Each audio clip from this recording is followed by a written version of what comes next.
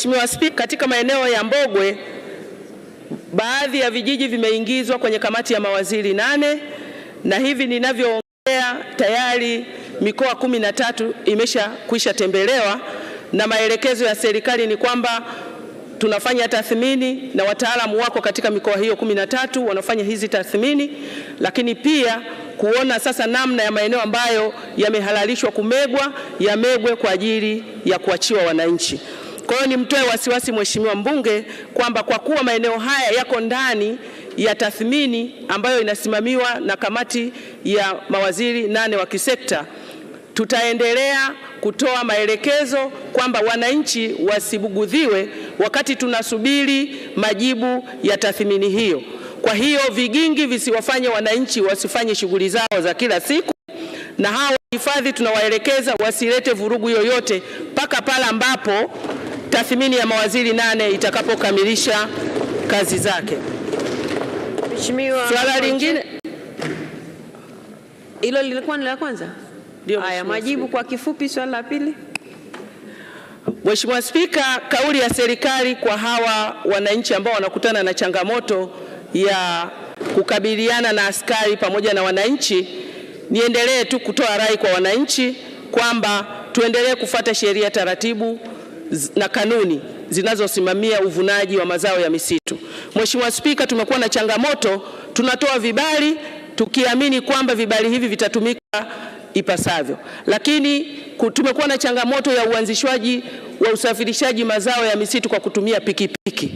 Pikipiki inapita inaenda inavuna mti ambao haujaruhusiwa na wanapita njia zao za uchochoro, wakikamatwa wanasema wameonewa. Tuwaombe wafate utaratibu na vibali vitolewe kwa usahihi, ndivyo hawatakutana na changamoto ya kukamatwa na mazao haya ya misitu. Mheshimiwa Conchester Ramlaza, swali la nyongeza. Asante Mheshimiwa Spika kwa kunipa nafasi niulize swali dogo tu la nyongeza. Mheshimiwa Spika, licha ya kupewa vibali na sheria ilivyo, lakini hao askari wakiwakamata watu hasa wenye mabaisikeli wanaobeba mkaa wanaharibu hata vifaa vya usafiri. Je, serikali inataka kutuambia kwamba sheria inaelekeza hivyo? Mheshimiwa Naibu Waziri wa Maliasili na Utalii, majibu. Asante Mheshimiwa Spika. Mheshimiwa Spika, naomba kujibu swali la nyongeza la Mheshimiwa Mbunge kama ifuatavyo.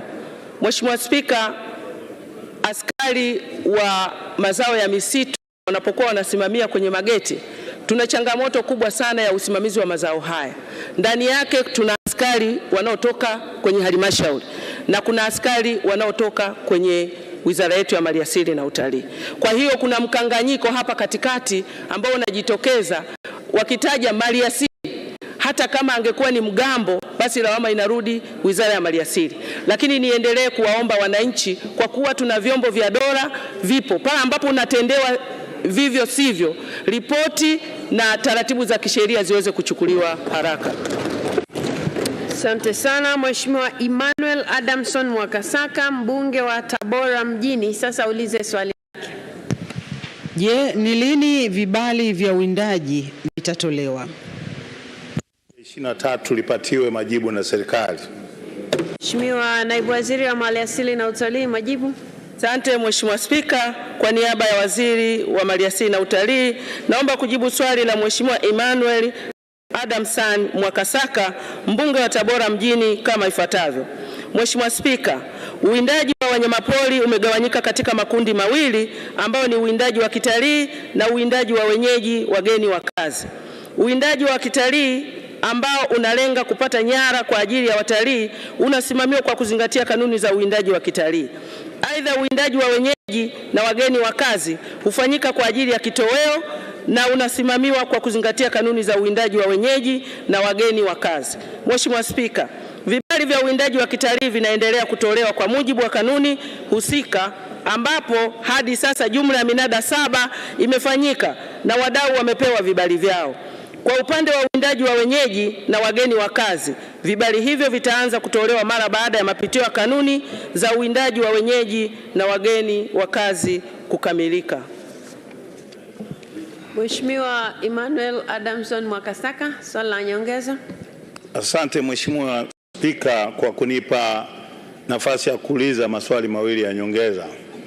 Pamoja na majibu mazuri ya serikali, nina maswali mawili ya nyongeza. Wafanyabiashara wengi hao ambao walikuwa wanategemewa kuuza nyama pori walishajenga mabucha kwa ajili ya kuuza nyama pori kama ambavyo serikali ilikuwa imehamasisha, na mpaka sasa hivi vibali havijatolewa kwa muda mrefu, na hasa hawa wawindaji wa kawaida ambao wanalipa na leseni. Je, serikali ina mpango gani kuhakikisha hawa wafanyabiashara wa nyama ya pori wanapata hivyo vibali ili waweze kufungua mabucha yale ambayo wameisha yajenga? Swali la pili, hata pale nyama hiyo inapokuwa imepatikana kwa hao wachache ambao wanauza, bei yake inakuwa ni ghali sana, na wananchi wengi wa kawaida wangependa kupata kula hii nyama ya porini. Je, serikali na mpango gani wa kuweka mazingira mazuri kwa ajili ya kufanya hii nyama ya pori nayo iwe na bei ya kawaida ambayo kila mmoja anaweza kununua? Mheshimiwa Naibu Waziri wa Maliasili na Utalii, majibu. Asante Mheshimiwa Spika, kwa niaba ya Waziri wa Maliasili na Utalii, naomba kujibu maswali mawili ya nyongeza ya Mheshimiwa Emmanuel Mwakasaka, mbunge wa Tabora mjini kama ifuatavyo. Mheshimiwa Spika, naomba tu ni watoe wasiwasi wa Tanzania na pia Mheshimiwa mbunge kwamba vibali hivi vitatolewa baada ya mapitio ya kanuni kukamilika. Tulikuwa na changamoto Mheshimiwa Spika ya namna ya ugawaji wa vibali hivi, kwa kuwa tuliweza kuanzisha makampuni ambayo haya makampuni tuliyakaribisha ili yaweze kuomba vibali vya uwindaji wa kienyeji, lakini tumegundua changamoto inayojitokeza ni namna ambavyo tunaweza kuwanyima haki ya kikatiba wananchi kuweza kupata kitoweo ambayo iko ndani ya katiba ya Jamhuri ya Muungano wa Tanzania. Kwa hiyo tumeamua kurudisha tumepata maoni kutoka kwa wadau, na sasa tumepitia kanuni hizi, tunatarajia sasa kuzirejesha, kwa maana tutoe ile haki ya wananchi nao wawe na haki ya kuweza kupata kitoweo hiki. Swala lingine la kuhusu bei ya wanyamapori, Mheshimiwa Spika, swala hili baada ya kuwa tumepitia kanuni hizi na wananchi kuruhusiwa nao kuwinda uwindaji wa kienyeji, basi tunatarajia bei ya wanyamapori, ya nyama ya wanyamapori kushuka kuliko ilivyo sasa, ambapo tulikuwa tumependekeza makampuni pekee yaweze kuingia katika biashara hii. Asante Mheshimiwa Spika. Mheshimiwa George Kakunda, swali la nyongeza kwa kifupi. Nakushukuru sana Mheshimiwa George Kakunda, subiri kidogo. Waheshimiwa Bunge, maswali ni marefu mno na hakuna niliyemkatisha, na wakumbusha maswali ya nyongeza yawe mafupi. Maswali ya nyongeza yawe mafupi na majibu pia ya maswali ya nyongeza yawe mafupi. Mheshimiwa George Kakunda, swali la nyongeza. Asante sana Mheshimiwa Spika. Kwa kuwa kuna malalamiko mengi sana ya wananchi kwa ajili ya kuruhusiwa uwindaji wa kienyeji, kwa nini serikali sasa isiharakishe huo mchakato wa mapitio ya kanuni usiku na mchana ili wiki ijayo waweze kutoa hiyo kibali? Mheshimiwa Naibu Waziri wa Maliasili na Utalii, majibu. Asante Mheshimiwa Spika, naomba kujibu swali la nyongeza la Mheshimiwa Kakunda kama ifuatavyo. Mheshimiwa Spika, nimtoe wasiwasi Mheshimiwa mbunge kwamba mchakato umeshakamilika na hivi sasa uko kwenye level ya ngazi ya waziri. Wakati wowote tutaweza kutoa mapendekezo au maelekezo ya utekelezaji wake. Mheshimiwa Naibu Waziri, tunakushukuru sana kwa majibu yako kwa maswali ya waheshimiwa wabunge. Wizara ya Maji, Mheshimiwa Neema William Mgaya, mbunge wa viti maalum, sasa ulize swali lake. Je, ni lini mradi wa maji wa halmashauri 28 ambapo Njombe ni mojawapo utaanza kutekelezwa? Mheshimiwa Naibu Waziri wa Maji, Mhandisi Mary Priska Mahundi, majibu. Asante Mheshimiwa Spika, kwa niaba ya Waziri wa Maji naomba kujibu swali la Mheshimiwa Neema William Mgaya, mbunge wa viti maalum kama ifuatavyo. Mheshimiwa Spika, katika mwaka wa fedha 2022/23 serikali imeanza kutekeleza mradi wa maji wa miji 28 ambapo wakandarasi wote walisharipoti site mwezi Julai 2022. Kwa sasa wakandarasi wanaendelea na usanifu wa kina na ujenzi wa miradi kwa miji 28 ikiwemo Njombe utaanza mwezi Novemba 2022. Mheshimiwa Neema Mgaya, swali la nyongeza. Asante Mheshimiwa Spika kwa kunipa nafasi ya kuweza kuuliza maswali mawili ya nyongeza. Ili mradi, kwanza tunaishukuru serikali kwa hatua hizo za awali. Ili mradi uweze kwenda na wakati, ni lazima yale maeneo ambayo mabomba yanapita yawe wazi. Na yale maeneo ambayo mabomba yanapita ili yawe wazi, lazima wananchi walipwe fidia. Je, lini serikali italipa fidia wananchi hao? Swali langu la pili, lini mradi wa Igongwe wa kata 4 za jimbo la Njombe mjini utapatiwa pesa ili mkandarasi aendelee na kazi yake? Asante. Mheshimiwa Naibu Waziri wa Maji, majibu. Asante Mheshimiwa Spika, kwa niaba ya Waziri wa Maji naomba kujibu maswali mawili ya nyongeza Mheshimiwa Neema Mgaya kama ifuatavyo. Awali ya yote Mheshimiwa Spika, nipende kumpongeza Mheshimiwa Neema kwa ufuatiliaji. Swala la fidia tunaelekea kulipa kadiri mradi unavyoendelea kujengwa na kila kitu kitakuwa kinakwenda kwa pamoja, lakini vile vile swala la mradi wa Igongwe kwenye kata 4 fedha zitaendelea kwenda kadiri tunavyozipata, na fedha ambazo zinafuata msimu ujao huu mradi pia tupo katika mpango nao. Mheshimiwa Eid Kasim Eid, swali la nyongeza. Asante sana Mheshimiwa Spika. Mheshimiwa Spika, mradi wa maji wa Izuga ni mradi wa muda mrefu, na kwa kuwa fedha iliyobaki ili mradi ukamilike ni milioni 76 tu, na kwa kuwa mkandarasi yuko tayari walau apewe milioni 15 ili mradi ule ukamilike. Sasa upo tayari baada ya bunge hili mimi na wewe tuongozane mpaka wizarani kuhakikisha kwamba walau hiyo milioni 15 wananchi wapate maji? Mheshimiwa Naibu. Asante Mheshimiwa Spika, kwa niaba ya Waziri wa Maji naomba kujibu swali la Mheshimiwa mbunge kama ifuatavyo. Mheshimiwa Spika, mkandarasi atalipwa na mimi niko tayari kwenda nawe site.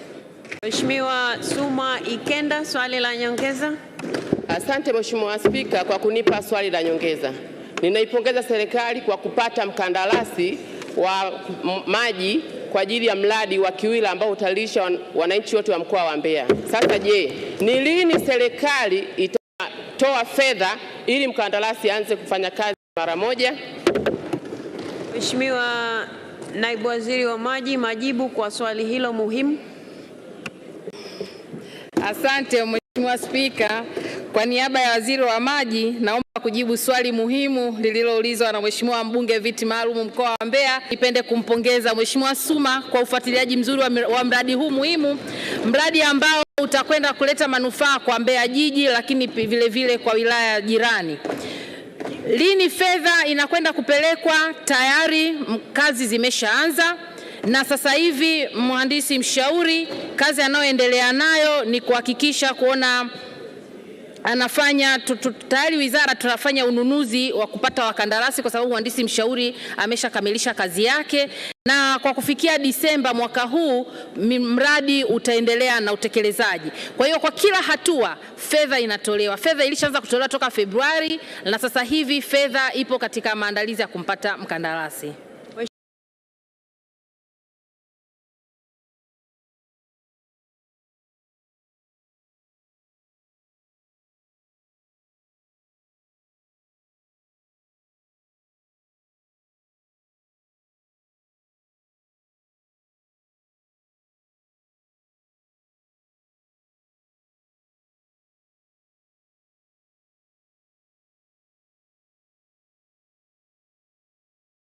Mheshimiwa Shamsia Mtanda, swali la nyongeza. Nakushukuru Mheshimiwa Spika kwa kunipatia nafasi ili nami niweze kuuliza swali dogo la nyongeza. Je, ni lini serikali itakamilisha mradi wa maji uliopo kata ya Mango Pacha 4 ili kumtua ndoo kichwani wa mama hawa ambao kwa muda mrefu tokea tumepata uhuru hawajawahi kabisa kufurahia huduma hii ya maji safi na salama? Mheshimiwa Naibu Waziri wa Maji, majibu. Asante Mheshimiwa Spika, kwa niaba ya Waziri wa Maji naomba kujibu swali la nyongeza la Mheshimiwa Shamsia mbunge kama ifuatavyo. Mradi itaendelea kuletwa fedha. Mheshimiwa mbunge, nikupongeze, umeshafuatilia sana huu mradi, fedha inakuja na mimi na wewe tutakwenda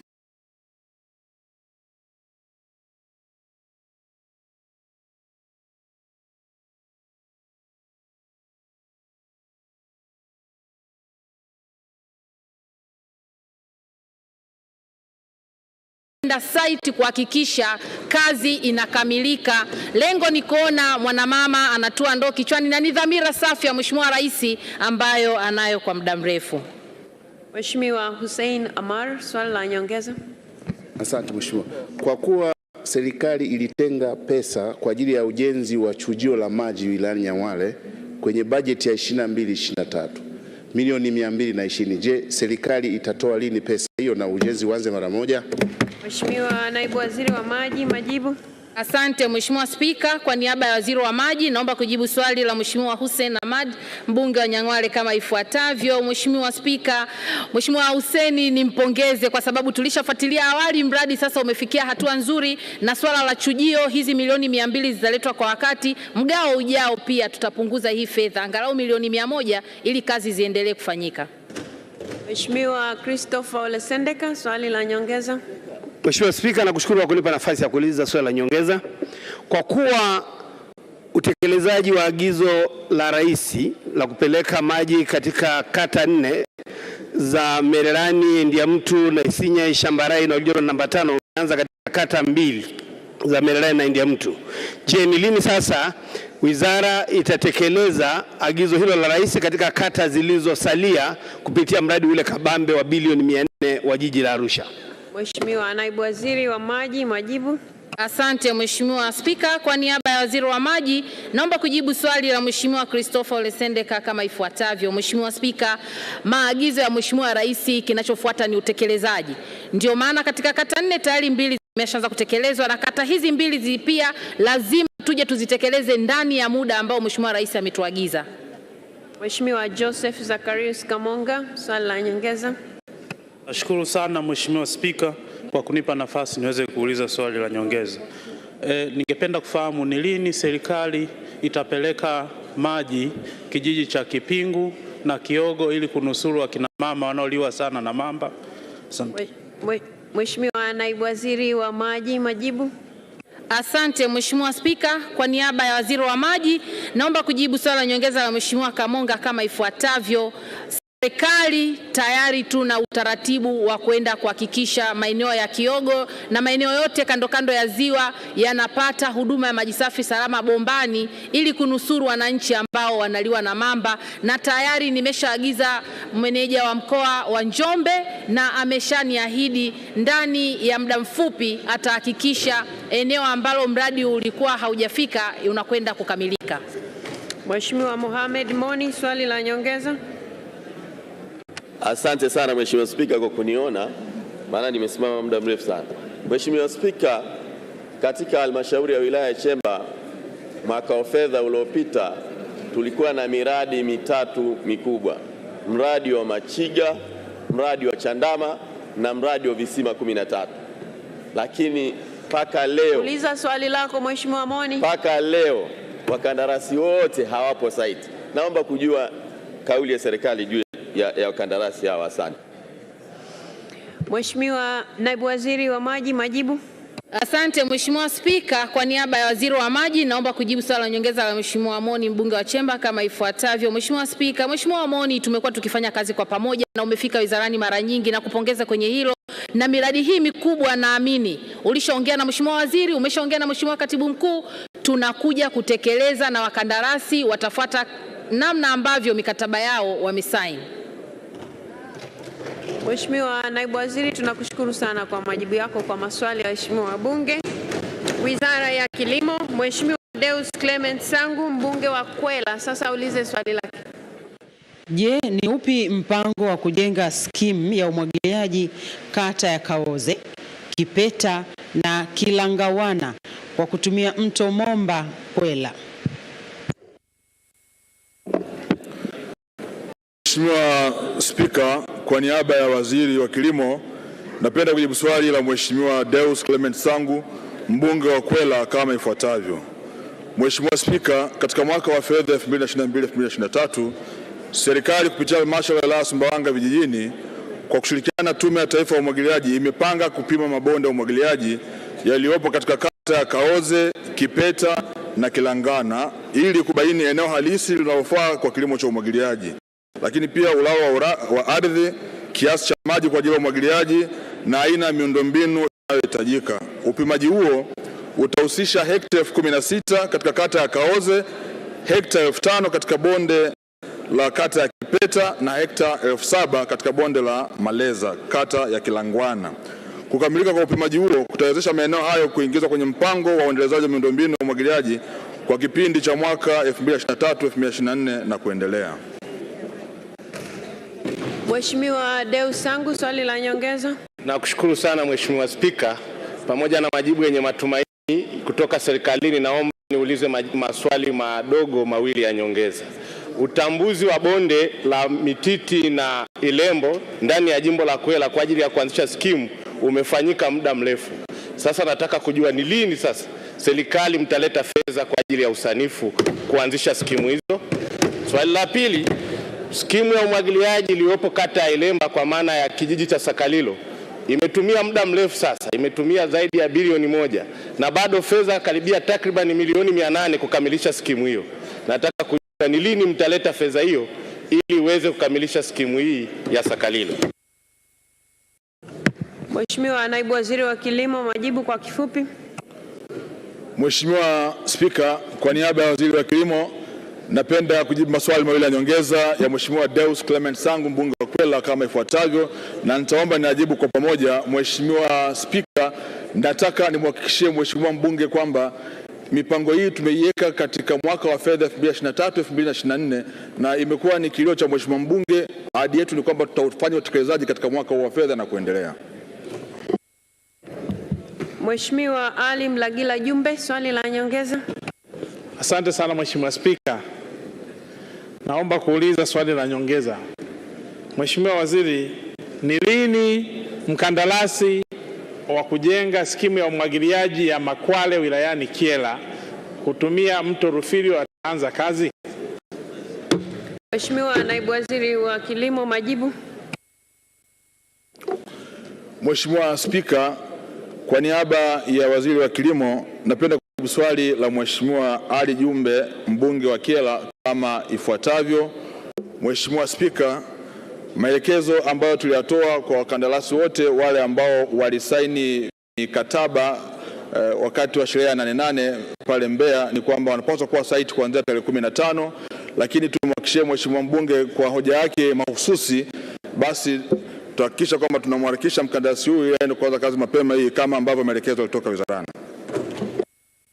Mheshimiwa Dennis Londo, swali la nyongeza. Nashukuru Mheshimiwa Spika kwa kunipa nafasi ya kuuliza swali la nyongeza. Kwa kuwa Mheshimiwa Spika, ardhi ambayo inafaa kwa umwagiliaji ambayo inatumika sasa hivi kwa miradi ya umwagiliaji ni pungufu ya 5%. Je, nini mkakati wa serikali kushirikisha sekta binafsi katika kuhakikisha maeneo yote ambayo yanafaa kwa umwagiliaji yajengewa skimu? Nashukuru. Mheshimiwa Naibu Waziri wa Kilimo, majibu.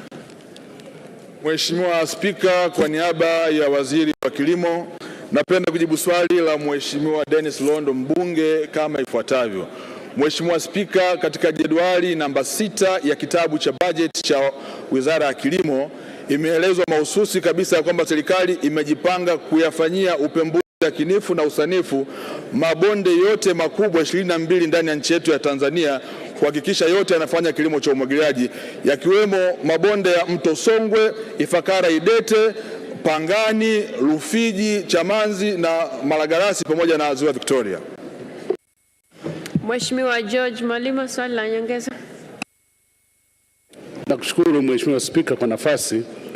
Naishukuru serikali kwa kutoa fedha kuchimba bwawa la umwagiliaji katika kata ya Chunyu na Ngambi. Je, ni lini kazi hii itaanza? Mheshimiwa Naibu Waziri wa Kilimo, majibu.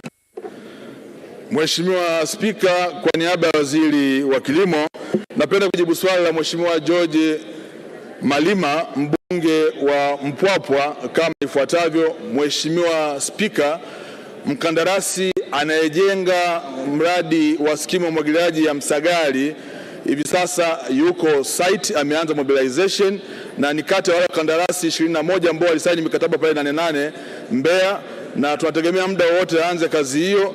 Na Mheshimiwa Spika, bwawa lile ambalo linajengwa pale likikamilika litakuwa na uwezo wa kutoa mita za ujazo milioni 92. Kwa ni habari njema kwa wanampwapwa na bahati nzuri mkandarasi yuko site tayari. Mheshimiwa Ali Mohamed Kasinge, mbunge wa Kilwa Kusini, sasa ulize swali lake. Je, ni lini ripoti ya ukaguzi ya chama cha msingi Nanjirinji A itatolewa ili hatua zichukuliwe kwa wahujumu wa fedha katika msimu wa mwaka 2021-2022?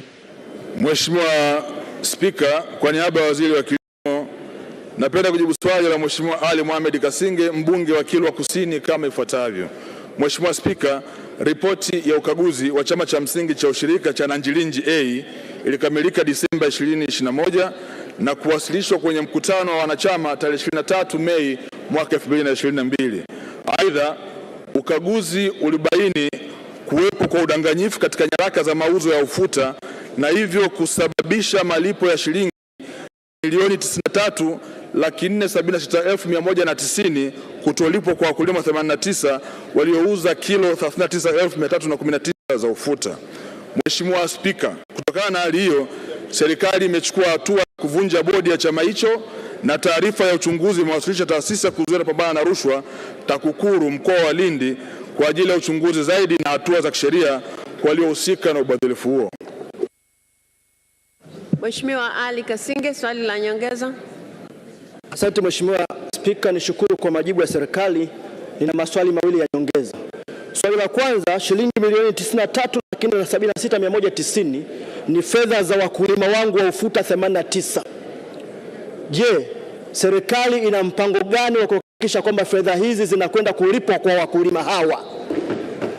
Swali la pili, kutokana na changamoto zilizopo katika uendeshaji wa bodi zetu pamoja na vyama vyetu vya msingi, lakini na changamoto ambazo wanazipata wakulima kwa uongozi usiokuwa madhubuti, waziri atakuwa tayari kuambatana nami baada ya bunge hili kwenda Nanjirinji kuzungumza na wakulima?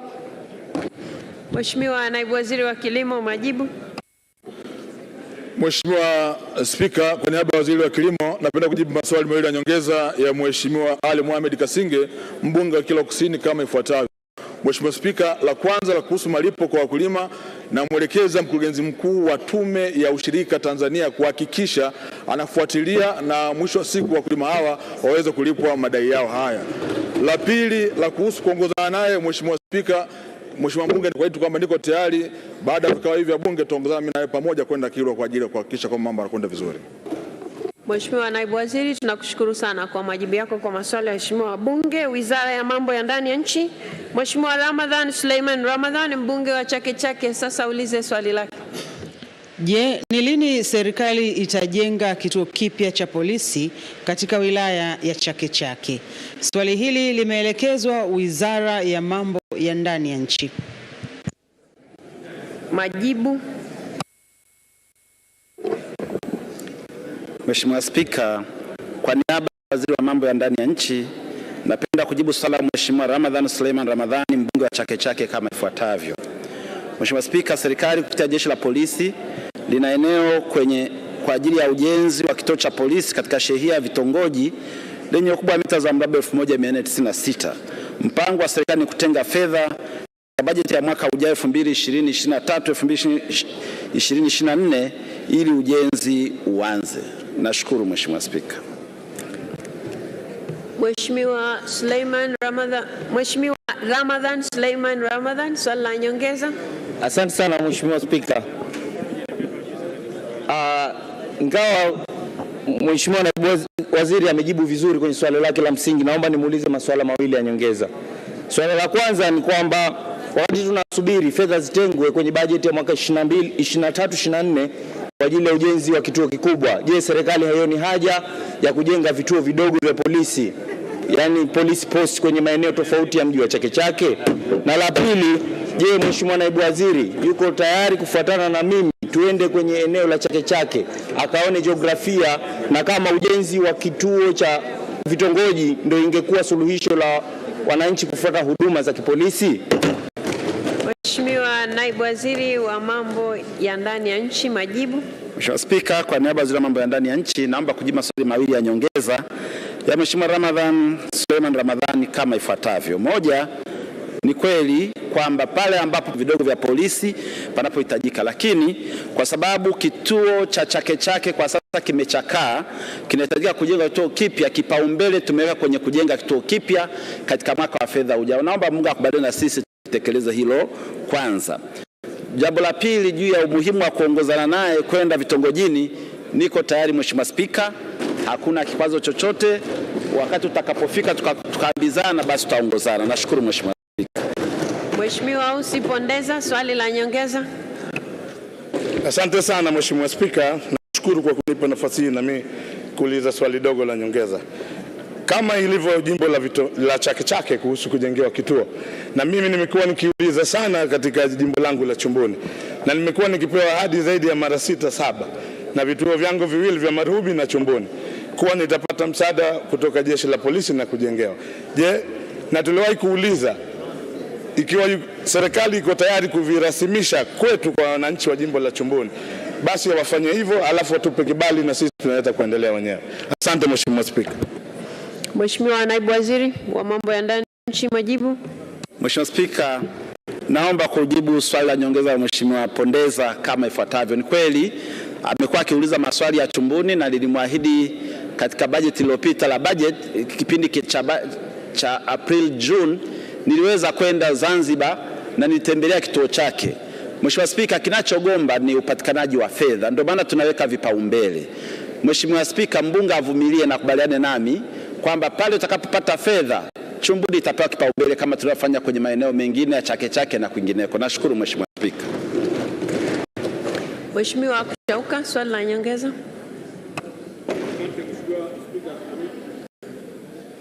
Asante Mheshimiwa Spika, na mimi kunipa nafasi ya kuuliza swali la nyongeza. Wilaya ya Liwale ina umri wa miaka 47 sasa. Hajawahi kuwa na kituo cha polisi, ukiachia lile jengo ambalo wamepanga lilikuwa la benki. Nini kauli ya serikali kuipatia wilaya ya Liwale jengo la polisi? Mheshimiwa Naibu Waziri wa Mambo ya Ndani ya Nchi, majibu. Mheshimiwa Spika, kwa niaba ya Waziri wa Mambo ya Ndani ya Nchi, naomba kujibu swali la nyongeza la Mheshimiwa mbunge wa Liwale kama ifuatavyo. Mheshimiwa Spika, tunafahamu wilaya kongwe hizi zimekuwa na vituo lakini chakavu sana. Sasa kwa bahati mbaya Liwale hawajawahi kuwa nacho. Ni muahidi Mheshimiwa Spika, katika bajeti ijayo tutaweka kipaumbele ili wilaya yako ianze michakato ya kujenga kituo chake cha polisi kama zilivyo wilaya nyingine za Tanzania bara. Nashukuru Mheshimiwa Spika. Mheshimiwa Halifa, swali la nyongeza. Asante sana Mheshimiwa Spika, na mimi nimuuliza swala moja dogo la nyongeza Mheshimiwa Naibu Waziri. Mheshimiwa Spika, kituo cha Wete ndio makao makuu ya polisi mkoa wa Kaskazini Pemba. Kituo kimechakaa, hakina hadhi. Ni lini serikali itakikarabati kituo kile? Asante Mheshimiwa. Mheshimiwa Naibu Waziri wa Mambo ya Ndani ya Nchi, majibu. Mheshimiwa Spika, napenda kujibu swali la nyongeza Mheshimiwa mbunge wa Wete kama ifuatavyo. Nafahamu na yeye anafahamu Mheshimiwa mbunge kwamba vituo vingi vilivyojengwa siku nyingi vimechakaa sana, na kama atafuatilia tumeanza kukarabati vituo vya polisi vikianzia makao makuu pale Zanzibar na makazi yao. Tutaendelea kufanya hivyo maeneo ya Pemba kutegemea upatikanaji wa fedha. Mheshimiwa Spika, tumeshakubaliana na mbunge kwamba awamu ijayo tutatembelea Pemba na eneo la Wete ni eneo nitakalolipa kipaumbele katika ziara yangu. Nashukuru Mheshimiwa Spika. Mheshimiwa Omar, swali la nyongeza. Asante Mheshimiwa Spika, swali langu lilikuwa linaelekea na Mheshimiwa Halifa. Mheshimiwa Mohamed Isa, swali la nyongeza. Asante sana Mheshimiwa Spika, naomba kuuliza swali dogo la nyongeza. Mheshimiwa Spika, katika bunge lililopita la bajeti, Wizara ya Mambo ya Ndani niliahidiwa kituo cha Konde kutengenezwa kwa thamani ya shilingi milioni 41.5 na bajeti tayari tumeshapitisha. Je, ni lini wakandarasi watafika kwenye kituo cha Konde na kuanza utengenezaji? Asante sana. Mheshimiwa Naibu Waziri wa Mambo ya Ndani ya Nchi, majibu. Mheshimiwa Spika, kwa niaba ya Waziri wa Mambo ya Ndani ya Nchi naomba kumjibu Mheshimiwa mbunge wa Konde swali lake la nyongeza kama ifuatavyo. Mheshimiwa Spika, madam bajeti imepitishwa na ipo na anachosubiri ukandarasi, tutawasiliana na kamishna wa polisi Zanzibar ili mipango ya kumpa mkandarasi, kwa sababu tunatumia force account, aweze kuelekezwa injinia wa polisi Zanzibar ili ukarabati wa jengo hilo uweze kuanza. Nashukuru Mheshimiwa Spika. Mheshimiwa Naibu Waziri, tunakushukuru kwa majibu yako kwa maswali ya waheshimiwa wabunge. Wizara ya Katiba na Sheria, Mheshimiwa Neema Gerald Mwandabila, mbunge wa viti maalum, sasa ulize swali lake. Je, ni nini mkakati wa mahakama kutoa hukumu ya pande mbili hasa mtuhumiwa anaposhinda kesi kuepuka kufungua kesi mpya kulipwa fidia? Waziri wa Katiba na Sheria, Mheshimiwa Pinda, majibu. Asante Mheshimiwa Spika, kwa niaba ya Waziri wa Katiba na Sheria, naomba kujibu swali la Mheshimiwa Neema Mwandabila, mbunge wa viti maalum kama ifuatavyo. Mheshimiwa Spika, kwa mujibu wa kanuni na taratibu za madai ya fidia, kuachiwa huru kwa mshtakiwa katika shtaka la jinai hakumpi haki ya moja kwa moja ya kulipwa fidia. Ili mshtakiwa aweze kulipwa fidia kutokana na kushinda shauri la jinai, ni lazima athibitishe mahakamani kwamba mashtaka dhidi yake yalikuwa ya hila na kwamba hakukuwa na sababu za msingi za kumshtaki. Kuachiwa pekee kwa mshtakiwa katika shtaka la jinai hakumaanishi mashtaka dhidi yake yalikuwa ya hila na waliomshtaki hawakuwa na sababu ya kuamini alitenda kosa. Mheshimiwa Spika, kifungu cha 345 kifungu kidogo cha pili cha sheria ya mwenendo wa makosa ya jinai kinaipa mamlaka mahakama kutoa amri ya mtuhumiwa aliyeshinda shauri lake la jinai kulipwa gharama za shauri iwapo shauri hilo liliendeshwa na mwendesha mashtaka wa kujitegemea, yani private prosecutor. Mheshimiwa Neema Mwandabila, swali la nyongeza. Asante Mheshimiwa Spika. Mheshimiwa Spika, kwa mchakato uliopo unapoteza haki ya watu wengi kwa kuto kupata haki zao kwa wakati, lakini wakati mwingine kwa watu wengine kushindwa kurudi mahakamani kwa hofu na uoga. Je, ni lini serikali itakuja na sheria ambayo inatoa haki kwa wakati huo wa hukumu? Lakini pia kuna swali namba 2, kumekuwa na utaratibu wa watu kufunguliwa kesi, baadaye kesi hizo zinafutwa, anafunguliwa kesi nyingine mbadala. Je, ni vigezo gani vinatumika kumbadilishia mtu kesi kutoka ile kesi ya awali kuja kesi ya pili? Asante Mheshimiwa Spika. Mheshimiwa Naibu Waziri wa Katiba na Sheria, majibu. Asante Mheshimiwa Spika, kwa niaba ya Waziri wa Katiba na Sheria, nipende kujibu maswali mawili ya nyongeza ya Mheshimiwa Neema kama ifuatavyo. Swala la kufanya marekebisho madogo ya sheria kwenye eneo hili tunalichukua na tunakwenda kulifanyia mchakato ili tuone kama kuna sababu zozote za kufanya hivyo, na bunge lako tukufu litajulishwa. Mheshimiwa Spika, kuhusu mabadiliko ya kesi wakati umeshtakiwa kwa kosa hili na baadaye unapelekwa kwenye kosa jingine, hilo linategemea sana mwenendo wa upelelezi ambao unaweza kubaini uhusiano wa tukio lile na tukio jingine ambalo linakupeleka kwenye mashtaka mapya. Asante. Mheshimiwa Naibu Waziri, asante sana kwa majibu yako kwa maswali ya waheshimiwa wabunge. Wizara ya Fedha na Mipango, Mheshimiwa Luhaga Joelson Mpina, mbunge wa Kisesa, sasa ulize swali lake. Je, ni kwa nini kesi 1097 za kodi zenye thamani ya shilingi trilioni 360 na dola za Marekani milioni 181.4 hazijaamliwa hadi sasa? Mheshimiwa Spika, kwa niaba ya Waziri wa Fedha na Mipango, naomba kujibu swali la Mheshimiwa Luhaga Joelson Mpina, mbunge wa Kisesa kama ifuatavyo.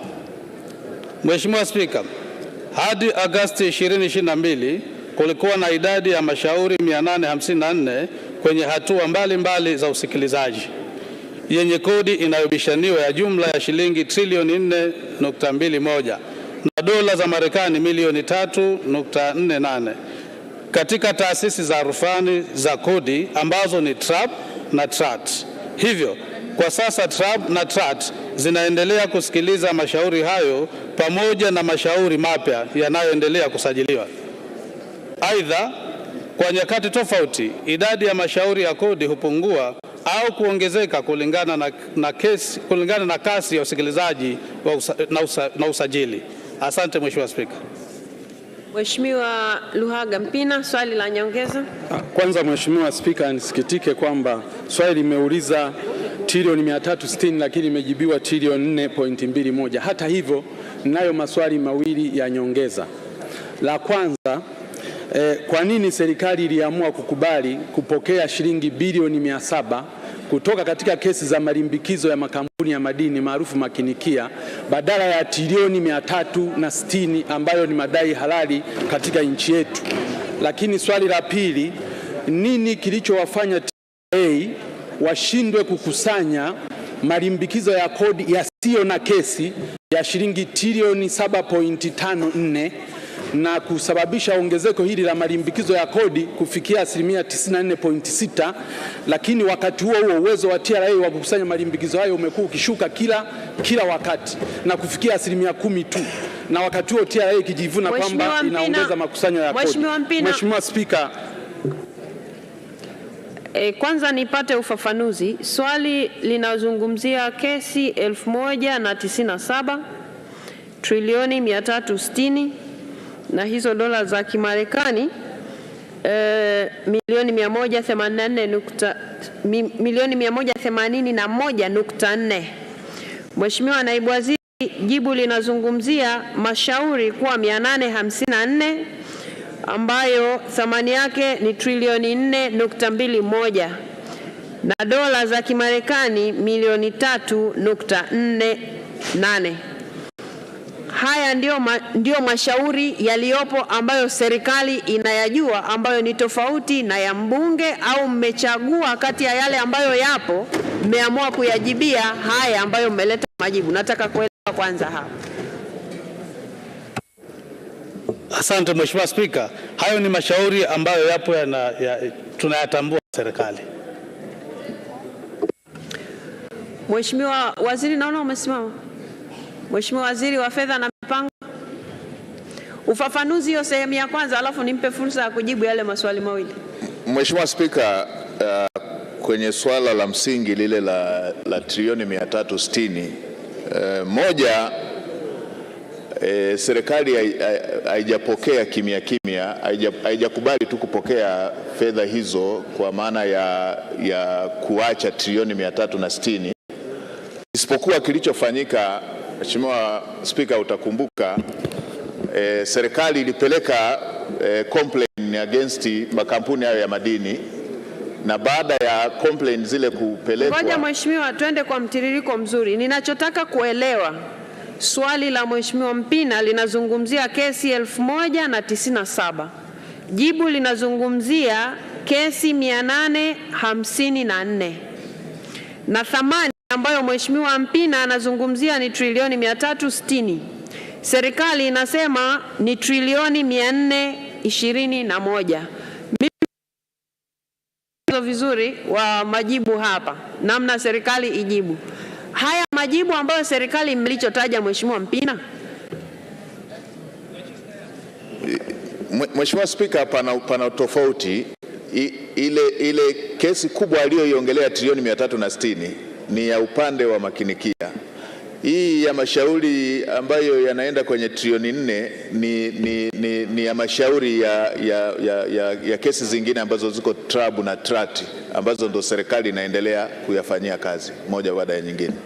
Kwa hiyo pana mambo ya aina mbili, na lingine limeongezeka lile ya yale yasiyo ya kesi, na lile linakuwa la tatu. Sawa, yameunganishwa pamoja.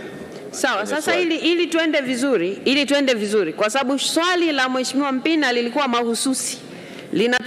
Linauliza hivi, je, ni kwa nini kesi 1097 za kodi zenye thamani ya shilingi trilioni 360 na dola za Marekani milioni 181.4 hazijaamuliwa mpaka sasa? Ndio swali lake.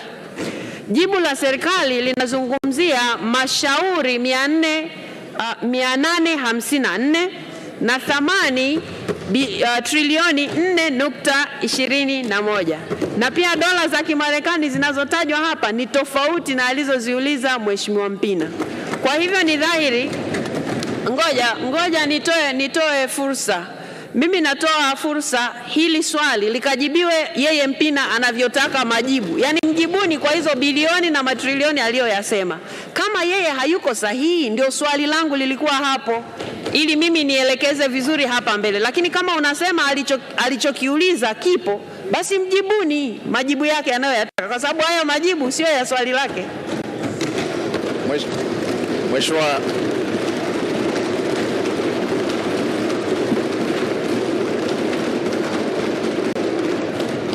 Mheshimiwa Bunge, hebu Mheshimiwa Waziri labda sasa atakuwa ameelewa tofauti. Mheshimiwa Spika, trilioni 360 haziko kwenye trabu na trat.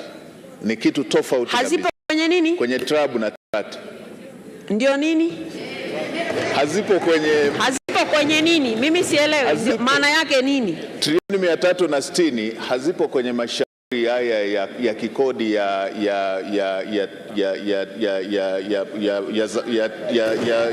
trabu na trat.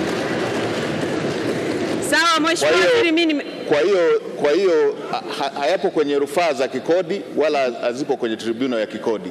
Hii ni jambo mahususi ambalo lilikuwepo kwenye mzozo wa serikali pamoja na Bariki. Kwa hiyo ni kitu tofauti, lakini kwenye nyongeza ndio ameuliza kuhusu masuala ya kesi sasa hizo ambazo ziko kwenye rufaa pamoja na tribunal ya kesi. Sawa Mheshimiwa Waziri, mimi nimekuelewa, kwa sababu yeye aliuliza swali tofauti ambalo ndio unalitolea majibu hapo. Sasa hayo majibu yaje yajibiwe kwenye swali lake, kwa sababu ndicho alichouliza. Kama hakipo ajibiwe hakipo, na kama kipo usimletee kingine, kwa sababu sicho alichouliza. Ndio hoja iliyopo. Kwa hiyo Mheshimiwa Naibu Waziri, mimi nakuruhusu kakae ili swali kama lilivyoulizwa na mheshimiwa kwenye swali lake la msingi liletwe majibu. Kama ndivyo lilivyo, halipo jibu halipo. Si mnajibu kifupi siku hizi, ndio raha yake. Kama halipo halipo, kama lipo mjibuni yeye alichouliza, kwa sababu nyinyi mmemjibu kitu tofauti, na ndio maana hata takwimu zinatofautiana. Asante sana. Jibu hili Mheshimiwa. Taarifa. Mheshimiwa. Kwa hiyo nyinyi mleteeni majibu kwa kadri alivyouliza swali lake. Kama halipo jibuni halipo, alafu yeye atapewa nafasi ya kuuliza. Taarifa Mheshimiwa Spika. Mheshimiwa Mpina, kwa sababu hapa nazungumza mimi na huwezi wewe ukawa unanipa mimi taarifa kikanuni. Kwa sababu nazungumza mimi, kwa hiyo ukiwa unanipa taarifa maana yake unaniongezea mimi, jambo ambalo haliruhusiwi kikanuni.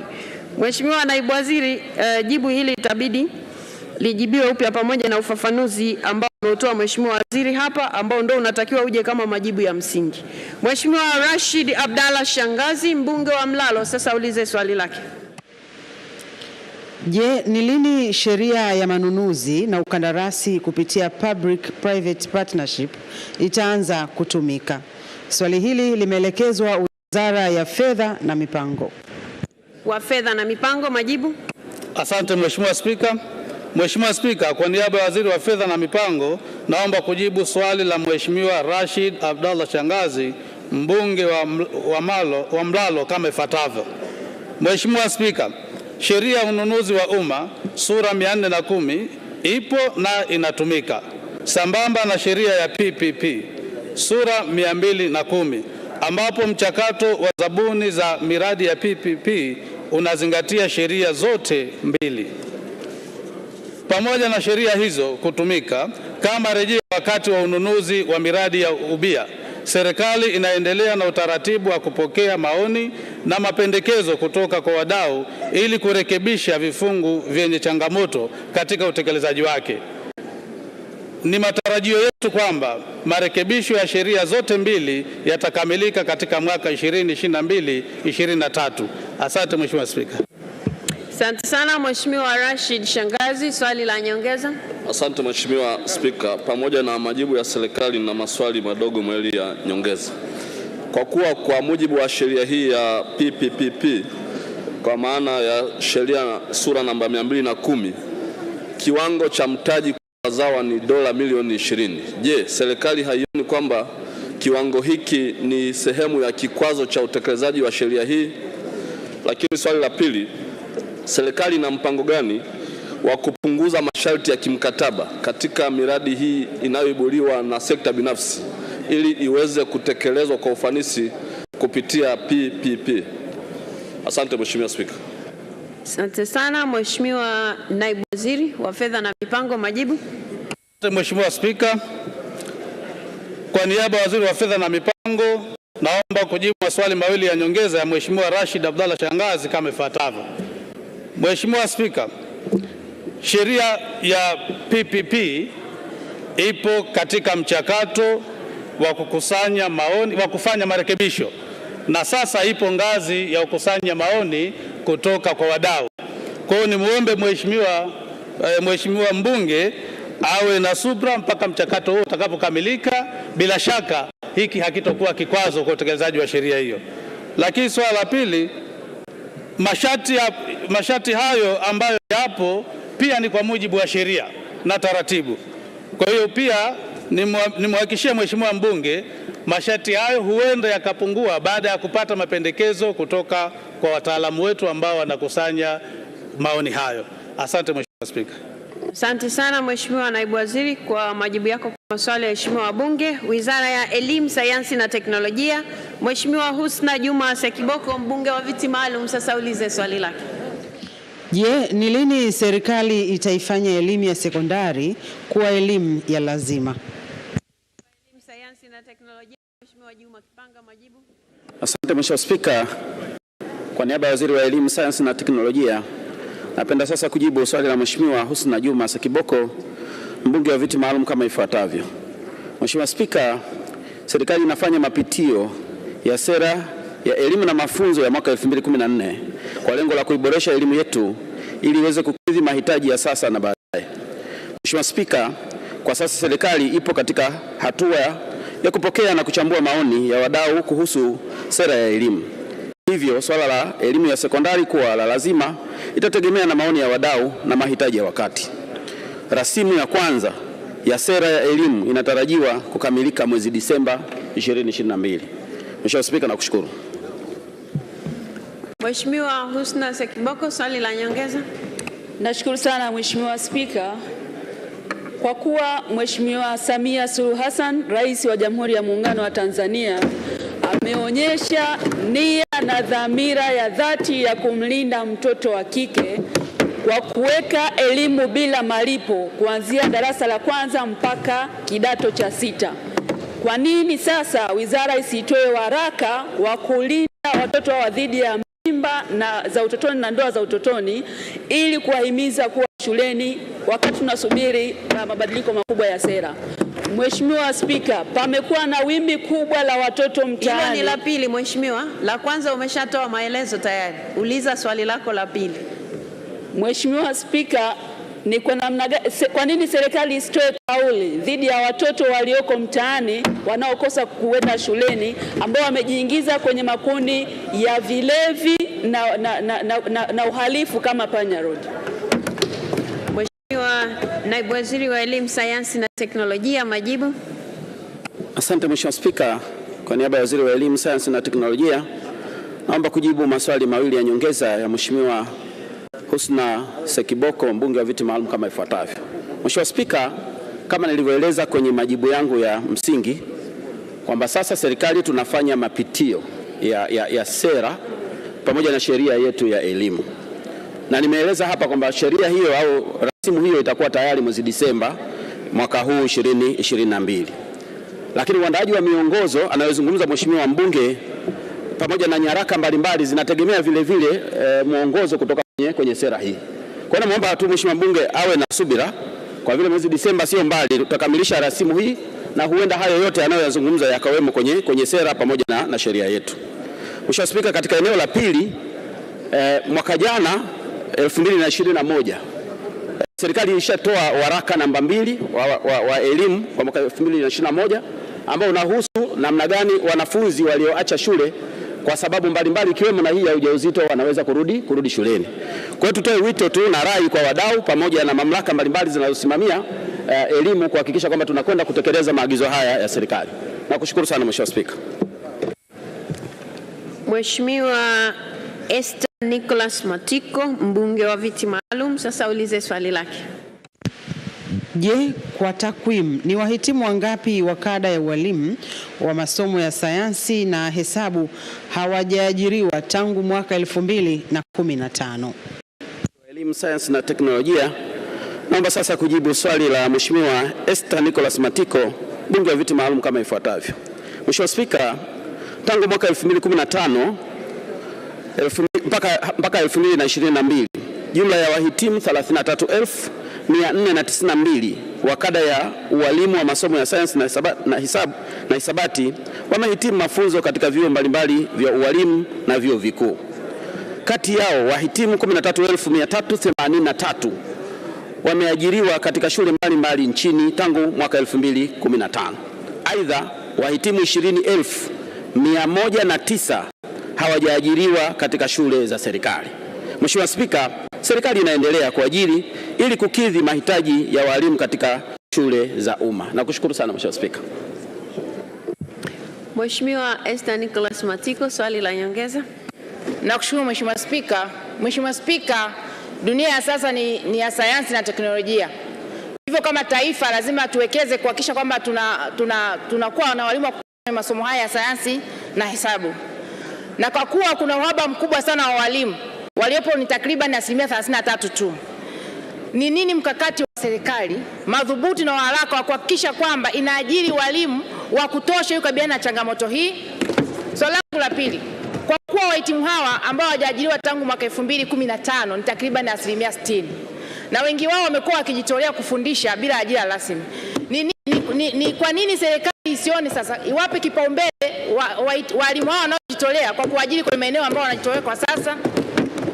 Mheshimiwa Naibu Waziri wa Elimu, Sayansi na Teknolojia, majibu. Asante Mheshimiwa Spika, kwa niaba ya Waziri wa Elimu, Sayansi na Teknolojia naomba kujibu maswali mawili ya nyongeza ya Mheshimiwa Esther Nicholas Matiko, mbunge wa viti maalum kama ifuatavyo. Na nitajibu maswali yote mawili kwa mpigo. Mheshimiwa Spika, kwanza nimpongeze sana Mheshimiwa Matiko kwa ufuatiliaji wa karibu wa walimu wetu wa masomo ya science pamoja na hisabati. Lakini kama nilivyokwisha eleza kwenye majibu yangu ya msingi kwamba serikali imeendelea kutoa fursa za ajira kwa walimu hawa. Tunajua changamoto ipo na uhitaji bado upo ni mkubwa. Lakini kuondoe hofu Mheshimiwa mbunge kwamba ofisi ya Rais TAMISEMI ambayo yenye dhamana ya kuomba vibali tayari katika mwaka huu wa fedha imeshaomba kibali cha kuajiri walimu zaidi ya 42,697 ambayo kipaumbele kikubwa sana tutawapa walimu wa science pamoja na hisabati na wale ambao wanaojitolea katika maeneo mbalimbali nchini. Nakushukuru sana Mheshimiwa Spika. Mheshimiwa Naibu Waziri, asante sana kwa majibu yako kwa maswali ya Mheshimiwa wabunge. Mheshimiwa wabunge, tumalizie Wizara ya Ardhi, Nyumba na Maendeleo ya Makazi. Mheshimiwa Stella Simon Fiao, mbunge wa viti maalum, sasa ulize swali lake. Je, serikali inatoa kauli gani kwa wananchi wa kata ya Majengo Tunduma waliovunjiwa nyumba zao? Swali hili limeelekezwa Wizara ya Ardhi, Nyumba na Maendeleo ya Makazi, na naibu waziri anaelekea kutoa majibu ya swali hili. Mheshimiwa Spika, kwa niaba ya Mheshimiwa Waziri wa Ardhi, Nyumba na Maendeleo ya Makazi, naomba kujibu swali namba 133 lililoulizwa na Mheshimiwa Stella Fiao kama ifuatavyo. Lakini Mheshimiwa Spika, naomba kabla sijajibu swali nitoe maelezo machache ya utangulizi. Mheshimiwa Spika, kikao cha makatibu wakuu wa nchi ya Tanzania na Zambia kilichofanyika mwezi Oktoba 2013 pamoja na mambo mengine kiliazimia kwamba alama za katikati ya mpaka, yani intermediate boundary pillars, kwa sehemu ya mpaka yenye urefu wa kilomita 50 ziongezwe ili kuzuia ongezeko la shughuli za kibinadamu, na pia eneo la hifadhi ya mpaka lipunguzwe kutoka mita 100 kwa upande zilizokuwa zinatambuliwa hapo awali hadi mita 50 kila upande. Hata hivyo, pamoja na maazimio hayo kutekelezwa, baadhi ya wananchi waliendelea kuvamia eneo la hifadhi ya mipaka kwa kujenga makazi. Mheshimiwa Spika, mwaka 2017 serikali ilitoa tamko la kuvunja nyumba zote zilizojengwa katika eneo la hifadhi ya mpaka, suala ambalo lilipingwa na wananchi 134 kwa kufungua shauri namba 195 la mwaka 2017 Mahakama Kuu Mbeya. Shauri hilo lilifutwa mwaka 2019 na hatimaye jumla ya nyumba 193 zilizokuwa ndani ya eneo la mita 50 za hifadhi ya mpaka zilibomolewa. Kufuatia hatua hiyo, wananchi 35 walifungua tena shauri namba 12/2019 Mahakama Kuu Mbeya kudai fidia kutokana na kubomolewa kwa nyumba zao. Baada ya mazungumzo nje ya mahakama yaani mediation, yenye lengo la kuwapatia viwanja mbadala wananchi hao kushindikana, shauri hilo lilipangwa kuendelea kusikilizwa tarehe 5 mwezi Oktoba mwaka 2022. Mheshimiwa Spika, serikali inatambua shauri hilo na kauli yetu ni kwamba tusubiri mwongozo au maamuzi ya mahakama ili tujue hatua zinazofuatia. Mheshimiwa Stella Fiao, swali la nyongeza.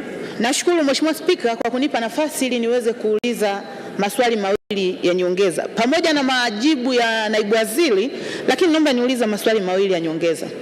Mheshimiwa Spika, baadhi ya wananchi waliovunjiwa nyumba hizi tayari walikuwa na hati ambazo zilikuwa zimetolewa na serikali. Sasa je, serikali ya Yoni imefanya maonezi makubwa kwa kuwavunjia wananchi ambao tayari walikuwa na hati zilizotolewa na serikali yenyewe? Swali langu la pili, Mheshimiwa Spika, nataka kujua sasa ni lini serikali itatoa viwanja mbadala kwa wananchi hao ili kutokuwaumiza kama walivyofanya sasa. Nashukuru sana. Mheshimiwa Naibu Waziri wa Ardhi, Nyumba na Maendeleo ya Makazi, majibu. Mheshimiwa Spika, kwa niaba ya Mheshimiwa Waziri wa Ardhi, Nyumba na Maendeleo ya Makazi, naomba kumjibu Mheshimiwa Stella Fiao, mbunge wa viti maalum, maswali yake mawili ya nyongeza kuhusu swala la hati miliki, lakini pia kuhusiana na swala la pili la viwanja mbadala. Kwa kuwa jambo au shauri hili liko mahakamani, Mheshimiwa Spika, ningeomba tuwe na subira na tutakapopata mwongozo wa mahakama tutakuja kueleza hatua zinazofuatia. Mheshimiwa Naibu Waziri, asante sana kwa majibu yako kwa maswali ya waheshimiwa wabunge. Mwongozo wa Spika. Mwongozo wa Spika. Nani anazungumza? Sijamwona. Mheshimiwa Ali Makoa, sawa. Waheshimiwa wabunge, tumefika mwisho wa kipindi chetu cha maswali kutoka kwenu, lakini majibu kutoka upande wa serikali. Nilete matangazo nilionayo hapa mbele alafu tuendelee na ratiba. Tunao wageni ambao wametembelea bungeni asubuhi hii. Tutaanza na wageni walioko jukwaa la Spika.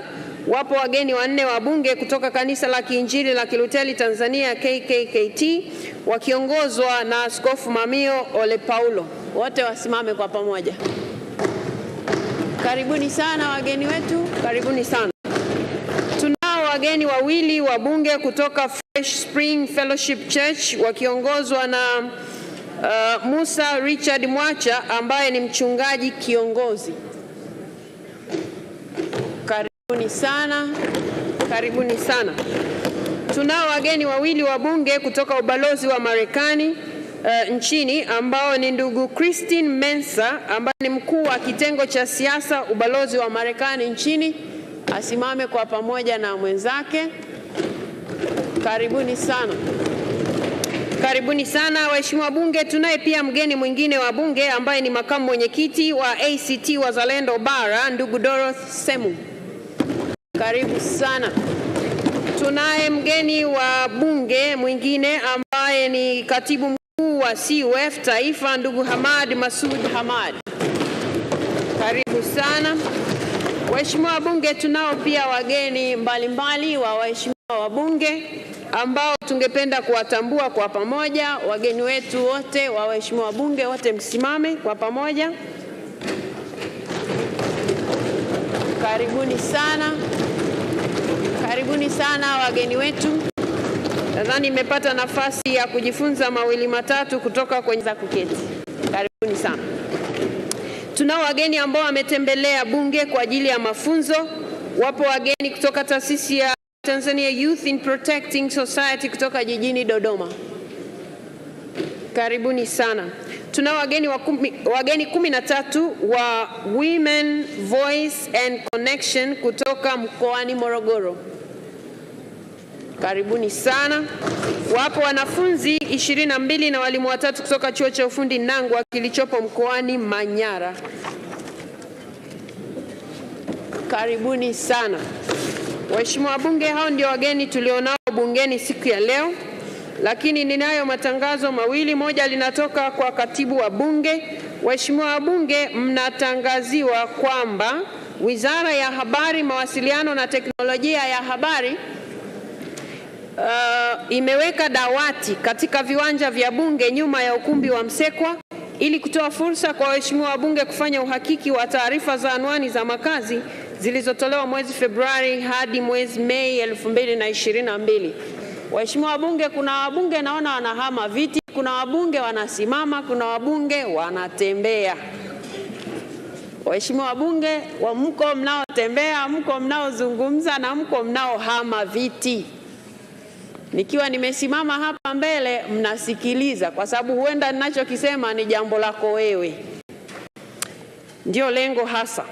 Kwa hiyo waheshimiwa wabunge wote mnakaribishwa kuhakiki taarifa zenu za anwani za makazi. Fursa hii waheshimiwa wabunge tuitumie vizuri. Lipo tangazo kutoka kwa Mheshimiwa Shali Josepha Raymond ambaye ni mwenyekiti wa Umoja wa Bunge Wanawake Tanzania. Mnatangaziwa waheshimiwa wabunge wanawake wote kuwa leo tarehe 22 Septemba 2022 mara baada ya kuahirisha kikao cha bunge mchana, kutakuwa na semina kwa wabunge wanawake wote. Semina hiyo imeandaliwa na wakala wa nishati vijijini yani REA na itafanyika katika ukumbi wa Kambarage uliopo jengo la Hazina karibu na ukumbi wa JK Convention Center. Waheshimiwa wabunge, mnaombwa kuhudhuria semina hii muhimu ili muweze kuwatendea haki watu ambao mnawawakilisha hapa ndani.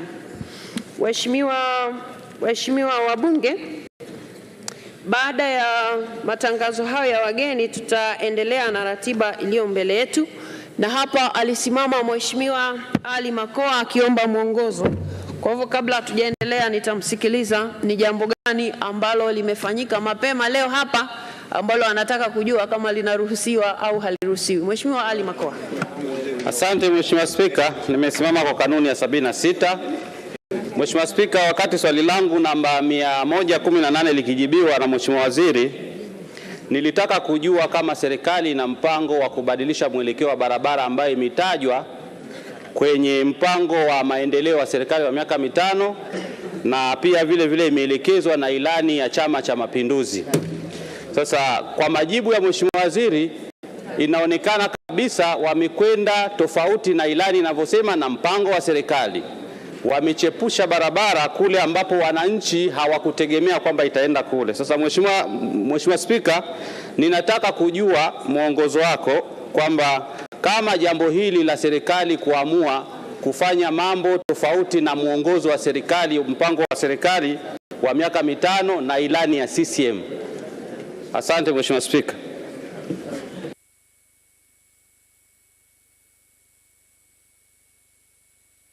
Waheshimiwa wabunge, amesimama Mheshimiwa Ali Makoa akieleza kuhusu majibu ambayo yametolewa na Mheshimiwa Naibu Waziri kwenye swali ambalo yeye alikuwa ameliuliza, swali la msingi 118. Halafu anasema aliuliza maswali mengine ya nyongeza ambayo yalikuwa yanataka kujua kama serikali imebadili mwelekeo wa ujenzi wa barabara, na anasema kwa majibu yaliyotolewa yameashiria kwamba mabadiliko yamefanyika kwenye mwelekeo wa barabara hii. Na yeye anasema anataka kujua sasa kikanuni kama jambo hili je linaruhusiwa au haliruhusiwi, na ameeleza kwa kirefu kwamba sehemu ambayo anataka kujua kama inaruhusiwa au hairuhusiwi kwanza ni kubadili mpango wa miaka 5. Yaani kwamba katika ule mpango wa miaka 5 barabara mwelekeo ni mwingine, na sasa majibu yanaashiria kwamba mwelekeo ni mwingine. Sasa ukiacha mpango wa serikali, pia ameeleza kwamba ilani ya Chama cha Mapinduzi ambayo ndio inaiongoza serikali na yenyewe ina mwelekeo kama ule wa mpango wa miaka 5, na pia anaeleza kwamba inaenda tofauti na mategemeo ya wananchi. Waheshimiwa wabunge, mwisho kabisa ameuliza kama jambo hili linaruhusiwa kufanywa na serikali. Waheshimiwa wabunge, ilani ni ya Chama cha Mapinduzi, kwa hiyo maswali mengine tunaweza kuulizana huko kwenye chama, lakini yale ambayo ameuliza Mheshimiwa mbunge hapa ametaka kujua kama serikali inao uwezo wa kubadili mwelekeo wa barabara. Jibu ni kwamba ndio, serikali inao uwezo wa kubadili mwelekeo wa barabara. Kwa hiyo kama kuna jambo la ziada la hapo sasa ni la Mheshimiwa mbunge na watu wako kule, mtazame namna ambavyo serikali ina sababu gani za kubadili mwelekeo, kwa sababu sisi hatufanyi kila kitu, na ndio maana serikali ikileta hapa inafanya marekebisho hapa na pale. Na ndio maana mipango yetu tunaiweka kwa ajili ya kutuongoza, lakini si kwamba ni msaafu kwamba lazima iwe hivyo. Serikali huwa inaangalia mambo mengi, na ndio maana inaweza kusema inajenga barabara hii kwa kiwango cha lami, alafu haikujenga lami ikatumia zege, kwa sababu inaona mazingira yale pengine hata lami haitafaa. Sasa tukiweka mazingira ambayo serikali itakuwa haiwezi kufanya kubadili hata nukta, inaweza kuwa mtihani. Kwa hiyo kwa maana ya mwongozo, kwa namna majibu yalivyotoka, ndio serikali inaruhusiwa kufanya hayo mabadiliko ya mwelekeo. Sababu itakuwa nazo. Sasa kama ziliulizwa sababu, nafikiri naibu waziri angeeleza hapa sababu kwa nini wamebadili mwelekeo. Lakini kwa maana ya mwongozo wa kiti, kama inaruhusiwa au hairuhusiwi, ndio inaruhusiwa serikali kubadili mwelekeo wa barabara.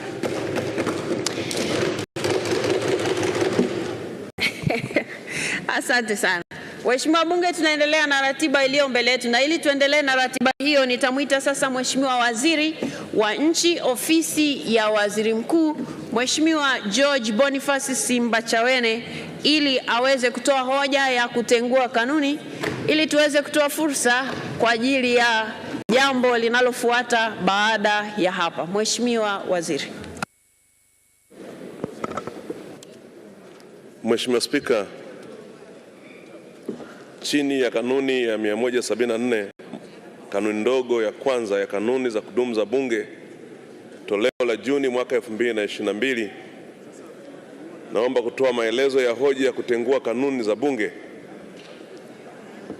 Mheshimiwa Spika, kwa kuwa moja ya shughuli iliyopangwa kufanyika leo tarehe 22 Septemba mwaka 2022 ni uchaguzi wa wajumbe wa Bunge la 5 la Afrika Mashariki, na kwa kuwa ni kanuni ndogo ya kwanza na kanuni ya 164E, wageni hawaruhusiwi kuingia ndani ya ukumbi wa Bunge, bali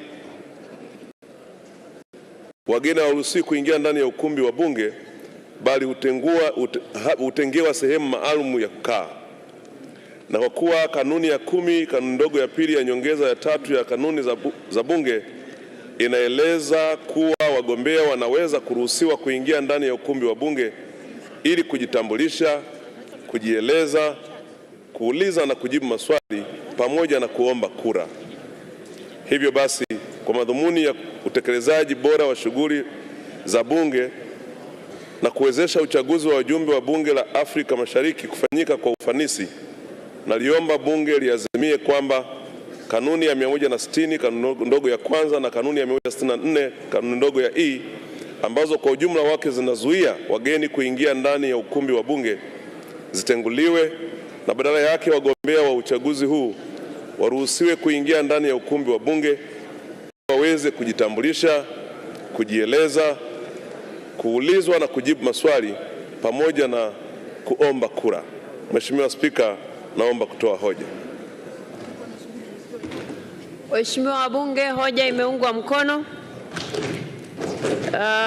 Na kwa utaratibu wetu nitawahoji waheshimiwa wabunge wanaoafiki hoja ya Mheshimiwa Waziri ya kutengua kanuni waseme ndio. Wasioafiki waseme sio. Mnasema sio na nyinyi mnawagombea leo. Sasa sijui ataingilia wapi hapa. Waheshimiwa wabunge waliosema ndio wameshinda. Kwa hivyo hoja imeungwa mkono na imetenguliwa kwa sasa. Katibu.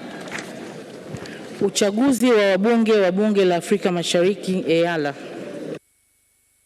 Waheshimiwa wabunge, uchaguzi wa wabunge wa Bunge la Afrika Mashariki. Nitatoa maelezo kwa kifupi. Waheshimiwa wabunge, nimesimama, kwa hivyo tukae na tusikilize maelekezo. Waheshimiwa wabunge, nimesimama, kwa hivyo tukae ili tusikilize maelekezo. Waheshimiwa wabunge, uchaguzi wa wabunge wa Bunge la Afrika Mashariki unafanyika kwa mujibu wa masharti ya ibara ya 50 fasili ya kwanza na ya pili ya mkataba wa kuanzisha Jumuiya ya Afrika Mashariki wa mwaka 1999. sheria ya uchaguzi ya Bunge la Afrika Mashariki na kanuni za kudumu za Bunge za mwaka 2020. Ibara ya 50 ya mkataba wa kuanzisha Jumuiya ya Afrika Mashariki imelipa Bunge mamlaka ya kupiga kura kuwachagua wabunge 9 watakaowakilisha Jamhuri ya Muungano wa Tanzania katika Bunge la Afrika Mashariki. Kwa ajili ya kutekeleza jukumu hilo, nyongeza ya 3 ya kanuni za kudumu za Bunge za mwaka 2020 imeweka kanuni ambazo zinaeleza kuhusu masharti yanayopaswa kutimizwa na wagombea na pia utaratibu unaotakiwa kufuatwa katika uchaguzi wa wabunge wa Bunge la Afrika Mashariki. Mheshimiwa Zakaria, utafute kiti ukae. Mheshimiwa Juma, naona unatembea na kusubiri ukae.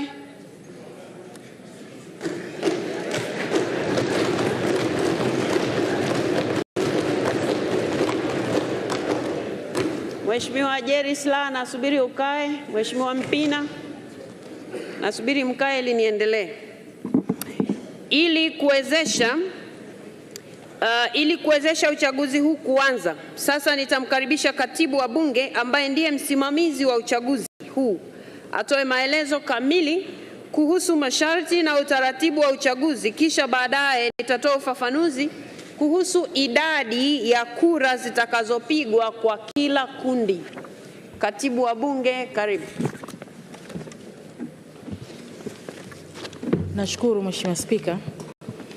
Mheshimiwa Spika, uchaguzi huu unatokana na maisha ya Bunge la 4 la Afrika Mashariki kufikia ukomo wake ifikapo tarehe 17 Disemba mwaka huu 2022, ambapo kwa mujibu wa sheria ya uchaguzi wa wabunge wa Bunge la Afrika Mashariki ya mwaka 2011, nchi wanachama zinatakiwa kuchagua wabunge wa bunge linalofuata ndani ya kipindi cha siku 90 kabla ya tarehe hiyo ya ukomo. Uchaguzi huu umewekewa masharti ya kutangazwa kwenye gazeti ya serikali ili tarehe ya uteuzi na tarehe ya uchaguzi viweze kujulikana kwa umma, kuwezesha vyama vyenye nia ya kudhamini wagombea vifanye hivyo. Masharti hayo yalitekelezwa ambapo tarehe 6 mwezi wa 9 mwaka huu 2022 nilitoa tangazo kwenye gazeti la serikali na vyombo mbalimbali vya habari. Mheshimiwa Spika, nafasi zilizopo ni 9 ambazo kwa mujibu wa masharti ya mkataba wa uanzishwaji wa Jumuiya ya Afrika Mashariki, kwa mujibu wa kanuni za kudumu za Bunge na mazingira ya nchi yetu, nafasi hizo hupatikana kwa kuzingatia uwiano wa idadi ya wabunge wa vyama vinavyowasilishwa bungeni, uwakilishi wa jinsia na pande mbili za muungano, na hivyo hugawanywa kwenye makundi manne kama ifuatavyo. Kundi A ni wagombea wanawake, kundi B ni wagombea kutoka Zanzibar, kundi C ni wagombea wa vyama vya walio wachache na kundi D ni wagombea wa Tanzania bara. Mheshimiwa Spika, kwa sasa mchanganuo wa idadi ya wabunge wa bunge hili la Jamhuri ya Muungano wa Tanzania kivyama na asilimia stahiki ya viti 9 vinavyohitajika ni kama ifuatavyo. Wabunge wa Chama cha Mapinduzi wapo 365 ambayo ni sawa na asilimia 93 ya wabunge wote, na hivyo wanastahili kupata viti 8. Na wabunge wa vyama vya walio wachache bungeni wapo 27 ambayo ni sawa na asilimia 7 ya wabunge wote, na hivyo wanastahili kupata kiti kimoja.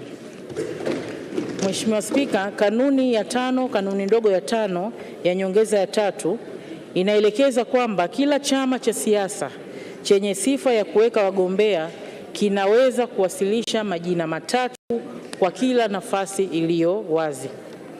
Hadi kufikia saa 10 kamili jioni tarehe 20 Septemba, ambayo ndio ilikuwa siku ya uteuzi, nilikuwa nimepokea jumla ya majina 21 ya wagombea kutoka vyama vya ACT Wazalendo, mgombea mmoja, Chama cha Mapinduzi wagombea 8, na chama cha wananchi CUF wagombea 12. Hata hivyo, mgombea mmoja wa CUF aliwasilisha taarifa ya kujitoa na hivyo tumebaki na wagombea 20.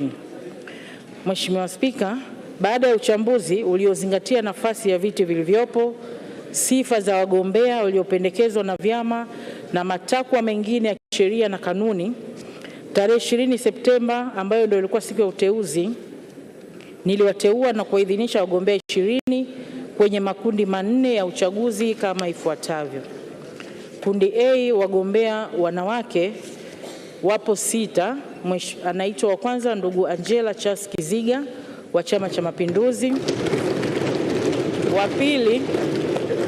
Wa pili ni ndugu Nadra Juma Mohamed wa CCM pia. Watatu ni ndugu Shogo Richard Mlozi pia wa Chama cha Mapinduzi. Wa nne ni ndugu Sonia Juma Magogo wa Chama cha Wananchi CUF. Wa tano ni ndugu Queen Juliet Lugembe wa CUF, na wa sita ni ndugu Zainab Ham Abdu pia wa CUF. Kundi B, wagombea kutoka Zanzibar wako 5. Wa kwanza ni Dr. Abdullah Hasnu Makame wa Chama cha Mapinduzi. Wa pili ni ndugu Machano Ali Machano wa Chama cha Mapinduzi. Wa tatu ni ndugu Anderson Ndambo wa CUF. Wa nne ni ndugu Husna Mohamed Abdalla wa CUF, na wa tano ni Engineer Mohamed Habibu Mnyaa wa CUF. Kundi C, wagombea wa vyama vya walio wachache bungeni wako 3. Wa kwanza ni ndugu Ado Shaibu Ado wa ACT Wazalendo. Wa pili ni ndugu Jafar Saidi Mneke wa CUF, na wa tatu ni ndugu Mashaka Halfani Ngole wa CUF.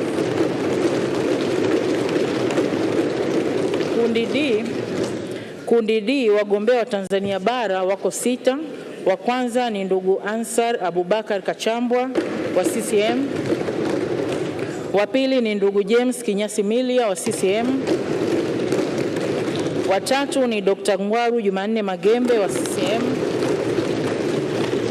Wa nne ni ndugu Adui Saif Kondo wa CUF.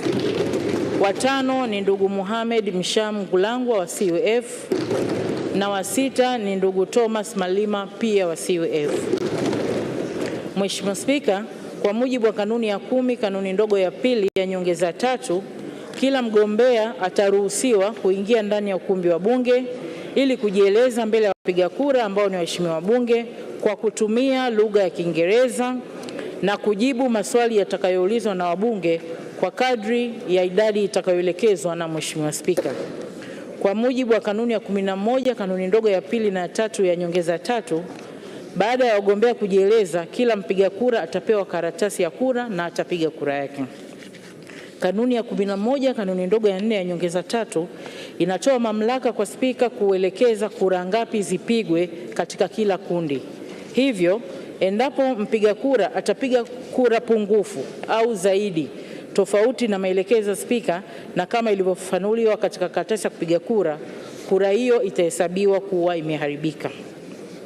Baada ya zoezi la kupiga kura kukamilika, kwa mamlaka aliyopewa na kanuni ya 12 kanuni ndogo ya kwanza ya nyongeza 3, Mheshimiwa Spika atateua wabunge 2 ambapo mmoja ni wa kutoka chama tawala na mmoja kutoka chama cha kambi ya walio wachache ili wawe wa mawakala wa wagombea wote kwenye zoezi la kuhesabu kura. Mheshimiwa Spika, sasa naomba tuanze zoezi letu kwa kwanza kupokea maelekezo yako kuhusu utaratibu wa kupiga kura kwa kila kundi, kisha wagombea waitwe mmoja mmoja ili kujieleza, kuulizwa maswali na taratibu nyingine zitaendelea. Mheshimiwa Spika, naomba kuwasilisha. Asante sana katibu wetu wa Bunge kwa maelezo ya ufasaha kabisa kwa namna zoezi letu litakavyoendeshwa na namna lilivyoendeshwa mpaka tumefikia siku ya leo hapa. Waheshimiwa wabunge, idadi ya kura zitakazopigwa kwa kila kundi. Waheshimiwa wabunge, baada ya kupata maelezo ya msimamizi wa uchaguzi, sasa ninatoa ufafanuzi kuhusu utaratibu wa kupiga kura kwa mujibu wa kanuni ya 11 fasili ya 4 ya nyongeza ya 3 ya kanuni za Bunge za mwaka toleo la Juni 2020 na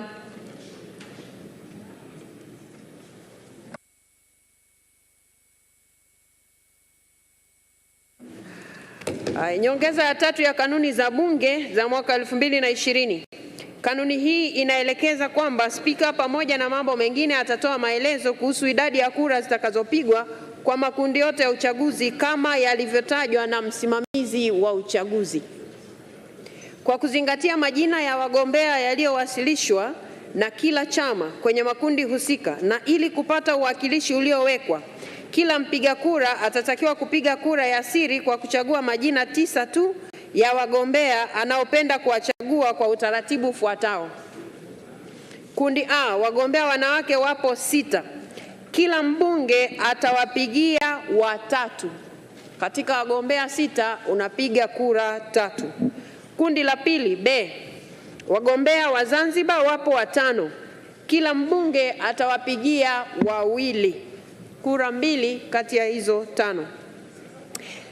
Kundi C, wagombea kutoka vyama vya walio wachache bungeni wapo 3. Kila mbunge atampigia 1 kura. Kwa hiyo utapiga kura 1 kwenye kundi C.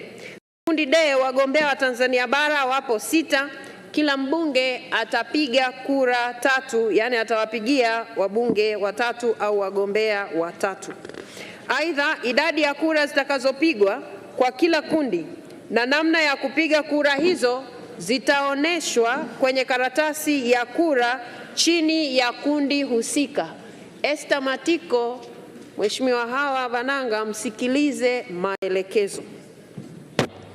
Mpiga kura ambaye kwa bahati mbaya ataharibu karatasi yake ya kupigia kura wakati zoezi la kupiga kura likiwa linaendelea, anaweza kuirejesha karatasi hiyo iliyoharibika kwa msimamizi wa uchaguzi na kupewa nyingine badala ya hiyo iliyoharibika. Waheshimiwa wabunge, baada ya maelezo haya, sasa tuanze zoezi letu la kuwaita wagombea ili waweze kujieleza na kuomba kura, na waheshimiwa wabunge kupata fursa ya kuwauliza maswali kama yapo ama kama yatakuwepo. Waheshimiwa wabunge, sasa tutaendelea. Katibu. Ndugu Angela Charles Kiziga.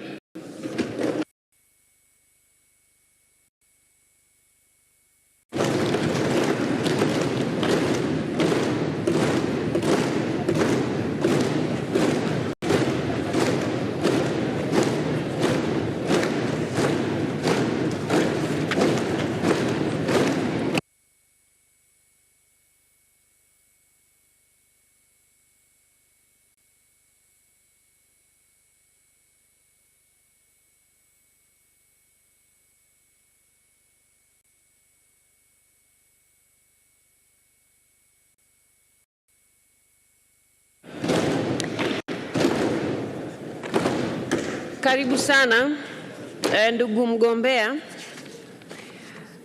Angela Charles Kiziga. Sasa waheshimiwa wabunge, kwa sababu kanuni zetu zinatutaka tuendeshe zoezi hili kwa Kiingereza, kwa hivyo nitatoa fursa kwa mgombea wetu kujieleza kwa Kiingereza, na ninyi kama mtakuwa na maswali mtapewa fursa ya kuuliza kwa Kiingereza, na huo ndio utakuwa utaratibu. So I will take this opportunity to welcome you to the Parliament of Tanzania. And now you're given an opportunity to talk to the House, because these are the voters for the position that you're vying. Please close to the podium and ask for the votes for 3 minutes.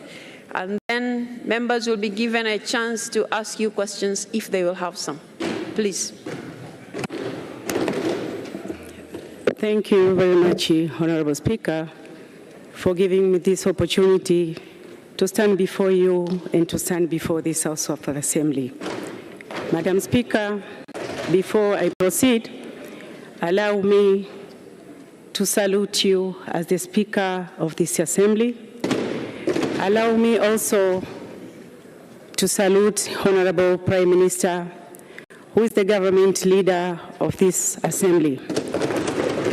Allow me also, Honorable Speaker, to salute honorable ministers who are present here today and deputy ministers who are present here today, but for those who are available. Madam Speaker, allow me also to salute both honorable members of this assembly, 366 members from the ruling party Chama cha Mapinduzi, and 19 members from opposition, for those who are present today, Madam Speaker.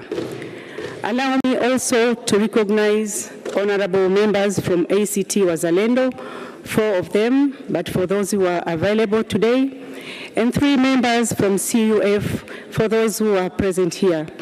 Allow me also, Honorable Speaker, to recognize Honorable Attorney General, my brother Felesh, who is also part of this assembly.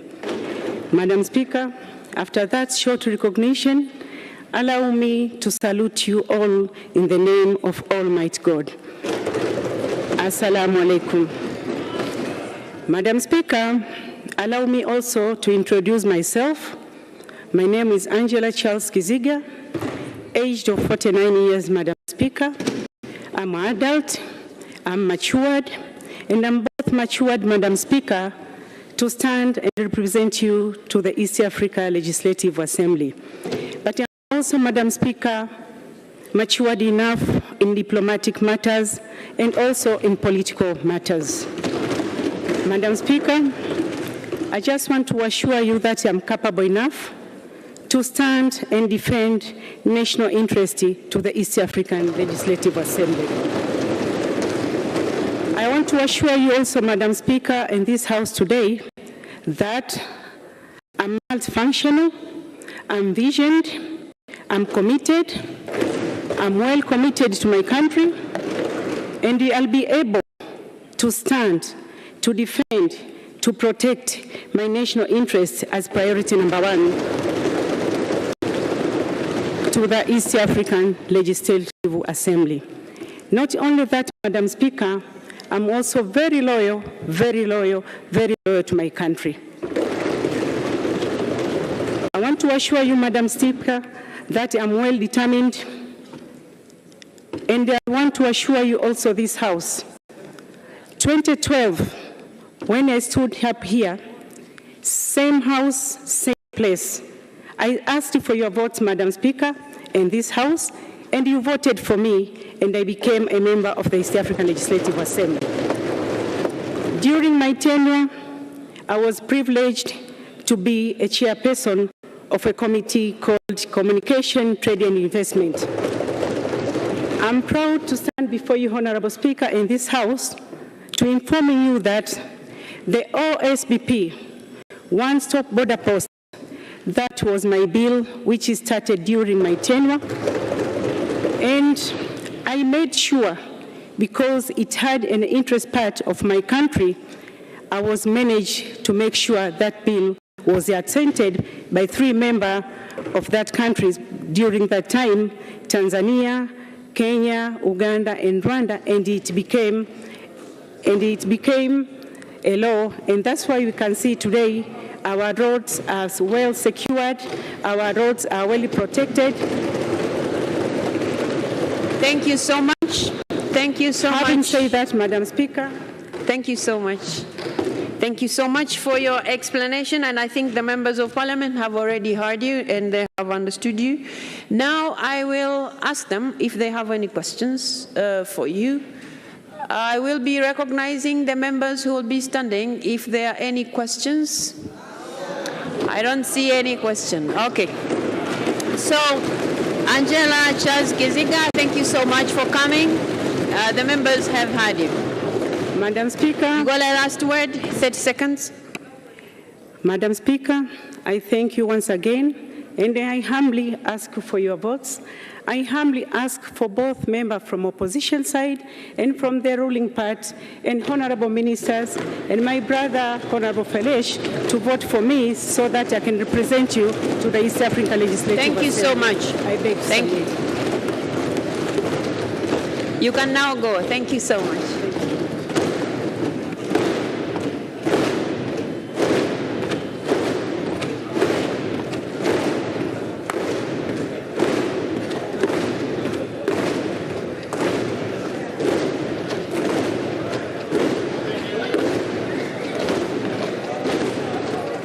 Katibu, tuendelee.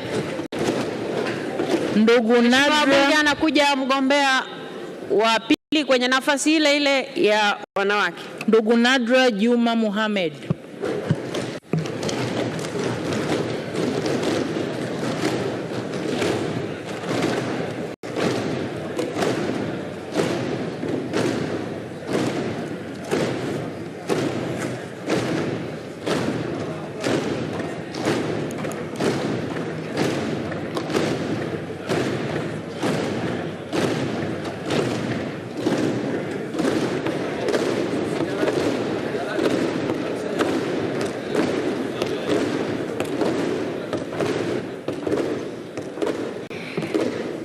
Nadra Juma Mohamed, you're welcome to the House.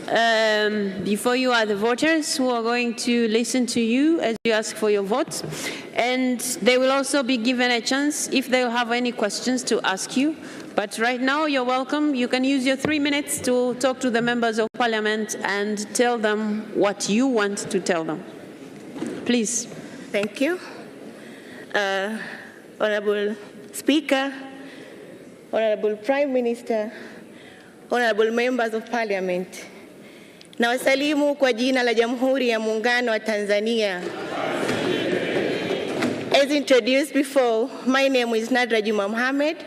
I'm a graduate from Mwalimu Nyerere Memorial Academy, where I earned my bachelor degree in Management of Social Development. Honorable Speaker, honorable members of Parliament, I'm standing before you asking for your votes so I can represent my country in East Africa Legislative Assembly. If given the opportunity, my first priority will be to stand for the national interest, as it is something not to be compromised with. Secondly, I will be in a front line to emphasize that peace and harmony is maintained among the member states. Honorable Speaker, honorable members of Parliament, I humbly ask for your votes. Thank you.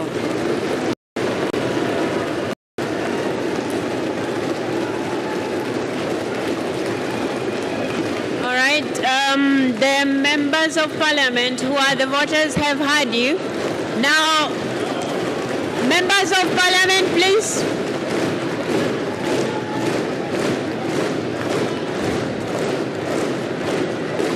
Thank you so much. Thank you so much. Thank you. So I'll give the members an opportunity if they have any questions. Thank you very much. There is none? Okay. Thank you so much. You can use 30 seconds to wind up. Okay.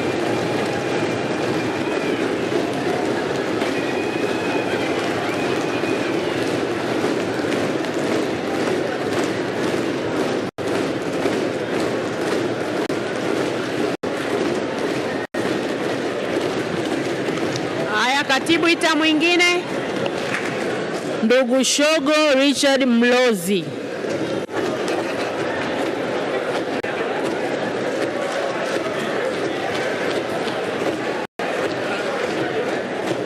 Naomba aingize ndani ndugu Shogo Richard Mlozi.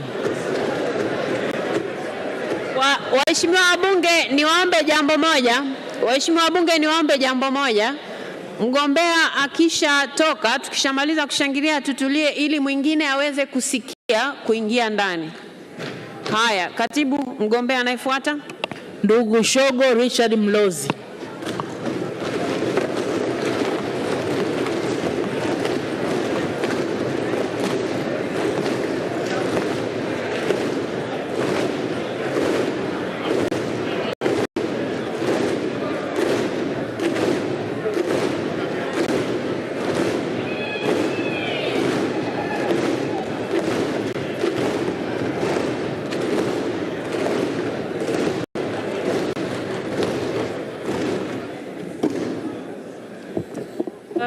Shogo Richard Mlozi, you're welcome to the House. These are the voters who, if they are convinced with what you're going to say, they'll vote for you. So you're given 3 minutes to ask for votes from the members, and members will be given an opportunity to ask you questions, if any. Please. Right Honorable Speaker, Honorable Prime Minister, Honorable Members of Parliament, good morning.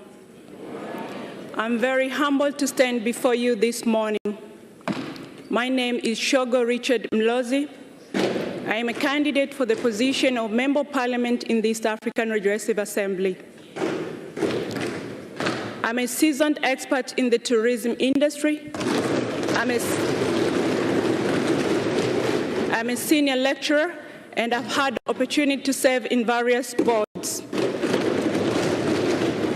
Right Honorable Speaker and members, given opportunity to serve in this position, I'll do my best to put the interest of our nation before everything.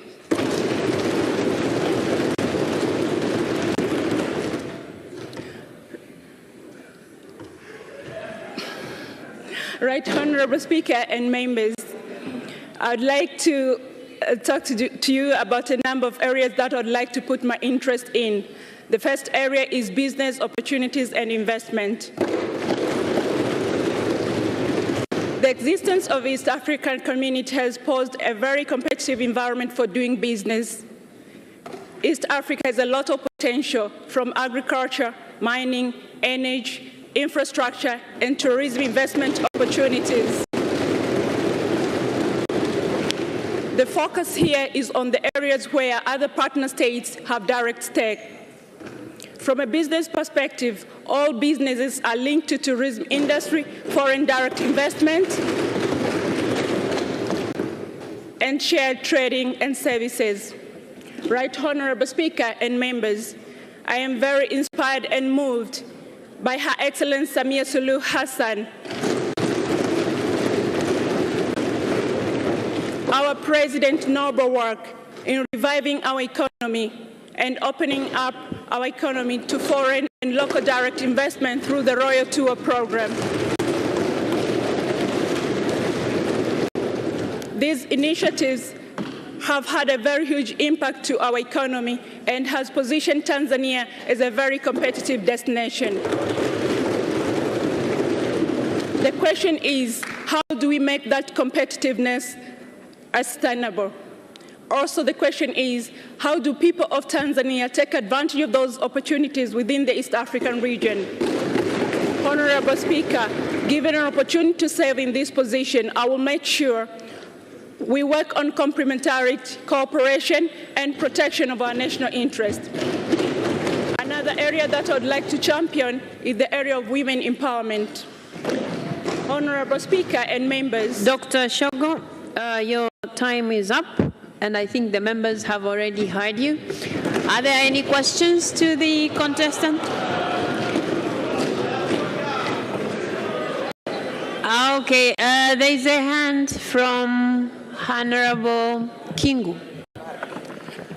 Thank you so much, Madam Speaker, to give me this opportunity to ask just one question to my sister, Shogo. Honorable Speaker, I'm a little bit curious that Madam Candidate is one of the CEO of one of the most competent institutions in our country.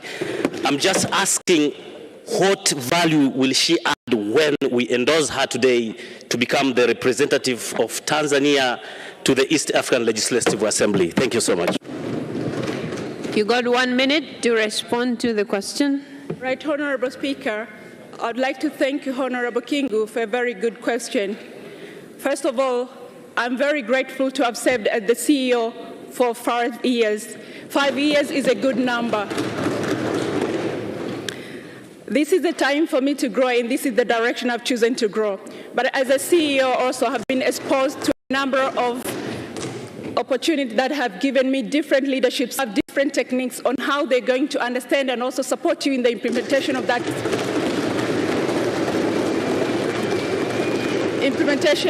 vision. In doing so, you need to have the lobbying skills, the negotiation skills and networking skills. That's not only the case. As the CEO, you always have to make decisions which are tough. In order to make this... Katibu, rudia, sijui kama amesikia. Naomba aletwe ndugu Sonia Jumaa Magogo.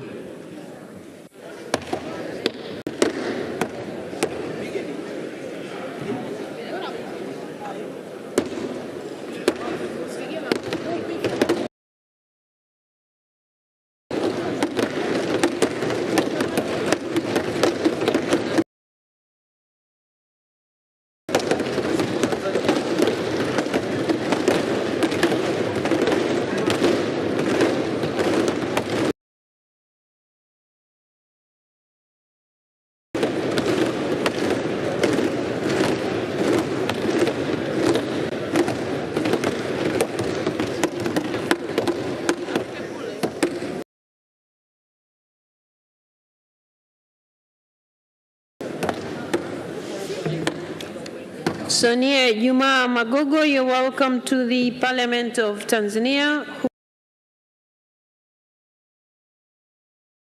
Who the voters in this case that you're a candidate for the IALA membership.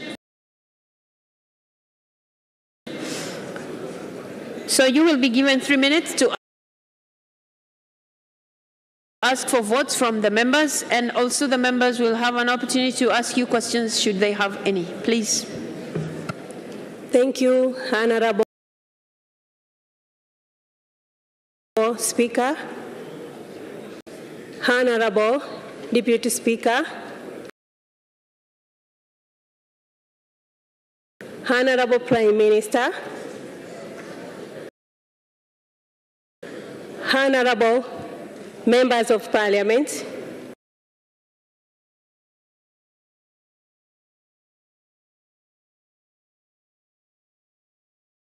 good morning.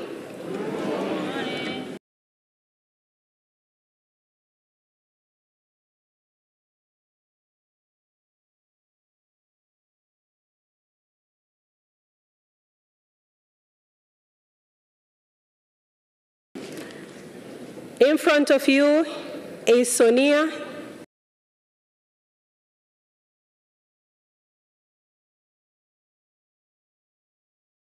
Juma Magogo, contesting for the post in East Africa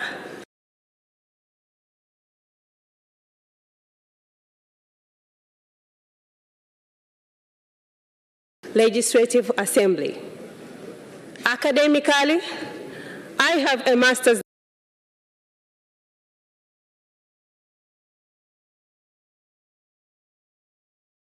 degree in business administration from Mzumbe University.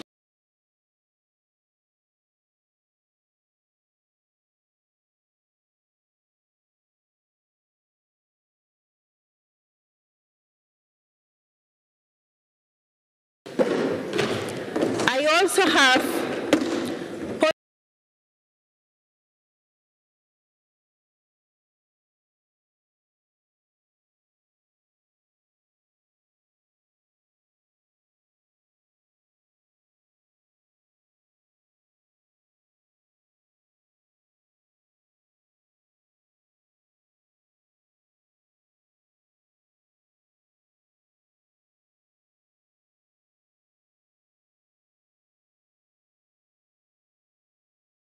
postgraduate diploma in management of foreign relations from Center of Foreign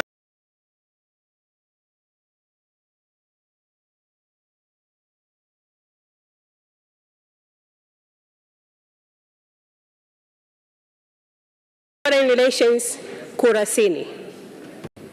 I also have an advanced diploma in business administration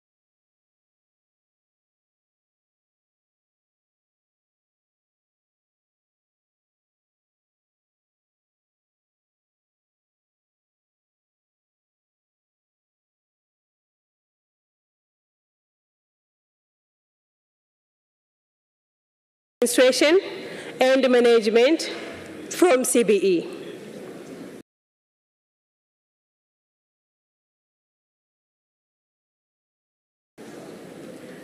I was a member of Parliament, Special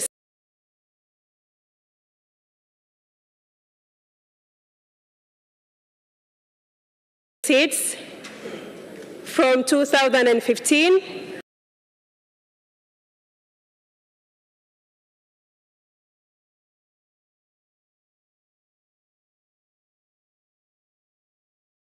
up to 2020.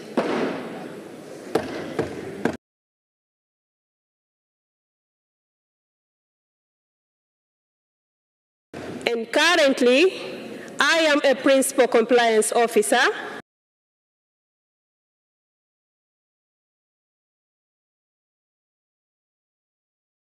from NSSF. With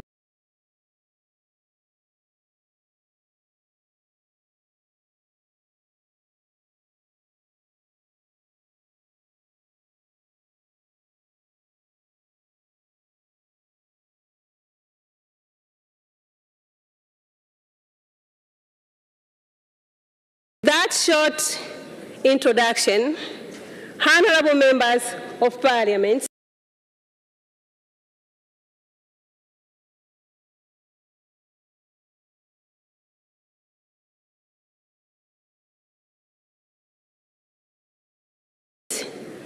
I stand in front of you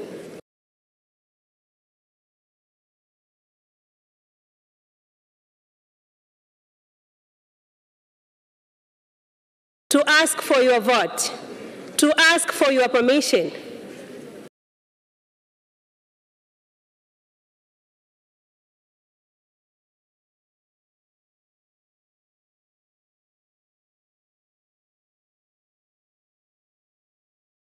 I am capable and I'm ready to represent my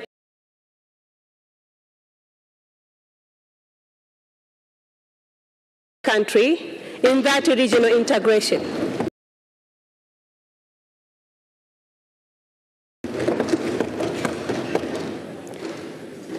I am a trained diplomat.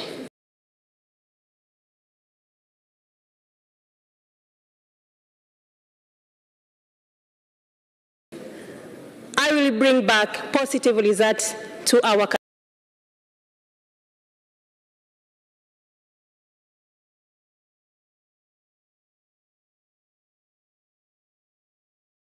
country. Thank you very much.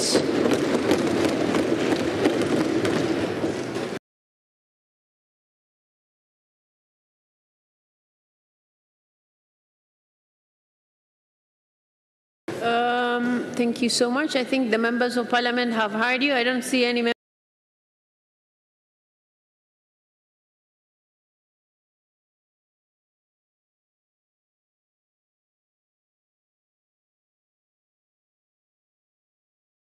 members standing or raising their hands. So thank you so much. Sonia Magugu. Thank you. Thank you, Honorable Speaker.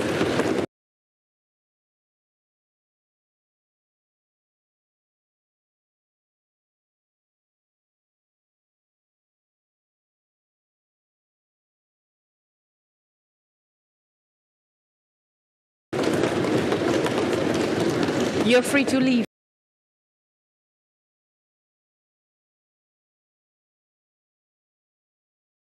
Now, thank you. Thank you.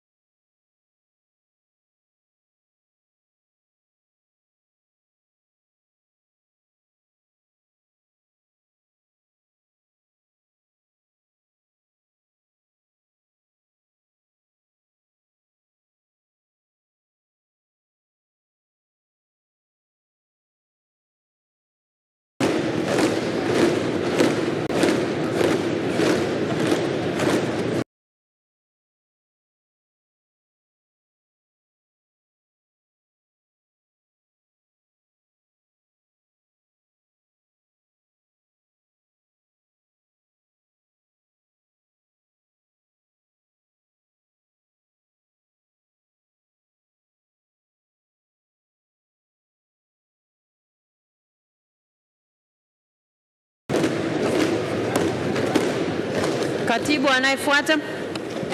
Ndugu Queen Juliet Lugembe.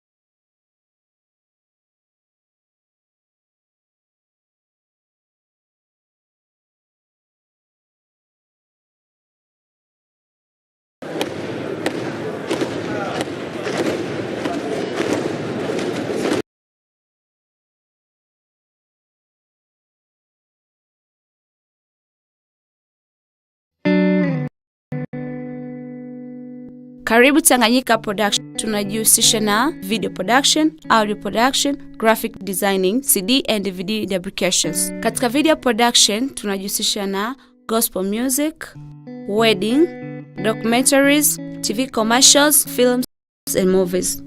Pia katika graphic designing tunajihusisha na banners, posters, flyers, logos and ID cards. Katika audio production tunajihusisha na music, jingles na mobile studio. Pia tayarisha CD na DVD zenye ubora wa hali ya juu. Tanganyika Production, forward ever.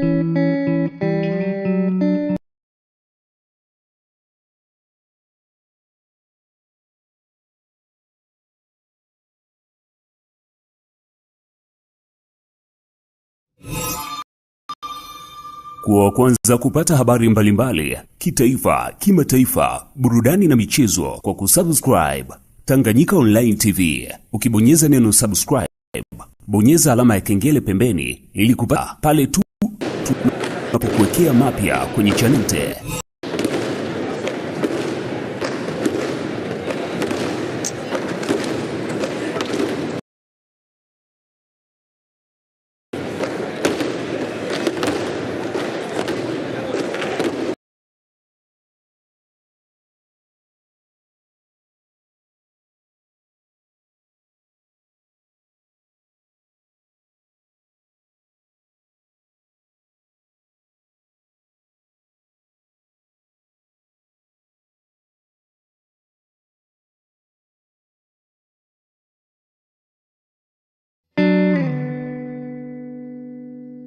Karibu Tanganyika Productions. Tunajihusisha na audio production, graphic designing, CD and DVD deprecations. Katika video production tunajihusisha na gospel music, wedding, documentaries, TV commercials, films and movies.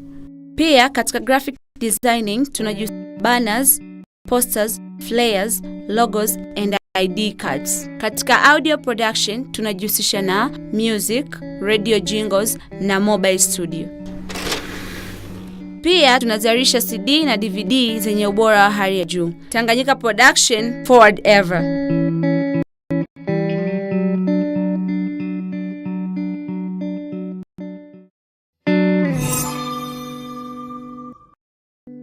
Karibu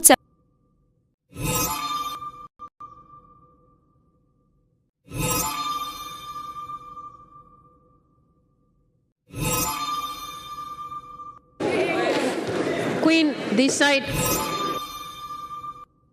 Yes, please.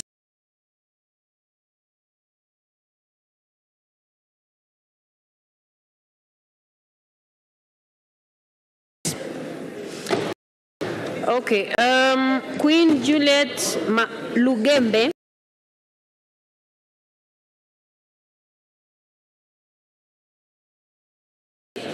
You're welcome to the House, and before you are the members of Parliament.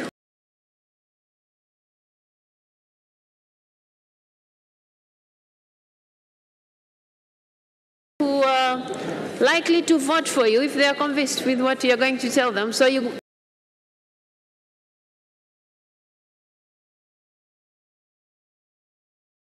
have 3 minutes to convince them to vote for you. Why do you want to become a member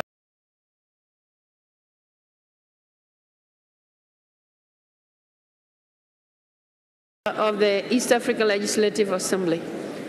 Please. Honorable Speaker, Honorable Prime Minister, Honorable Member of the Parliament, greetings of the day. My name is Queen Juliet William Lugembe, a Tanzanian who's ready and willingly to represent the country in East Africa Legislative Assembly. And hopefully my CV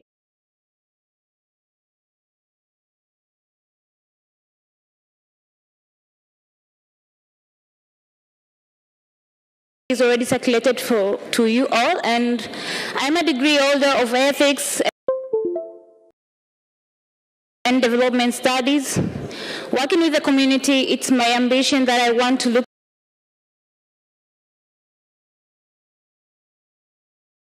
forward to. Coming to this task is to work together with all the Tanzanians, communicate, and having one team that can represent the country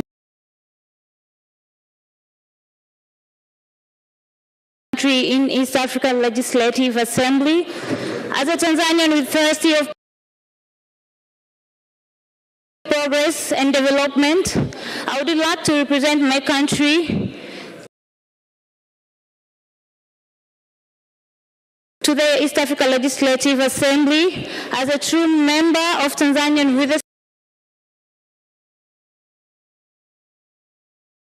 spirit to work with the nation and my country, to go together with all what is said for our country as one for the progress of our country. But also my vision is to work in both aspects, economically, politically, socially, and even in cultural integration, so that we can widen and go deep into the same issues, along with to improve the life of our citizen in different aspects, having the peace, securing the freedom of our country, and also work in terms of agriculture and trading in our country to improve in all aspects.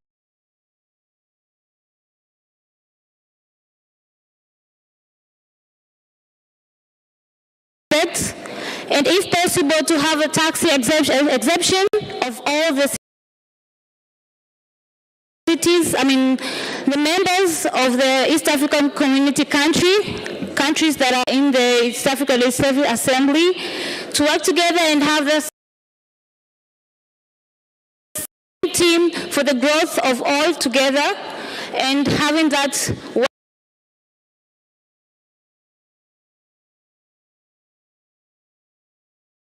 and probably to go further for our nation and fight together for all the benefits of our country without caring where we are from or which part that we are coming from, but we are all having to stand as one for the betterness of our country, our future, and the next generation that we are fighting for, to go together and having one team and one force for the development of our country. Thank you so much. And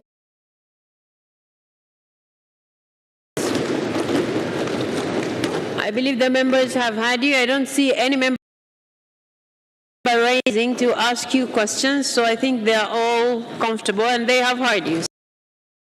So thank you so much. Thank all the members who are in here together, and you should use me well for the development of our country so that we can reach further and further in this unity that we are going to participate all together. Thank you. Thank you so much. You may now go on. Thank you.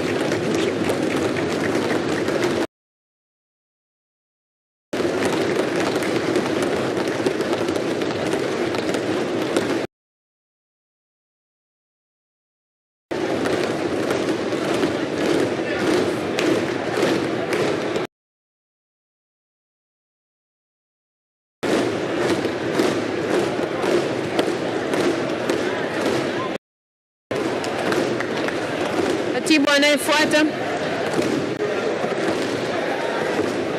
ndugu Zainab Ham Abdu.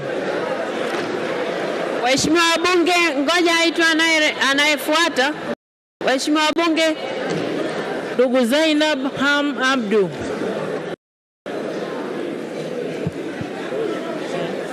Kwa nini anasindikiza?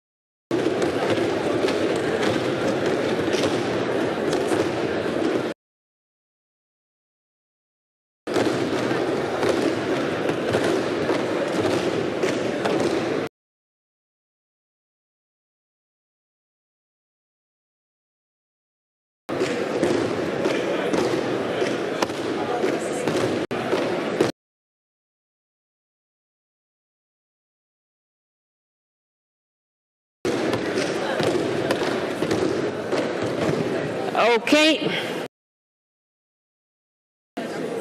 So Zainab Ham Abdul, you're welcome to the Parliament of Tanzania, and these are the members of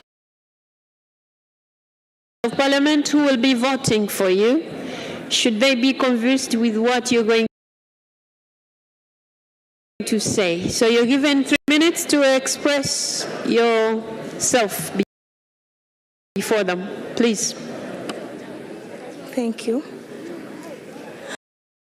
Honorable Speaker, Honorable Prime Minister, Honorable members of the Parliament, ladies and gentlemen, good morning.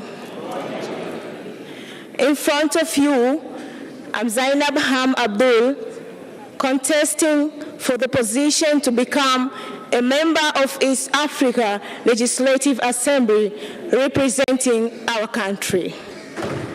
Therefore, it is my mission to stand on my feet to serve our country and the East Africa community by representing the EAC views at large, including the following, to mention but a few.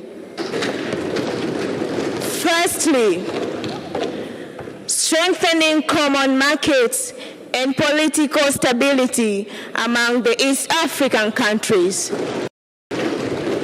Secondly, stabilization of single customs administration system, for example, harbors, ports, industries. All of these should be put together so that to remove the separation or segregation between one country and another.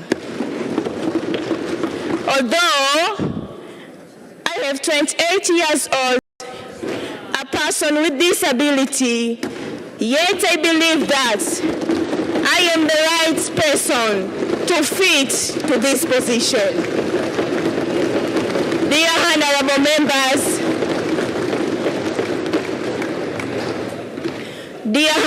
members, I kindly request for your votes so that I become a country representative in East Africa Legislative Assembly. Thank you so much. May God be with us always.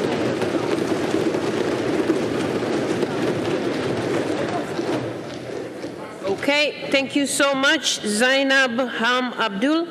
I don't see any member raising to ask you questions. I believe they have understood you. You got 30 seconds to wind up, and then you may take your leave. 30 seconds. If you have anything to say, then you can go. Members of Parliament don't have any questions.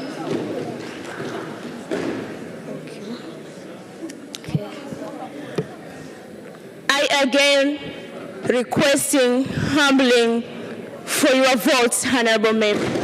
You may now go. You may take your leave. Thank you. Thank you.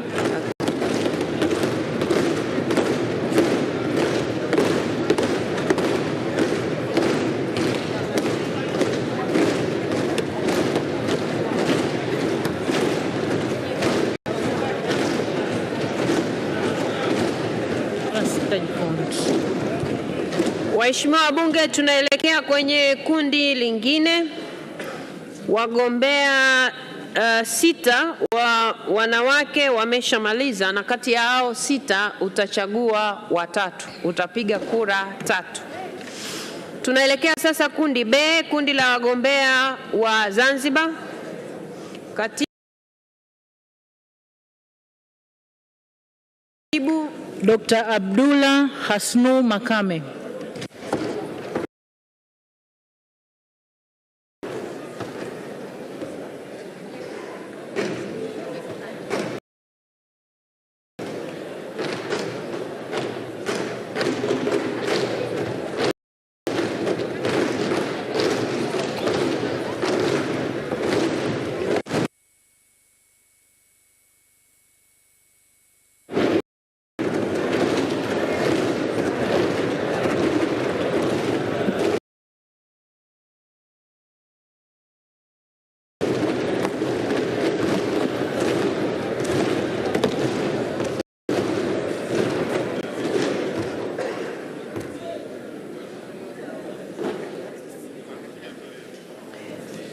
Dr. Makame, you're welcome to the Parliament of Tanzania. And before you are the voters, in the event they are convinced with what you're going to say, which you have only 3 minutes to express yourself, but yeah, ask for the votes from them since you have indicated interest in going to represent Tanzania to the East Africa Legislative Assembly. Please. Thank you very much, Right Honorable Speaker, for giving me the opportunity to address this August House and request for my votes. Right Honorable Speaker, I'd like to request your indulgence just for a few seconds to greet the August House in Kiswahili. And the greeting is to greet the honorable members of this August House. Shikamoni, waheshimiwa wabunge. Shikamoni. Mheshimiwa Waziri Mkuu, shikamoo. Thank you very much, Right Honorable Speaker. Having said that, Madam Speaker, I am a member of the East African Legislative Assembly who was very fortunate to be elected by this August House in 2017. So coming here for the second time is an opportunity to me, a privilege which many people did not receive, Madam Speaker. So I'm very thankful to your House. I'm thankful to my party, Chama cha Mapinduzi, for endorsing me with majority votes. Madam Speaker, during my tenure as a member of the East African Legislative Assembly, I served as the chairperson of the Tanzanian chapter for the first 2.5 years, and subsequently I served as and which I'm continuing to serve as the chairperson of the Committee on Agriculture, Tourism and Environment and Natural Resources. These tasks are additional assignments that were given to me by my colleagues because they thought I could deliver some more work, additional work on behalf of them. So I did that work, and I'm quite sure, Madam Speaker, you never received any complaints. But also, during the tenure in the East African Legislative Assembly, we did some work. We did pass some bills. We did pass some, make some resolutions. But more also, we have some social activities, maybe in terms of games. And you know that, Madam Speaker, we participate. Thank you so much. They have heard you. They have heard you. And I'm not seeing any member raising up to ask questions, so I believe they have understood you. 30 seconds. Where? I don't see any hand. Okay, Honorable Abdallah Mwinyi. Thank you very much, Honorable Speaker. As Dr. Makame is a second termer, I didn't want to let him leave before he can answer a few questions.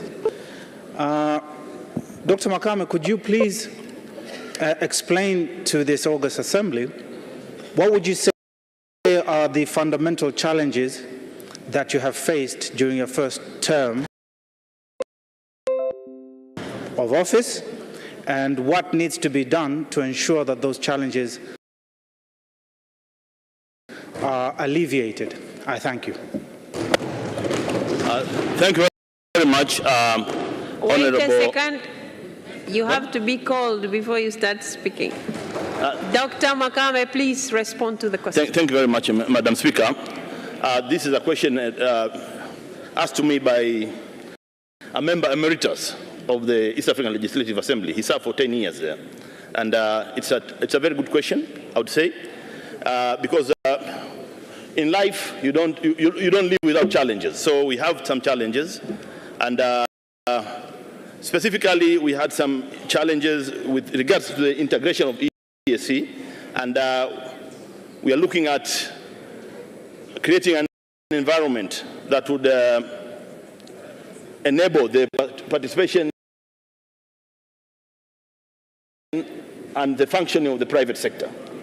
That is a general issue, because we are seeing the challenges in business, much as the business people are doing business, but there are issues of non-tariff barriers. That's a general issue in the EAC. But in terms of us also, Madam Speaker, with our the chapter, we need to have closer links with the National Assembly. I'm not saying that we don't have, but we'd like to improve the links with the National Assembly so that we have greater cooperation and report more frequently. That's, I think, the short response.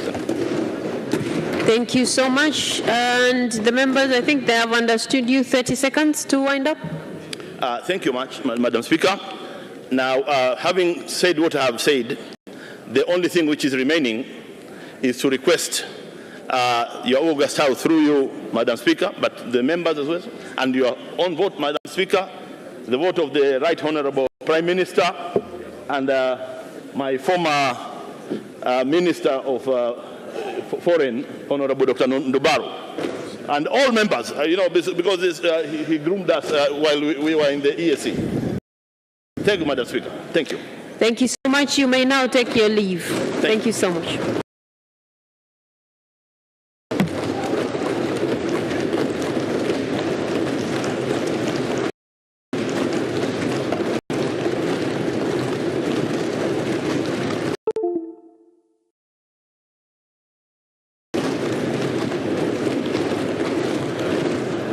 Katibu anayefuata.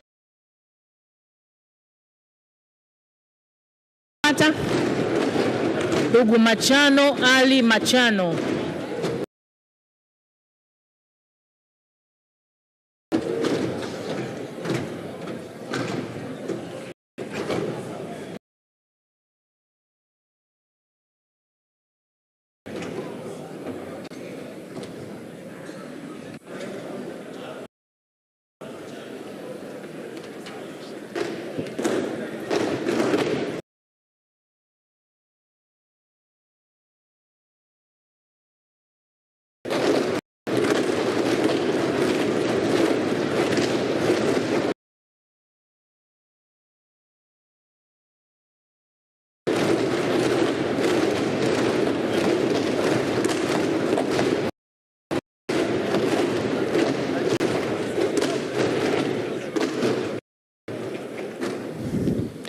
Machano Ali Machano, before you are the voters, and in the event they are convinced with what you're going to say, they'll vote for you. So you're given 3 minutes to prove yourself to the members why they should vote for you.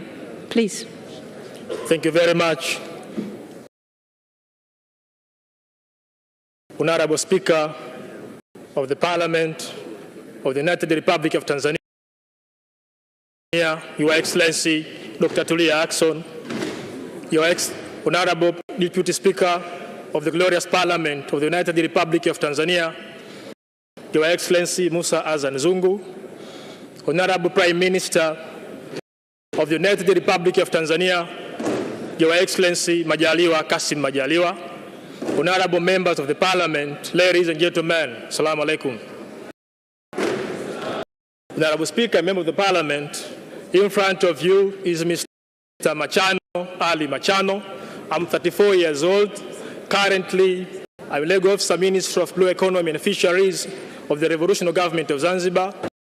I'm working at Septemba main office. Honorable Speaker, I'm here in front of you because I'm running for the member of East Africa Legislative Assembly. Honorable Speaker, I have made decision to contest this post because I want to represent my country in East Africa Legislative Assembly. In respect to that, I want to air out various opportunities available in our country to the other East African member states. In addition to that, I want to strengthen the historical relationship between Tanzania and other East African member states. Honorable Speaker and member of the Parliament, I know the respect and position of our country in East Africa, Africa, and the world at large. I also know the respect and seriousness of the post I'm contesting for. And finally, I know the respect of this organ, the glorious Parliament of the United Republic of Tanzania. I humbly and respectively promise you that I will never let you down. Please vote for me. Please invest, Honorable Speaker and dear members of the Parliament, I kindly request you, invest your trust to me. I will never let you down. I will never, ever, forever spoil the image of our country. Honorable Speaker, please, I ask for your vote. Honorable Prime Minister, I honestly asking for your vote. Honorable members from various constituencies, from Zanzibar mainland, Tanzania mainland, and Zanzibar, I'm asking for your vote. Honorable members of this Parliament, from special seats, CCM and others, I kindly request for your vote. Thank you so much, Mr. Machano. Thank you so much. Thank you so much. Thank you. The members have already heard you, and I am not seeing any member raising up to ask you questions. And since you have already requested for the votes, you can use 30 seconds to wind up, and then you can leave. 30 seconds to wind up. Honorable Speaker, thank you very much. Being back to the respective country, I request for your vote.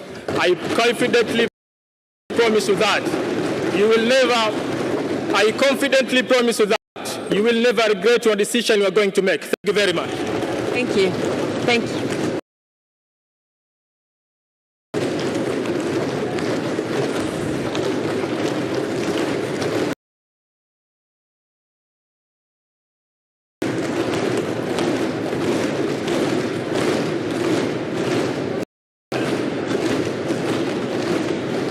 Katibu anayefuata.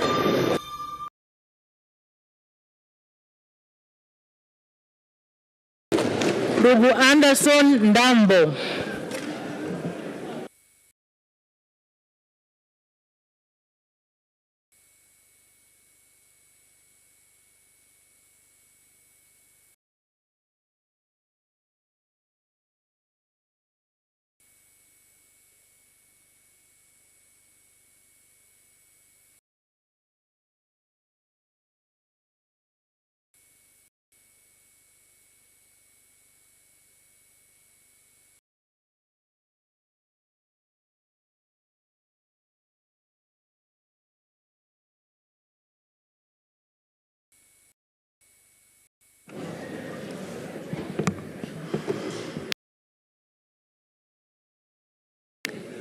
Mr. Anderson Emmanuel Ndambo, you're welcome to the Parliament of Tanzania. And before you are the members of Parliament who are going to vote for you when they are convinced that you can represent the country well at the East Africa Legislative Assembly. You have got 3 minutes to prove yourself to the members. Please. Thank you, Honorable Madam Speaker. Thank you, Honorable Prime Minister. And thank you, honorable members of this Parliament. Ladies and gentlemen, good morning. First of all, I would love to express my deep, sincere gratitude for me being part of this election process. As for me, this reflects the ideas of youth empowerment, deepening and widening democracy values in this country.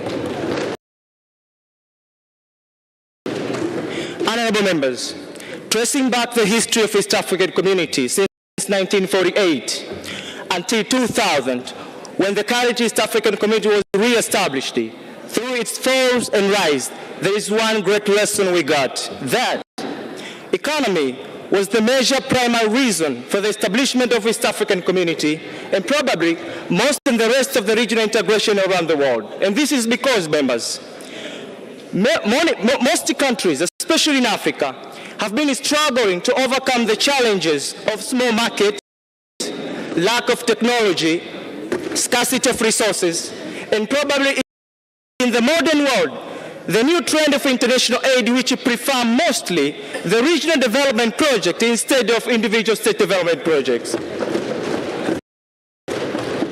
Meanwhile, members, East African population has been projected by International Monetary Organization will be dwelling in East Africa. On the ground,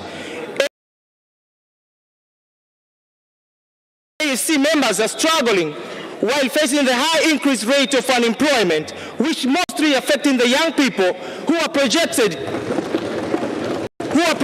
to reach to 70% by 2025.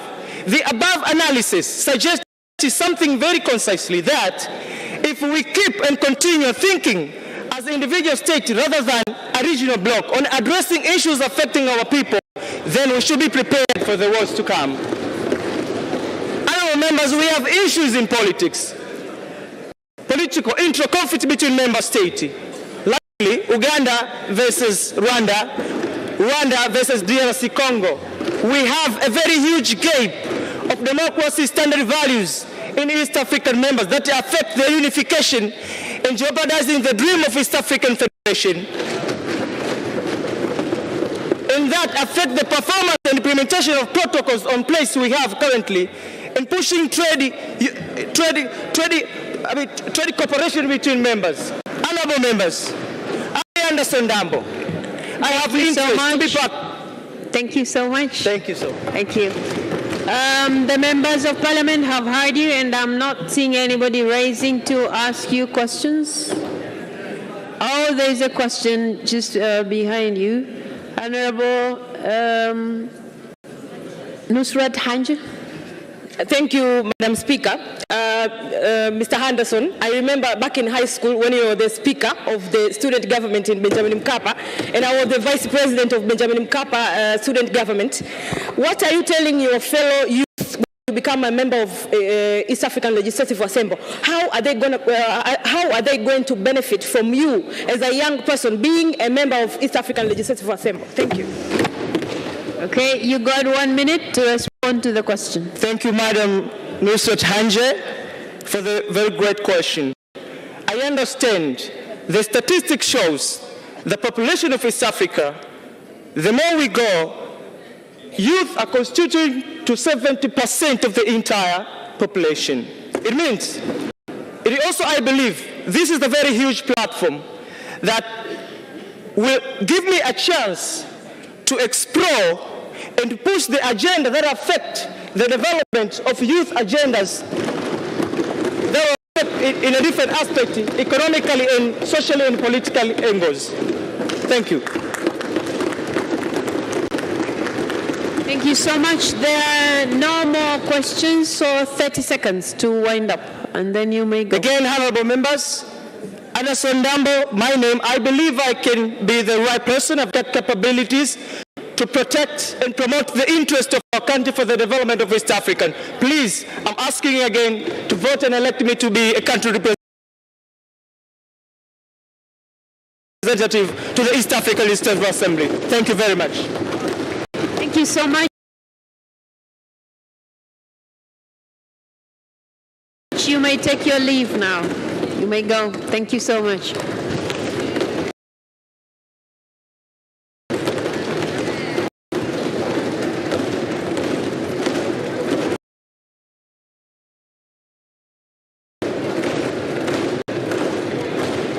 Katibu anayefuata.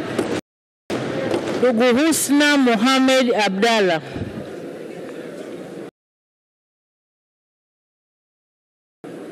Husna Mohamed Abdalla.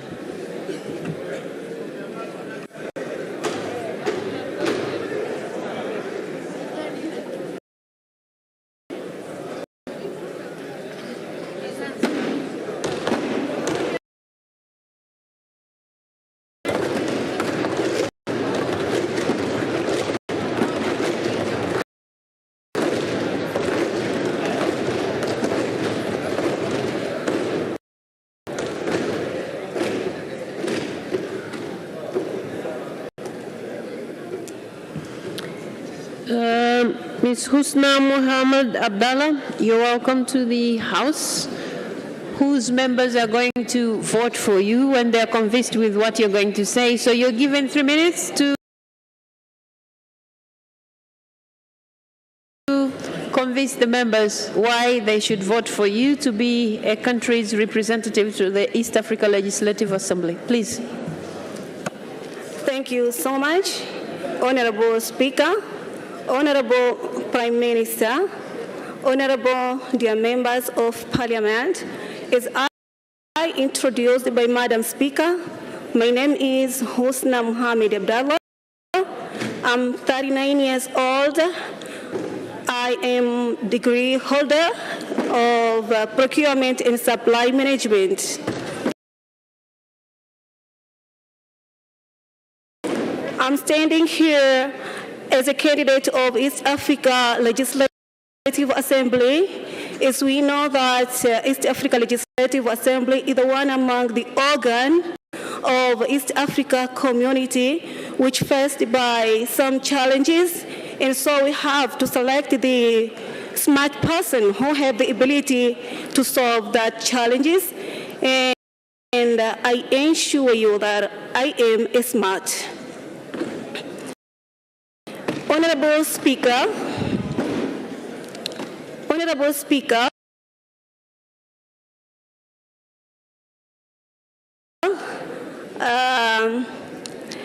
because of the time, I want to explain more about these challenges because I have the great idea that I'm going to establish when you give me the chance to be a member of East Africa Legislative Assembly member. It's about free market. Honorable Speaker, this time, I think time is enough for Africans to send our money abroad unless they are manufacturers. We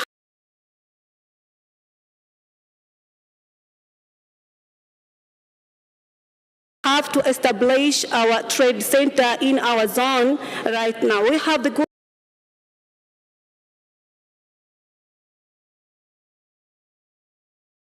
location, unlike West Africa. East Africa can receive directly from manufacturers. So we have good location, we have the port, we have the opportunity to control the business within all Central Africa countries and East Africa countries.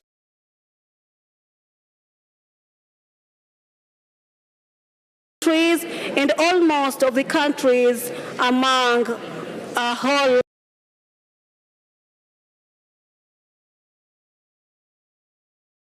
Africa continent. Thank you so much, Husna. Thank you. The members of parliament have heard you, and I'm not seeing anybody raising to ask you questions. So you got 30 seconds to wind up, and then you can leave. You're given 30 seconds to wind up, and then you can go. Thank you so much. I'm asking you kindly your vote for Husna Mohamed Abdallah. Thank you. Okay, thank you so much. You may now go. Thank you.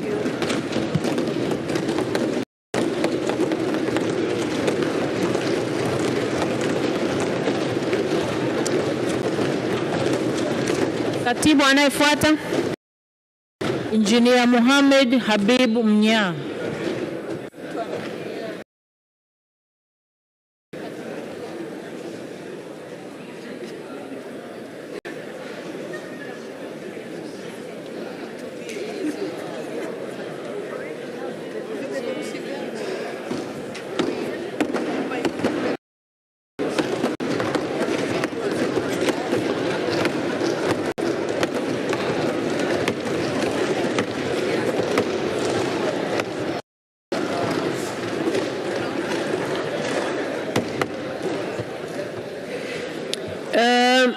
Mohamed Habib Mnya, you're welcome to the Parliament of the United Republic of Tanzania.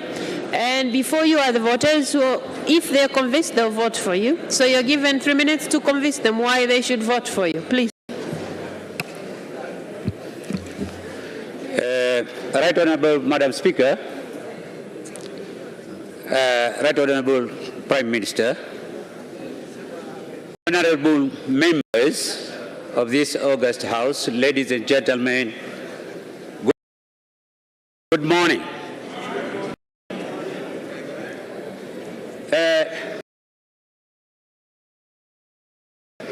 My name is Engineer Mnya. At the moment, I'm a member of IALA 4, who is completing my tenure by 17th December this year. I stand before here humbly to ask for your vote. I'm contesting for the second time for the two main reasons. One, that if you elect me to be there for the second time, I'll be increasing the institutional memory from the members of United Republic. But secondly, in this integration, the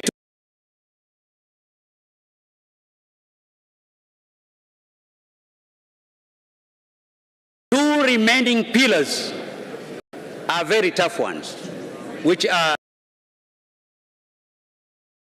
the monetary union and political federation.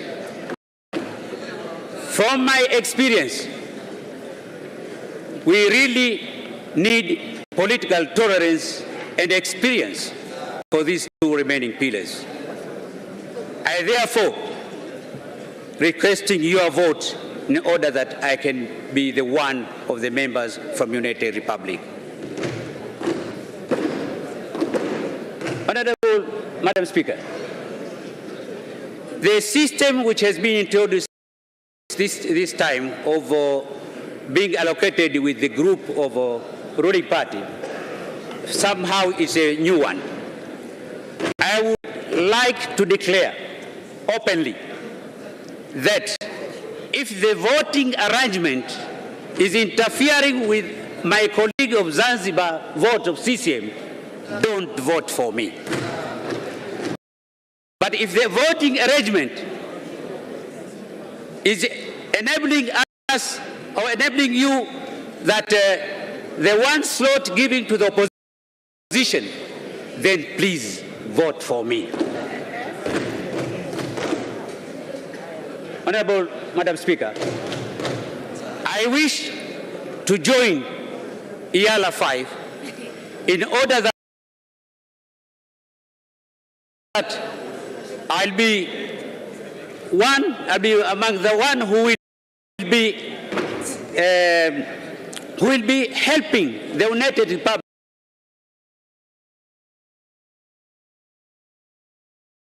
because really in order to save the treaty. Thank you so much. The members of Parliament have heard you. Thank you so much. And I'm not seeing any member of Parliament raising up to ask questions. Okay, there's one. There are actually two questions. So we will start with Professor Sospita Mhongo. Good morning, candidate Mnya. You are one of the senior members of Parliament in the community. The world is creeping into recession. How would you use the African community as one of the economic vehicles to take Tanzania out of this untold economic recession? Thank you. Thank you very much, Honorable. Wait a second. You wait until you're called. That's when you start responding. So, yeah, please respond to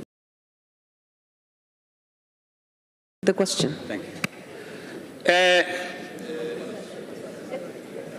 If I understood very well your question, that in IALA, there is this EPA, we have this tripartite whereby all economic issues are under special discussion in cooperation with all members of partner states. So what we will agree, that will be for the benefit of Tanzania. At the moment, only Rwanda and Kenya have signed, but still there are some problems in order that we can sign all of us, all partner states, and then that we can benefit from EU. Thank you so much. There is a second question from Honorable Emmanuel Mwakasaka.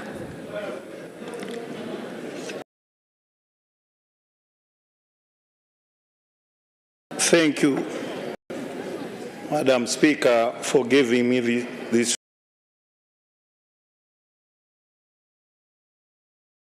the opportunity to ask Honorable Engineer Mohamed Mnya, one of the key elements to convince someone to vote for you is public relations.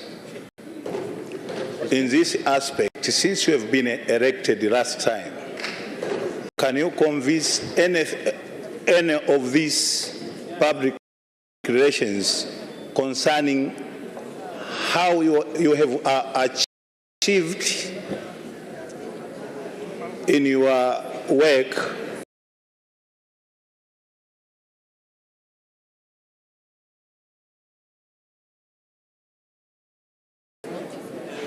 convincing us so that we can give you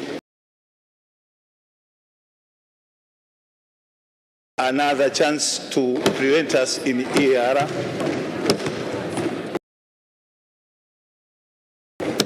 Okay, Mnya, you're given a chance to respond. 1 minute. Yeah, as of EALA, but also under collaboration of our foreign affairs. So we normally do things in a teamwork. So the whole teamwork of Tanzania, if there is something which needs to be done, we normally convince each other, we discuss together, and then we go for what we have agreed upon. Thank you so much. That was the... There's another question from Honorable Joseph Kashek Msukuma.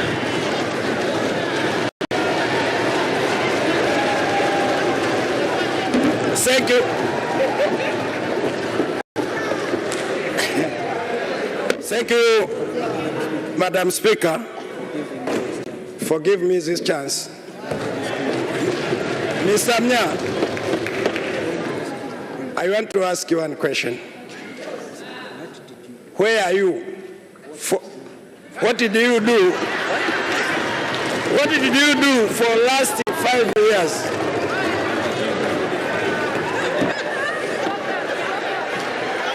Yeah, I think you have had his...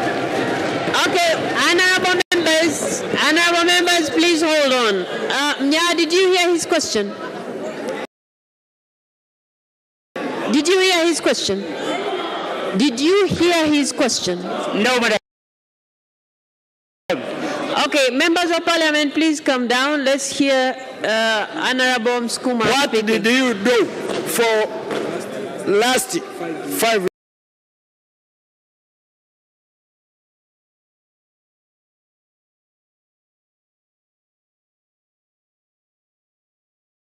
years?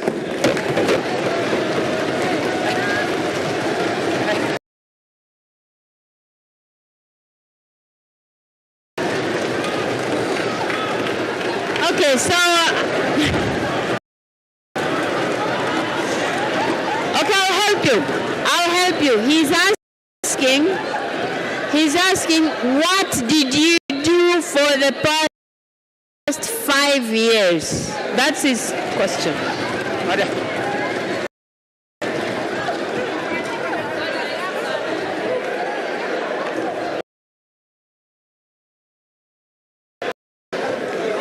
Okay, you're still showing signs that you haven't heard. Did you hear me?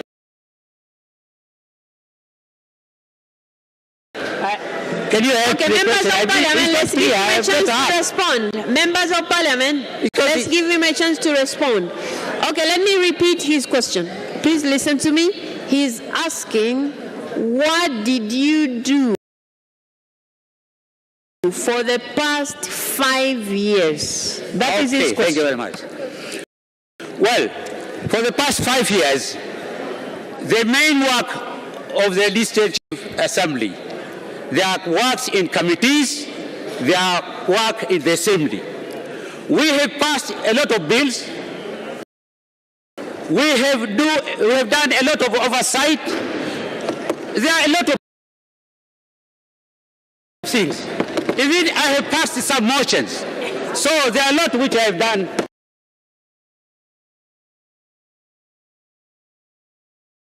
For the last 5 years. And all other things it depends on the group of other colleagues. There was one very crucial bill from one member of the Kenya, private bill, whereby we managed to stop, because it was very bad bill from our country economically, it would destroy our customs. So one of the things which we denied together, those are the things which we did. Okay, thank you so much. There are no more questions. Now you're given 30 seconds to wind up. Then you may leave. Thank you, Madam Speaker. I'm standing before here humbly to ask for a vote. But I'm repeating again, if those votes are interfering with my colleague vote of CCM Zanzibar, don't vote for me. But if those votes are enabling you to vote for the one slot of opposition, please vote for me. I thank you very much. Thank you so much. You may take your leave now.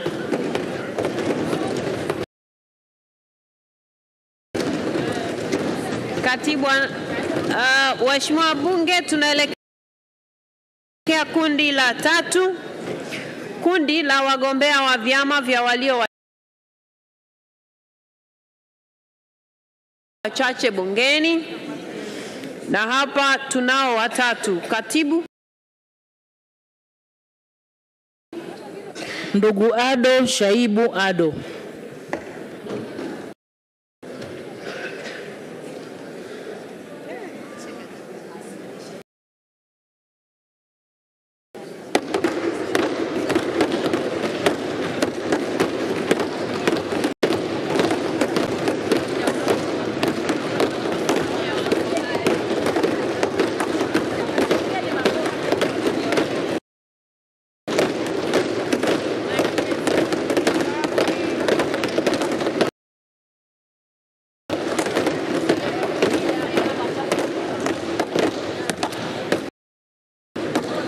Mr. Ado Shaibu Ado, you're welcome to the Parliament of Tanzania, and before you are the members of Parliament who you are standing there to convince them so that they vote for you to represent the country to the East Africa Legislative Assembly.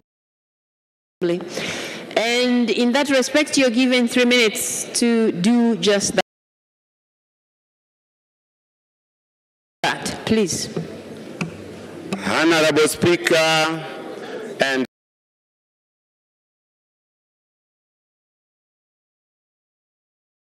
the honorable members of the Parliament, I salute you in the name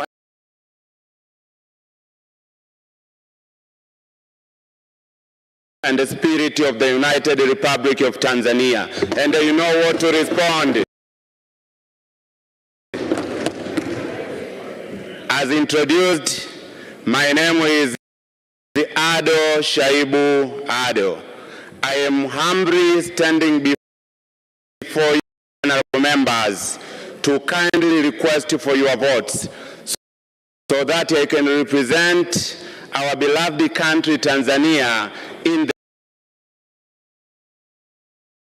the East African Legislative Assembly.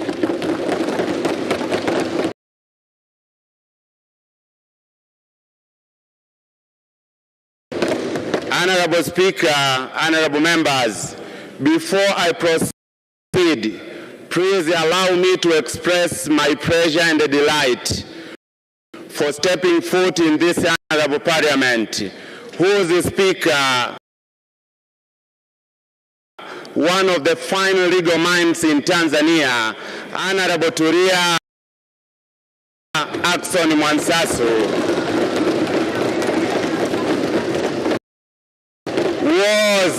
she was one of my lecturers at the University of Dar es Salaam a decade ago,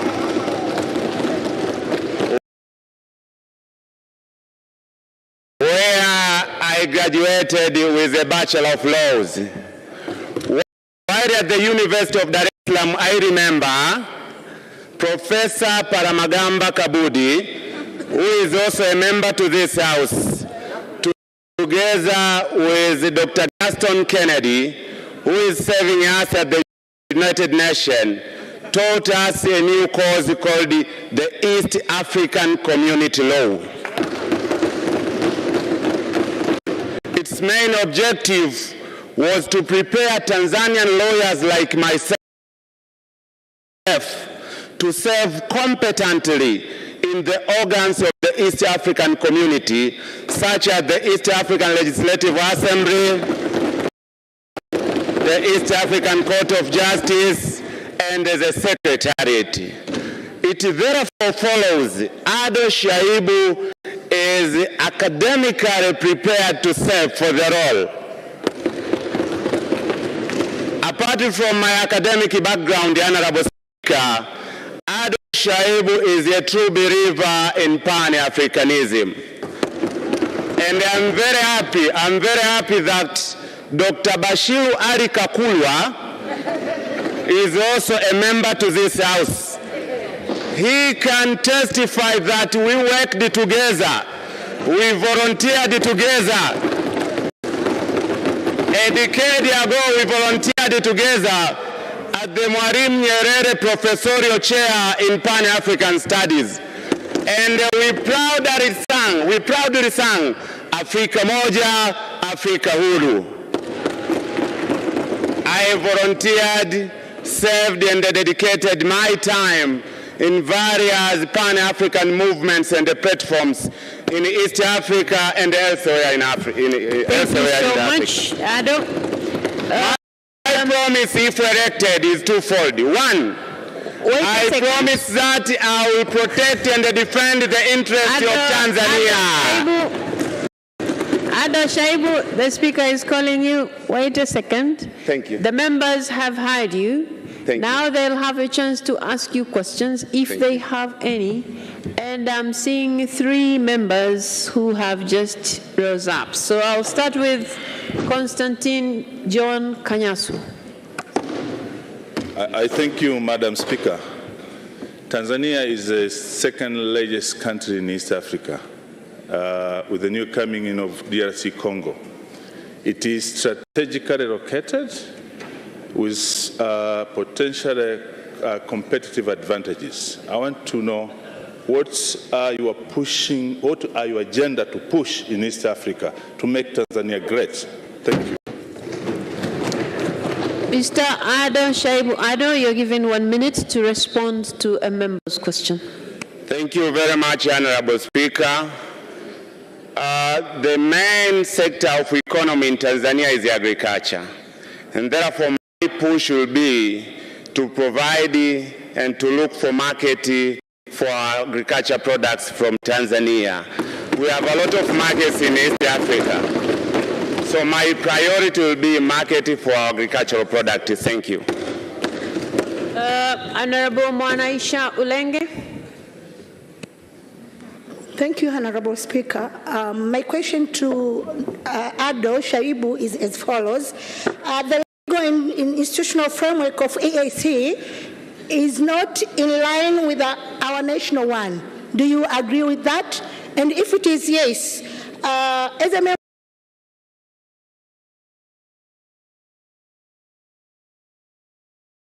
of IALA, how are you coming to make sure Tanzania will harmonize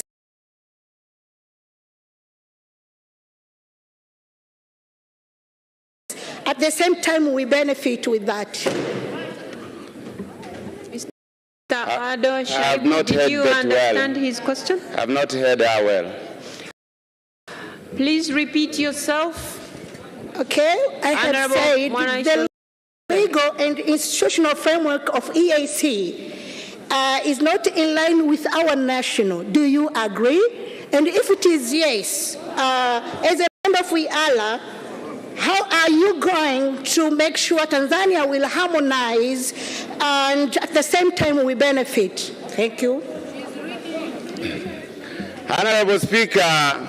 Wait, you have to be called before you speak. Now you have a chance to respond to her question. Honorable Speaker, as said before, I've been taught in East African laws. The East African community operates under international law. It has its legal framework and administrative framework. Legally, we have the treaty and we have protocols. Administratively, we have organs. We have organs in the East African community. So the way I see it, there is a correlation between the legal and administrative framework of the community and the linkedness with the framework of the nation. For instance, one example. There is a direct link between the East African Legislative Assembly and this House. There is a link. Thank you. Thank you so much, Honorable Jessica Kishoa. Thank you, Honorable Speaker. Mr. Candidate, the EU has criticized the construction of Uganda-Tanzania pipeline project. And we know that in East Africa, this is a big project. What is your position on this? I am sorry, members. I'm going to rule that out as a question for the candidate.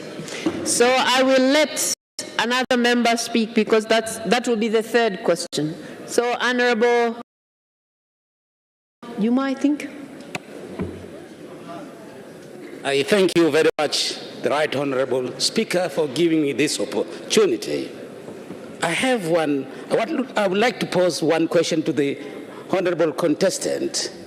At times there occur contradiction between the jurisdictions of the member states and the ambience of the law establishing East African Legislative Assembly. When that happens, what would be your useful wisdom? Come again? I don't see a properly. I'm sorry. Okay. Properly. Okay. No problem. Just hold on. Can you please repeat yourself? I would like to pose one question to the Honorable contestant. Honorable Speaker, at times there occur contradictions between the jurisdictions of the member states and the ambience of the East African Legislative Assembly law. When that happens, and as a seasoned lawyer, what is your wisdom? When that happens, what is your wisdom? Okay, have you understood it? Have you understood his question? I'm not sure if I got the question properly.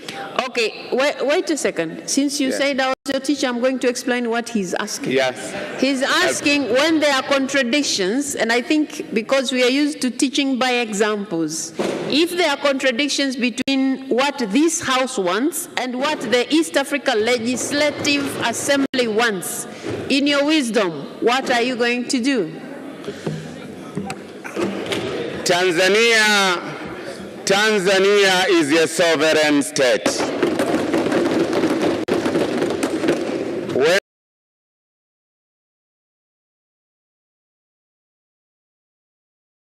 the interest of Tanzania conflicts with the issues in the East African community, my duty will be to stand and protect for the interest of Tanzania. That will be my wisdom. That's why in my motto, I said it categorically, our country first. Thank you very much. Thank you so much. So, because you have been asked 3 questions already, I'll give you 30 seconds to wind up, then you can go. Thank you. Honorable Speaker, honorable members of the Parliament, I humbly, with profound humility, request for your votes. Thank you very much. Thank you so much, Adda Shaibu. You may now take your leave. Thank you so much.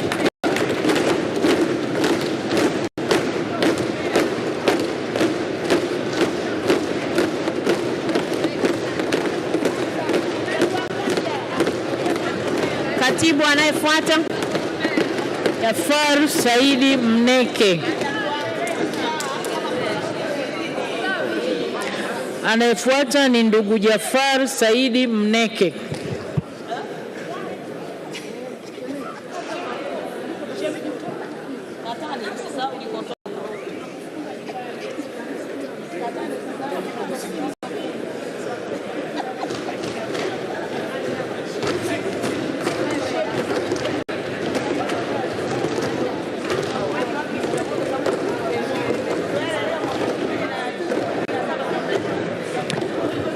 Mr. Jafar Said Mneke, you are welcome to the House. And before you are the members of Parliament who are likely to vote for you if they are convinced with what you're going to do for the position that you're vying. And you're given 3 minutes to convince them, please. Okay. Honorable members, let's listen to the candidate, please. Honorable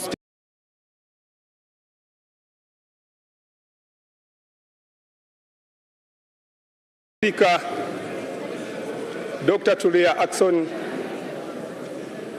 the Honorable Prime Minister Kassim Majaliwa, the Honorable Members of Parliament,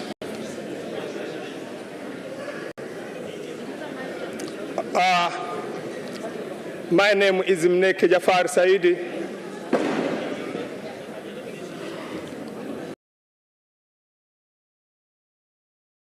A member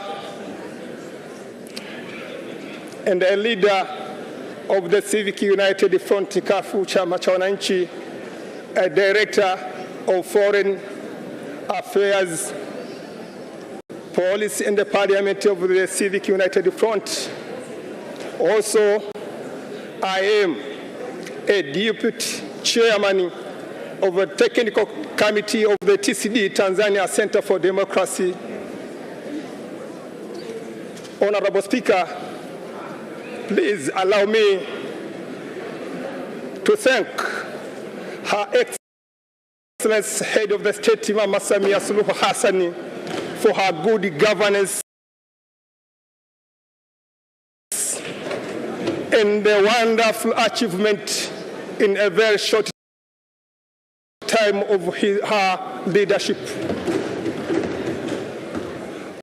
Honorable Speaker, also allow me in a precise way to thank Almighty God who gave me this opportunity to be here in front of you today.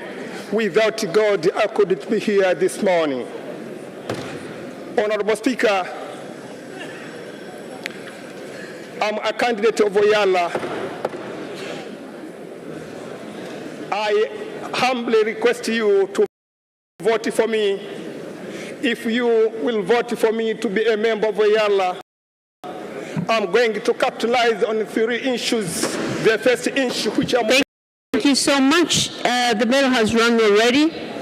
I'm going to let members who have questions, and I don't see any raising, so it means they have all understood you.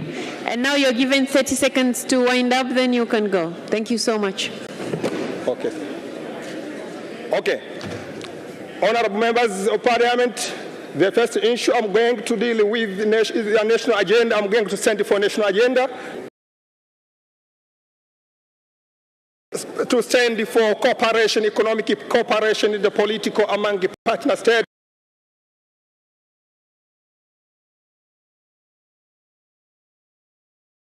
And the third issue, I'm going to stand for gender mainstreaming. I need to see women participating in economic and political issues. We have an example here, Madam Tulia Ackson, Speaker of this Parliament, is leading well of the Parliament. We have example, Mama Samia Suluhu Hassan, leading our country well. So women can afford and really in a very good manner. Thank you so much, Mr. Jafar Said Mneke. Thank you so much. You may now take your leave. Okay, thanks. Thank you.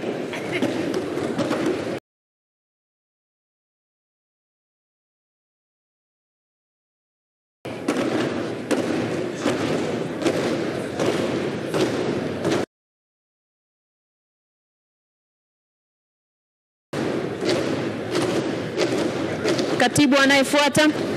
Anayefuata ni ndugu Mashaka Halfan Ngole.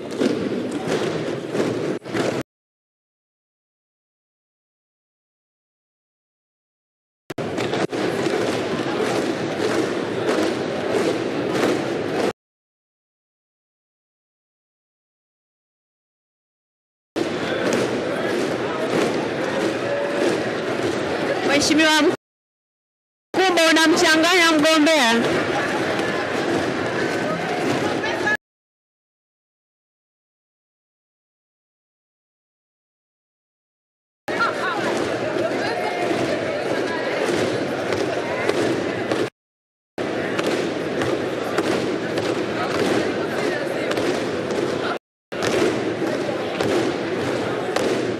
Mashaka Halfan Ngole.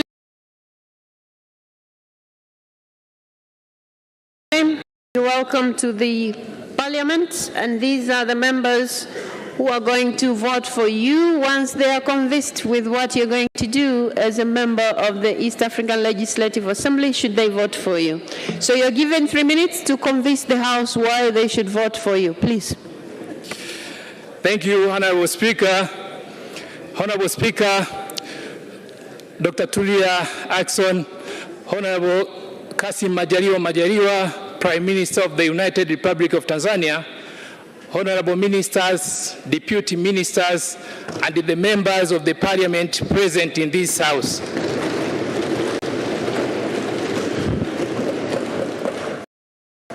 Honorable members of the Parliament, my name is Mashaka Ngole, a holder of a master's degree in business administration from Mzumbe University,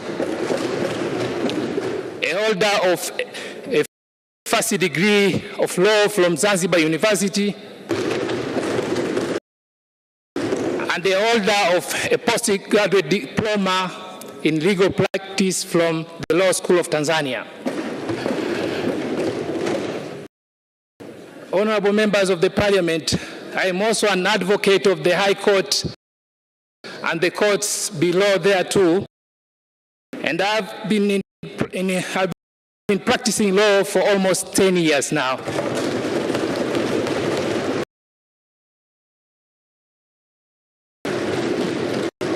And therefore, I am conversant with the law-making process, which is a primary obligation of the East African Legislative Assembly.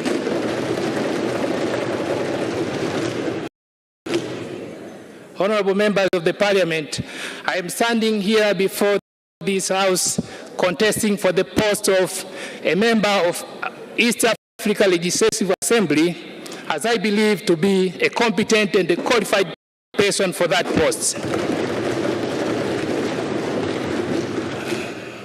Honorable members of the Parliament, I pledge with my commitment that once I am elected a member of the Parliament, I will stand and defend the interests of our country on any matters presented to the East African Legislative Assembly. Honorable members of the Parliament, I also pledge to fully participate in the legislation of the laws of the East African Legislative Assembly, which are beneficial to our nation and without compromising to the national interests, to our national interests. Honorable members of the Parliament, lastly but not least, I commend all the efforts and the leadership of our President, Her Excellency Samia Suluhu Hassan,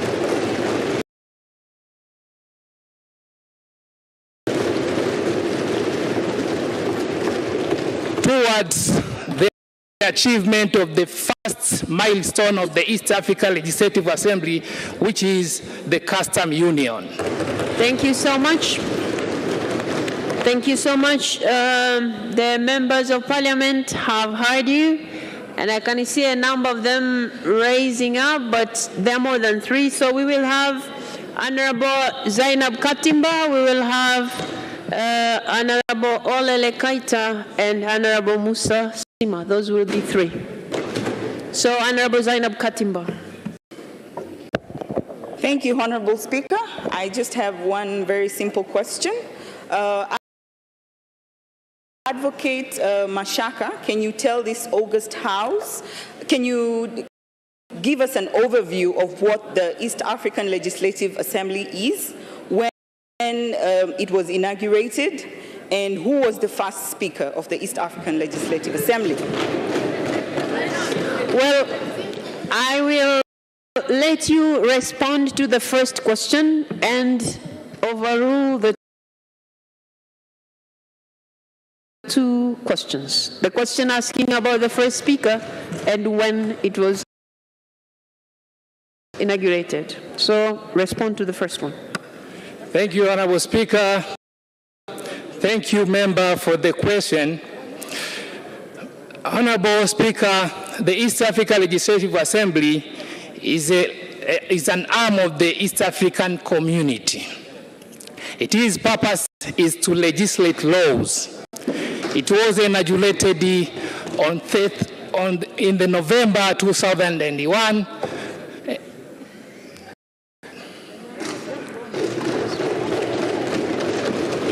All right. Thank you so much. I had mentioned Honorable Olele Kaita. I thank you, Madam Speaker, for the opportunity. My learned friend Mashaka, I'm going to ask you a very legal question. What are the statutory functions of the East Africa Legislative Assembly? I thank you. Mr. Mashaka, Ngole. Thank you, Honorable Speaker. The functions of the East Africa Legislative Assembly are in Article 49 of the treaty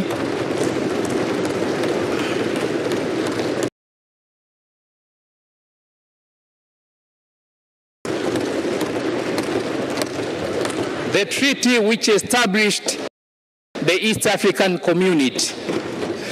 Honorable members of the Parliament, the primary objectives or functions of the East Africa Legislative Assembly, first is to legislate the laws applicable within the East African Community. Second is to debate and approve budget for the East African Community. The other functions are to approve the audit report and other reports submitted to the East African Legislative Assembly and other matters presented before the East Africa Legislative Assembly. Okay, thank you so much. And we also had, I had also mentioned Honorable Musa Sima. Thank you very much, Madam Speaker. Mr. Mashaka, you told us that you will defend our national interest. Can you tell us how? Mr. Mashaka Angola, you have 1 minute to respond to the question. Thank you, Honorable Speaker. In the Parliament, in participating to the Parliament of the East Africa Legislative Assembly, my role is to defend the interests of my country. Therefore, I will ensure all matters presented before the East Africa Legislative Assembly are well scrutinized so as to make sure that no national interest is compromised.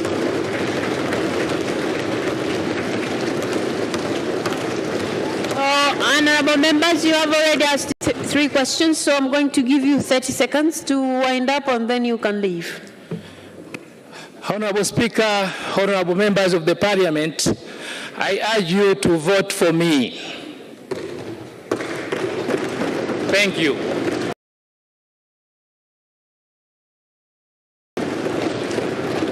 so much. You may now take your leave. Thank you.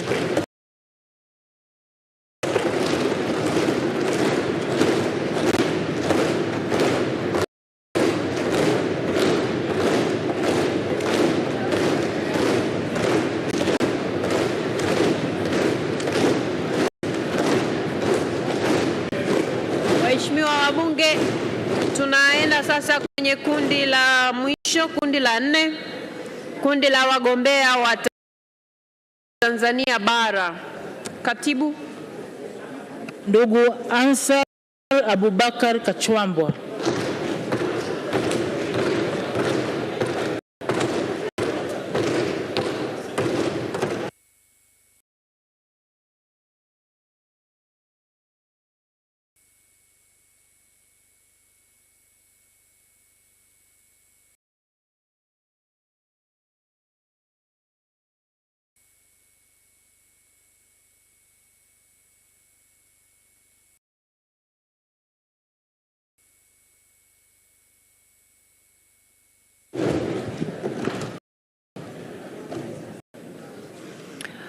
Mr. Ansar Abubakar Kachwambwa, you're welcome to the Parliament of the United Republic of Tanzania. And before you are the voters who are likely to vote for you, should they be convinced that, you fit to be a member of the East Africa Legislative Assembly. You're given 3 minutes to convince the House, please. Thank you very much. Honorable Speaker of the National Assembly, Honorable the Prime Minister, Honorable Ministers, and honorable members of the Parliament. My name is Kachwambwa Ansar Abubakar. Please take note that I'm a zealot, a patriot, and compromising member of Chama cha Mapinduzi. Why am I contesting for this position? First of all, it is my right. Being a Tanzanian, mature, with enough exposure, educated, it's my right to contest for that position. Secondly, we are all aware that the duties and functions of the Member of Parliament are uniform all over the world. They are universal. They are known. You are the lawmakers. You are engaged in the debates about national issues. You approve the budget. You supervise the government. You stand as an arm of the state. These duties are uniform all over the world. But purely, personally, the following will be the principles which will guide me in the execution of my duty and functions as a member of the Parliament. These are the principles which will guide me. Principle number 1, the national interest. Principle number 2, security of our region. Principle number 3, business. I would like to explain briefly on principle number 1, on the national interest. The national interest is a dynamic term. It depends on the circumstance. At one time, it could be a surge of refugees. It could be terrorism or anything. But once the event is defined as the national interest, then my duty starts there. What will be that duty?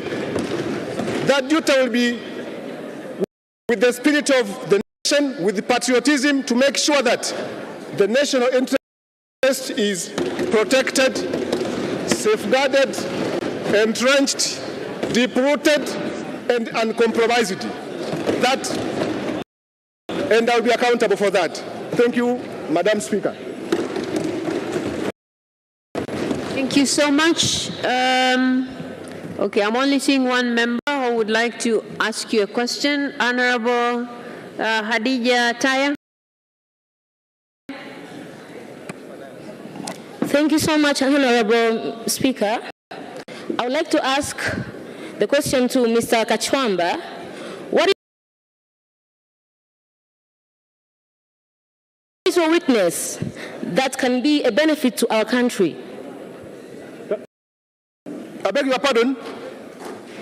I'm asking you, what is your witness that can be a benefit to our country? What is your witness that can be a benefit to your country. Is that witness or weakness? I think if I heard her correctly, she's asking about your weakness. Witness. So, yeah, that's it. Well, okay, you turn this side. She's asking if you have any weakness. That's her question. So I'm you can tell enough. the House if you have any weakness. Enough. I don't have any weakness. Okay, members, that was the only question that a member had risen up to ask. Okay, so you're given 30 seconds to wind up and then you can leave. Naomba kura zenu za ndio. Asanteni sana.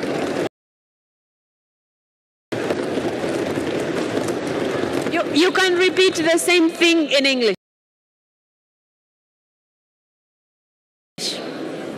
Please, I beg for your vote. May God bless you. Thank you so much. You may now leave. Thank you.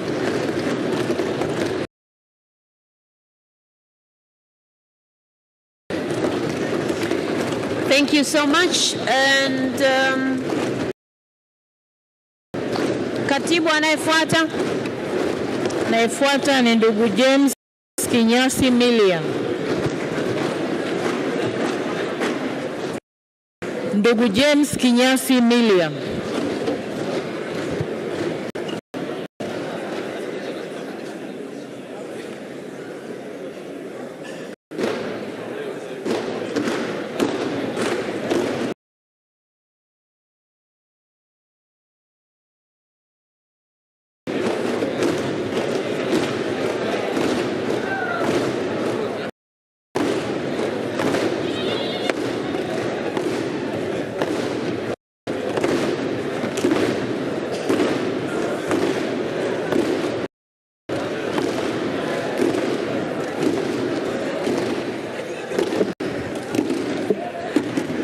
Mr. James Kinyasi Millian, you're welcome to the Parliament. And before you are the voters who you have to convince that you're capable and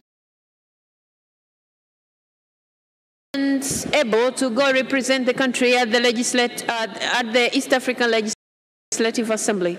So you're given 3 minutes to convince the House. Please, you have the floor. Honorable Speaker, Honorable Prime Minister, distinguished members of Parliament, good afternoon. My name is James Millian. I happen to be a lawyer, an advocate of the High Court of Tanzania. I happen to be a lawyer. Wait a second. When you're speaking, it's usually not easy to be static.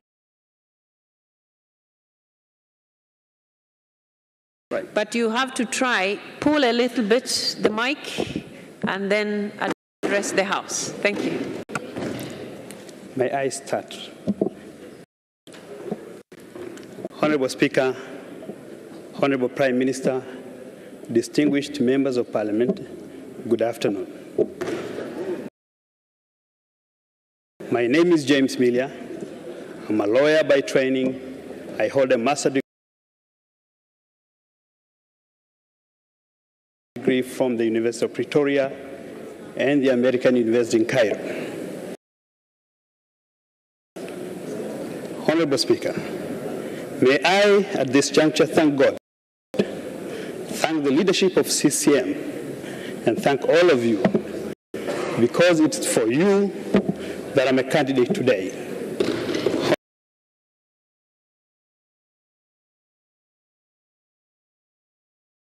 Honorable Speaker, I'm humbled to stand before you with immense humility that you are here for a task to elect members of Parliament to represent our country in the East African Legislative Assembly. I believe in the EAC Assembly for a few reasons. One, it creates diversity. And diversity to me is strength and not a weakness. Two, it strengthens ties of brotherhood among and between member states. But three, it is legislative and oversight mandate. It does create an opportunity in the framework for economic and policy framework which Tanzania will benefit. Honorable Speaker, I'm privy of the role of a member of parliament within the East African community, and I want to assure Tanzanians that all legislations passed in the EAC parliament will and should reflect the interests of Tanzania all time. Honorable Speaker, I want to assure Tanzanians through your parliament that at all times and always I will stand up for Tanzania even if the sky was to fall. Honorable Speaker, I qualify for this position. One, because I'm a lawyer, I'm patriot, and also I got a training through this parliament for 5 years to legislate. Thank you so much, Mr. Milia. The members of parliament have heard you. And, okay, there's one member of parliament who has reason to ask you a question. Honorable Judy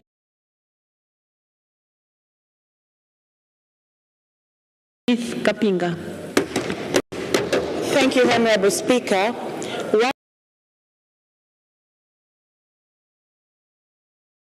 One amongst our interests as a country is to promote Swahili language to be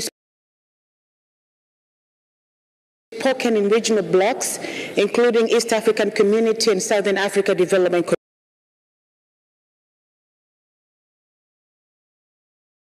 Community and beyond. How are you going to further this interest?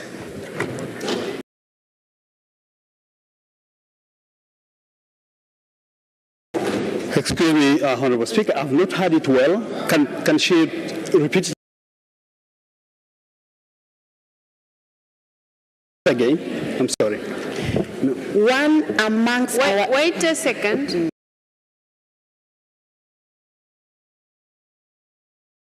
Wait a second. Honorable Judith Kapinga, may you repeat yourself, please?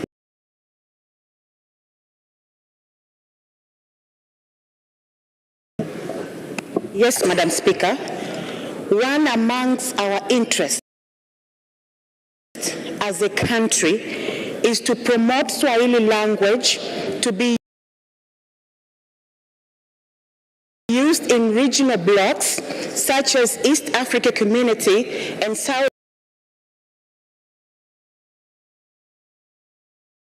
Africa Development Community. So how are you going to further such interests?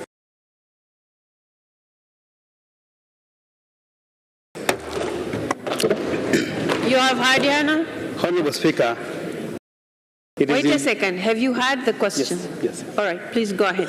Honorable Speaker, I thank you for the question. It's a great question.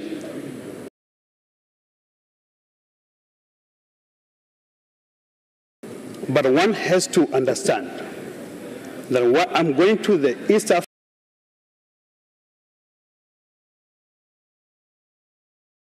Legislative Assembly, not really to represent my own personal views. If my country and the Foreign Affairs Ministry agrees that this is what you're gonna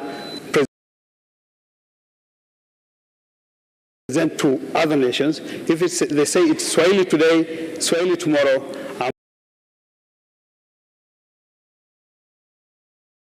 I'm good to go, and I'll stand for that.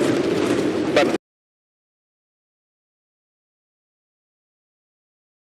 as a member of a member of parliament from Tanzania, I will not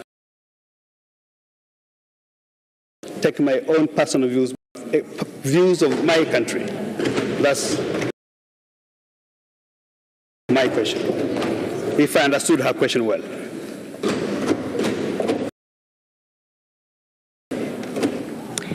Thank you so much. There is no other person standing to ask you questions, so I give you 30 seconds to wind up, then you may leave. Thank you. Honorable Speaker, distinguished members of Parliament, I'm before you. Please, I was among and in this floor, please give me the chance to serve this nation as an AC member of Parliament. Please vote for me. Thank you so much. You may now take your leave. Thank you.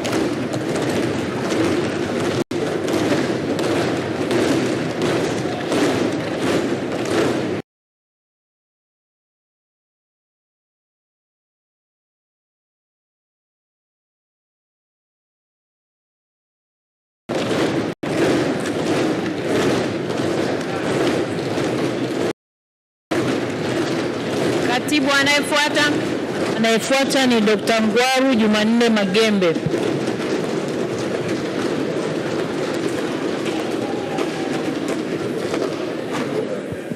Dr. Ngwaru Jumanne Magembe.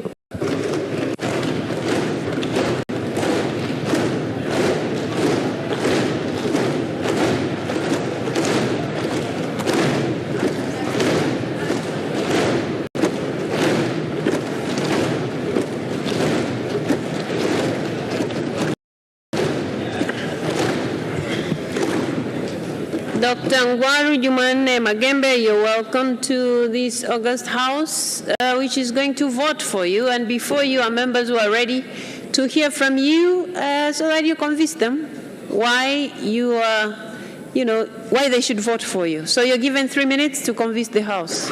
You have the floor. Thank you, Right Honourable Speaker. Right Honourable Speaker, Honourable Prime Minister, and honourable members, my name is, first of all, good afternoon. My name is Dr. Ngwaru Magembe. I am a member of the East African Legislative Assembly who is completing his first term, which will end in December. Right Honourable Speaker, honourable members, it has been an honour and a privilege beyond any words can possibly convey to represent my country in the East African Legislative Assembly. And I would like to start, Right Honourable Speaker, by thanking this August House from the bottom of my heart, for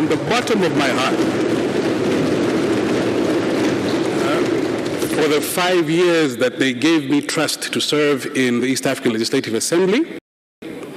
I have been working tirelessly to repay that trust. I have been the most vocal member who defends our country, who promotes our country, who is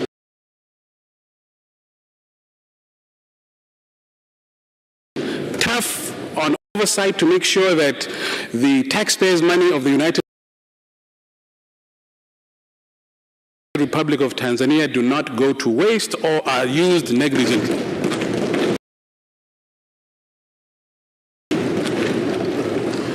Therefore, stand before you, Right Honourable Speaker and honourable members, to ask for another 5-year term.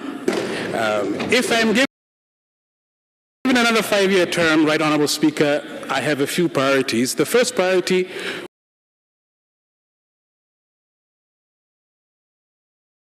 will be to ensure that the private sector of Tanzania benefits from the common market.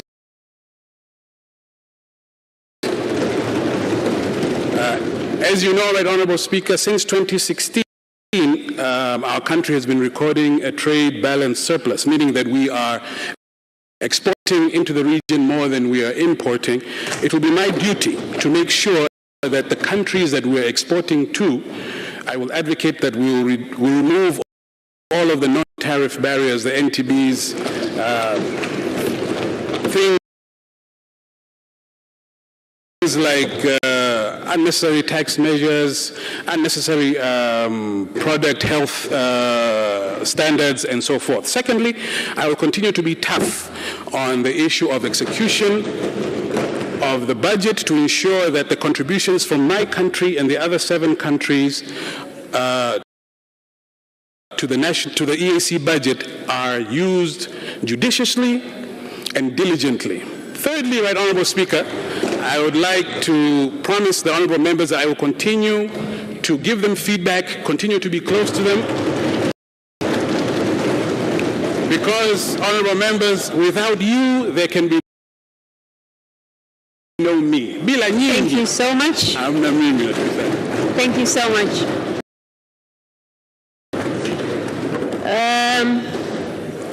There is only one member standing to ask you. Oh, there are two. So we have Honorable Jerry Sla, followed by Honorable Kigwangalla. Thank you, Honorable Speaker, or rather, Right Honorable Speaker, for giving me this opportunity to ask one question to Honorable Dr. Ngwaru Jumanne Magembe.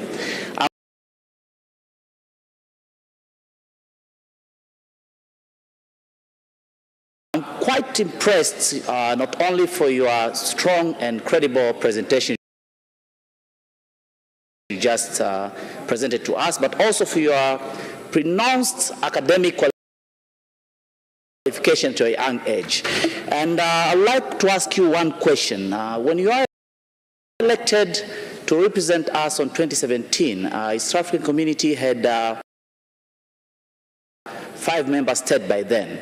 Currently, we are aware that South Sudan and Congo have joined the East African Community, and with the current government investment in infrastructure, be it the standard gauge and the port project, which will increase the haulage of goods in this country, how are you going to cement our footprint as the member of the East African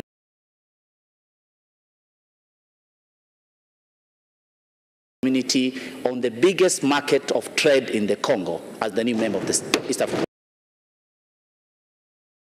Community? Thank you. Dr. Ngwaru, please, you have 1 minute to respond. Thank you, Right Honourable Speaker. That's a very good question. In truth, we are competing with the Northern Corridor from Mombasa through Nairobi, Kampala, and then down towards the Congo. But I would like to tell you, Honorable Jerry Sla, that our Central Corridor has been constructed cheaper. Our SGR railway is cheaper.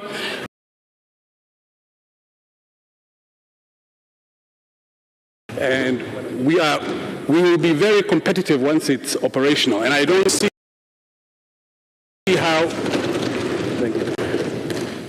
there is no way that the Congolese business people, who we are, of course, wooing to use our Central Corridor is cheaper, it's shorter.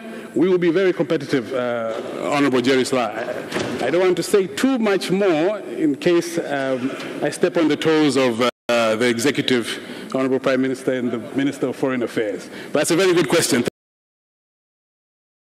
Thank you so much.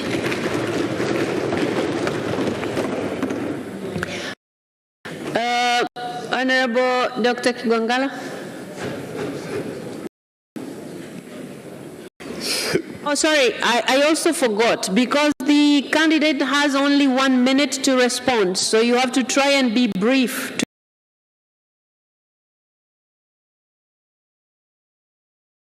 to your questions. Please. Thank you, Right Honorable Speaker.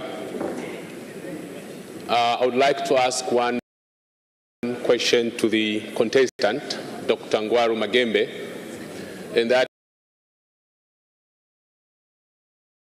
is Honorable Ngwaru Magembe. The world today is faced up with 3 most important challenges, which are environmental degradation,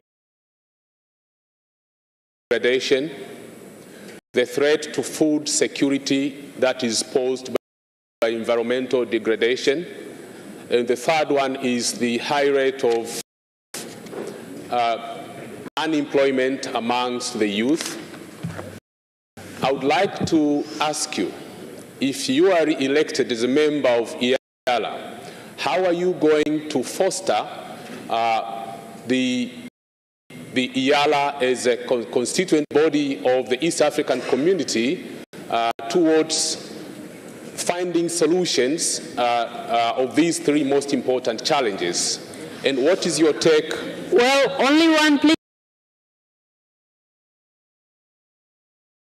Only one. He has only 1 minute to respond, and you have already asked environmental issues and youth unemployment. So I don't know which one between the two: environmental degradation or unemployment. No, that's just a background. But the question is, what you have already asked him. Come on, you have already asked him. Okay. Because you have asked him how he's going to. So when you began with how, that's the question. Okay. So I'm sure he has gotten it. I will rephrase it. What's your take towards fostering the solutions as an IALA towards solving the challenge of environmental degradation? All right. So, Dr. Ngwaru, you address environmental degradation, and you don't have to look at him because people don't hear you properly. Just look at at your mic. Thank you. Thank you, Right Honourable Speaker. That is another very good question. I believe one could write a doctoral thesis just to answer that question. But in short,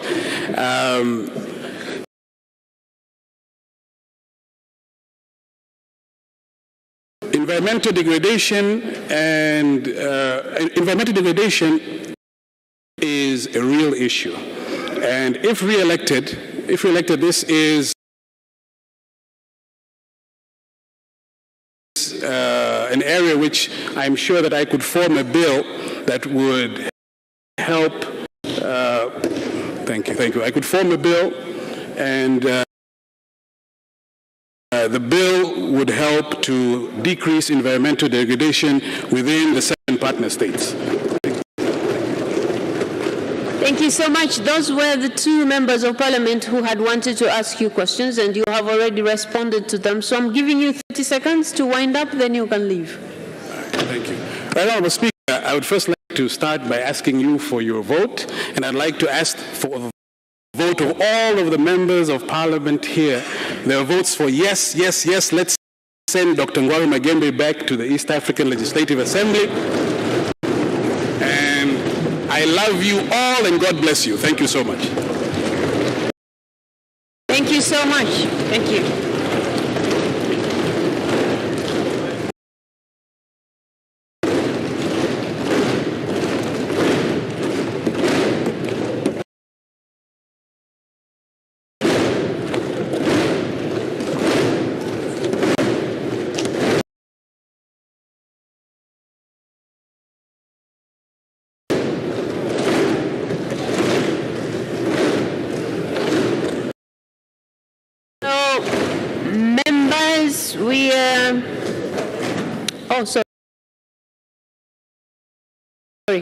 Waheshimiwa wabunge, Waheshimiwa wabunge, kwa kutumia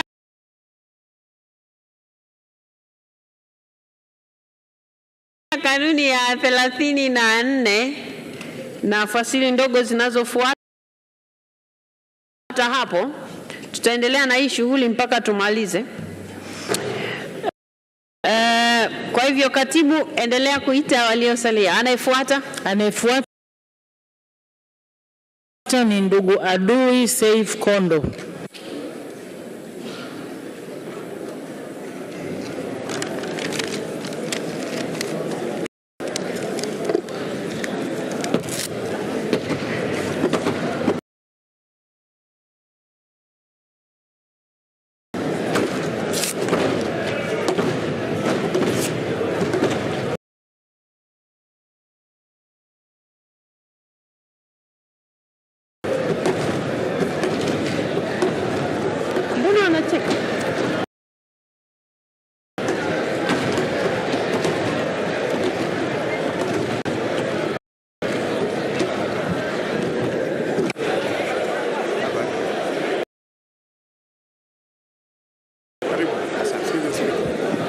Members, before you is Adui Saif Kondo. Mr. Adui Saif Kondo. These are the members of parliament who are going to vote for you if they are convinced that you are capable of representing the country, meaning Tanzania, to the East Africa Legislative Assembly. So you are given 3 minutes to explain about, yourself.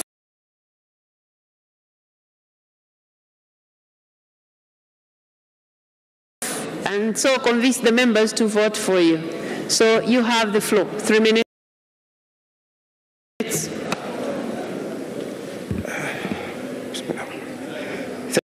Thank you, Honorable Speaker of this Parliament of the United Republic of Tanzania, Honorable Tulia Ackson, Deputy Speaker, the Prime Minister, distinguished ministers, members of Parliament, ladies and gentlemen, greetings to you all. My name is Adui Saif Kondo. I was born 60 years ago, and I'm here asking for your votes to enable me to become a member of Parliament in the East African Legislative Assembly. Educationally, I have a master's degree in sociology. It was found in the University of Dar es Salaam. I have also the first degree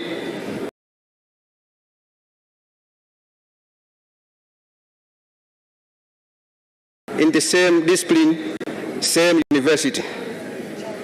Regarding my work experience, I'm advocacy officer by nature, because I've been working for the marginalized groups right from the moment when I finished my schooling. I started working with the Dogodogo Center Street Children Trust, and then ended by working in Under the Same Sun. As you are all aware, that from the beginning, from between of the 2000 decade in Tanzania, there happened some bad things to people with albinism in Tanzania. This was way back 2007, when we heard for the first time in Tanzania a person with albinism has been killed in Sengerema. Thereafter, murder and bad activities towards people with albinism was so common. So Under the Same Sun was formed in 2008, and it was formally launched here to do what we call public education on albinism. I was the teacher who went through this country educating the public on albinism. And as you can see, there is safety and security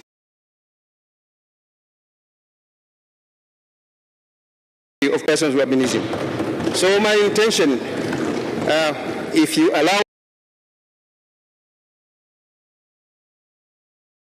me to go to the EALL, I want to do the same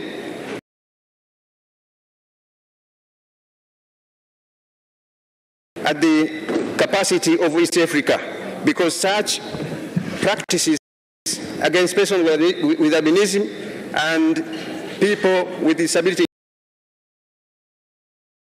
in general are happening almost in every corner of the continent of Africa. Thank you so much. There is no member of Parliament rising up to ask you a question, so I'll give you 30 seconds to wind up, then you can take your leave, please.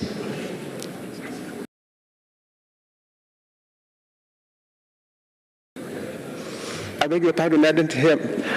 I'm saying the members of Parliament have understood you and they have no questions. So I am giving you 30 seconds to wind up, then you can go.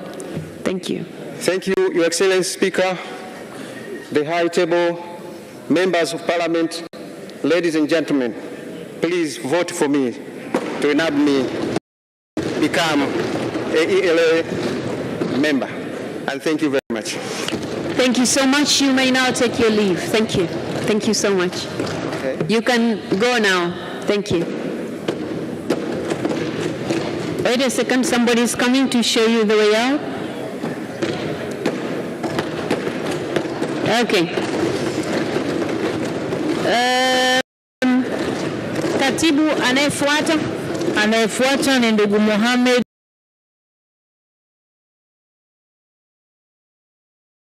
Mshamgulangwa.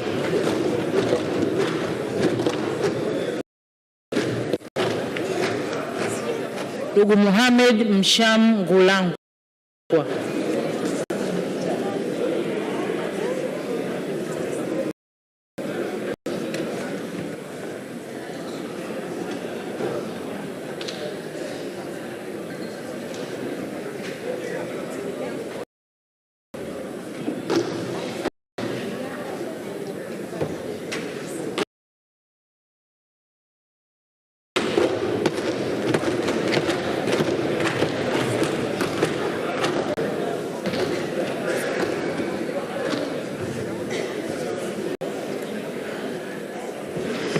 Mr. Mohamed Mshamgulangwa,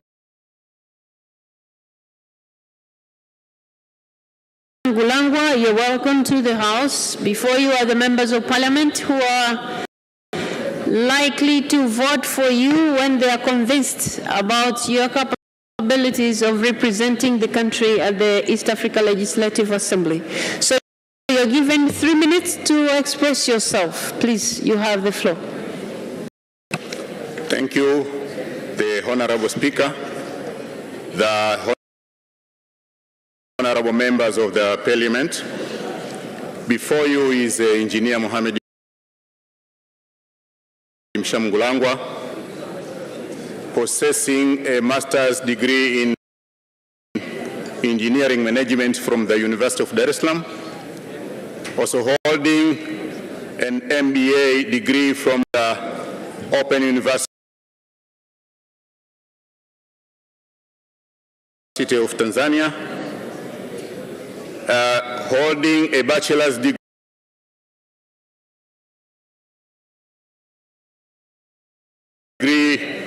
in civil engineering from the University of Dar es Salaam, and also registered as a professional engineer with the Engineers Registration Board of Tanzania, with the registration number PE 3166. Standing before you,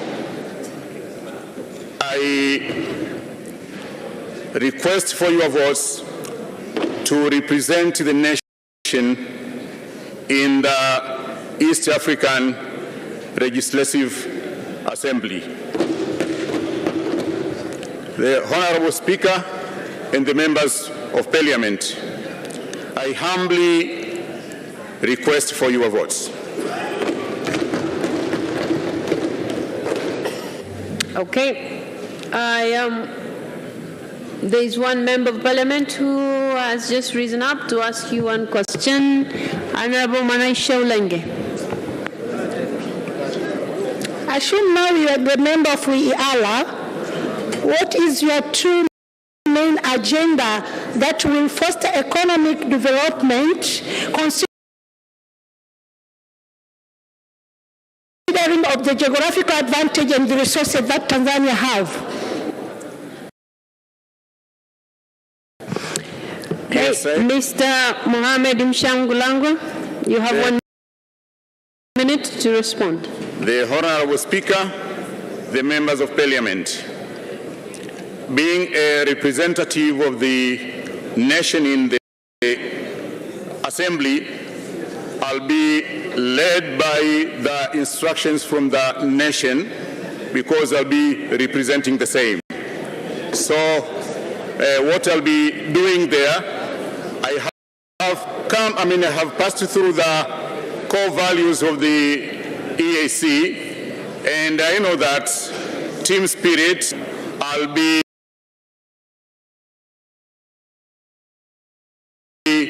obtaining the instructions and the directions from the nation. So there was only one member who was interested in asking a question, so I'm giving you, there's somebody else? Honorable Condestas Charles. Thank you, Madam Speaker, for the chance. I just want to ask one question to Mr. Candidate. As we know, for now, Congo DRC have joined to East African community. And among the national interest is to make sure we reach the Congo market. So, Mr. Candidate, when we give you the chance, what are you going to make sure that our country will reach Congo market compared to another East African countries? As I responded to the first question. Wait a second. Mr. Angulangwa, you have to be called first before you speak, before you address the House. Speaker. So now you have the floor. You have the floor. Yeah, the Honorable Speaker, the Honorable members of the Parliament,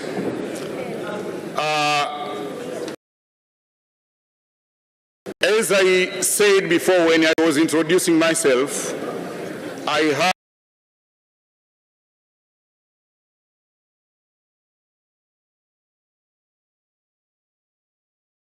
the MBA from the Open University of Tanzania, and I also have the other capacities as explained earlier. Being a representative, it doesn't mean that I'm going to represent my party there, but I'll be representing the nation. So I'll be doing what the nation will be is directing me, and also the nation will be expecting from me. Thank you so much. Those were the questions from members of Parliament. And so now I give you 30 seconds to wind up, and then you can take your leave. The Honorable Speaker, the late President of Tanzania, Mr. Magufuli, used to say that maendeleo hayana chama. African community, kindly vote for me. Thank you so much. You may now take your leave. Thank you.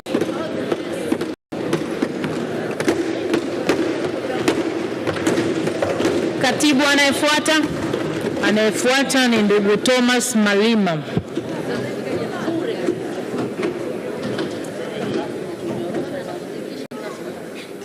Ndugu Thomas Malima.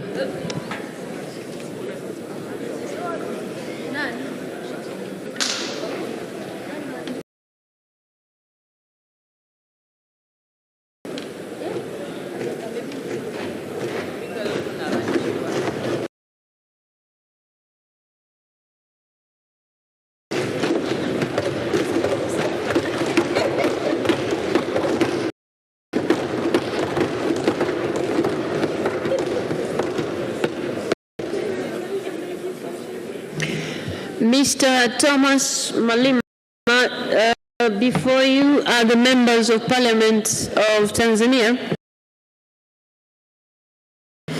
and they would like to hear from you why they should elect you to be a country's representative to the East Africa Legislative Assembly. So you have 3 minutes to express yourself and convince the House. Please, you have the floor. Thank you, Honorable Speaker. Thank you, Prime Minister, and the other honorable members of this honorable Parliament of Tanzania. Honorable Speaker, first of all, I have to introduce to you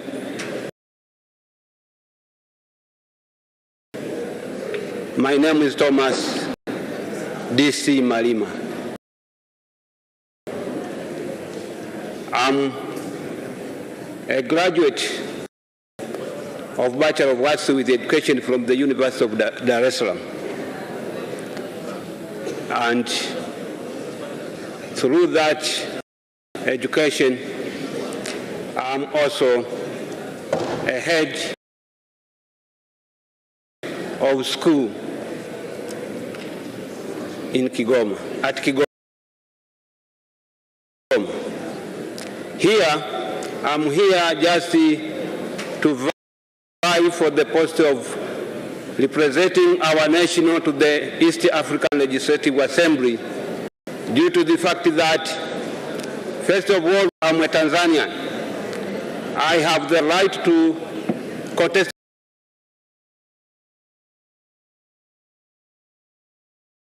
for this, and also I'm capable to contest for this and to represent the nation at the Assembly. I know the function of this Assembly is just to discuss various agendas and motions which are tabled in the Legislative Assembly. Also, the Assembly is responsible to discuss and approve the budget of all organs of the East African community. And so, therefore, as a member of East African Legislative Assembly, if you will elect me to be a member, first of all, I will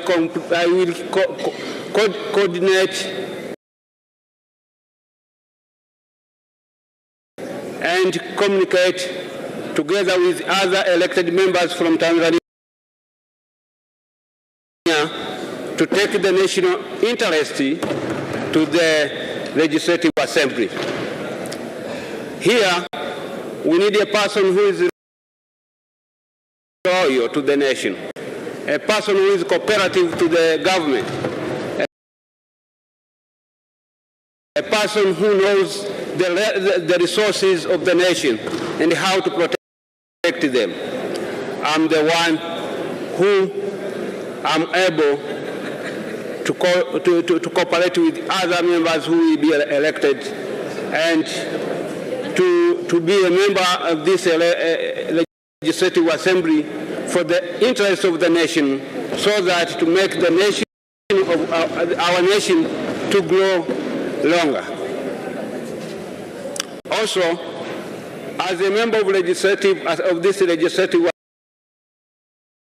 Assembly, I will make sure that I will take directives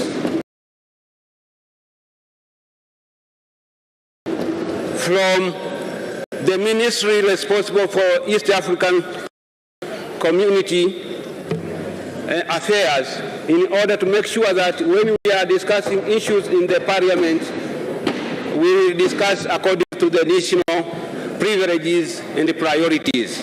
Thank you so much. I see no member interested in asking any question. Oh, there's one. Yeah, there's only one. Honorable Ali Mchungahela.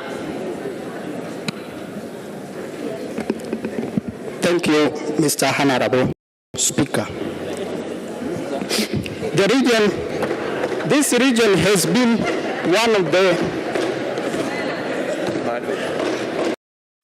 region has been one among the dumping place of the market. What are the strategies you have to alleviate the problem? Thank you. There was a noise. I did not understand where. Members of Parliament, he's saying he didn't hear you. Mr. Honorable Ali Mchungahela, can you repeat yourself, please? Yeah, what I say is this region is among the dumping place of the foreign market. What is your strategy to alleviate the problem of dumping in this region of East Africa community? Okay. Honorable members, I will rule that out as a question to a candidate, and I see no other member of parliament rising up to ask a question, so I give you 30 seconds to wind up, and then you may take your leave. Thank you, Madam Speaker.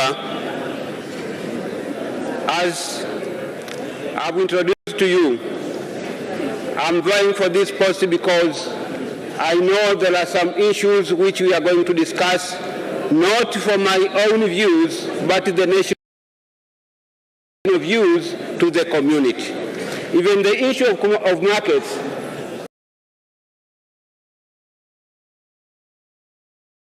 together with other elected members, with the government of Tanzania, will make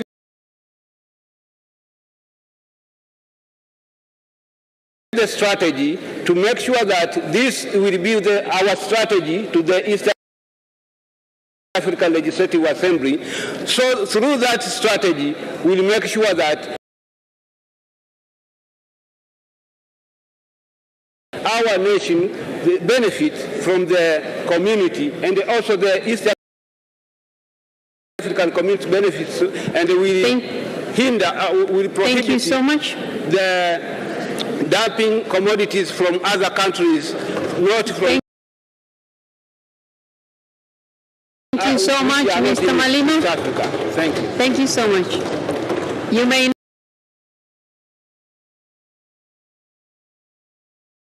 now. Thank you so much. You may now take your leave. Thank you. Thank you.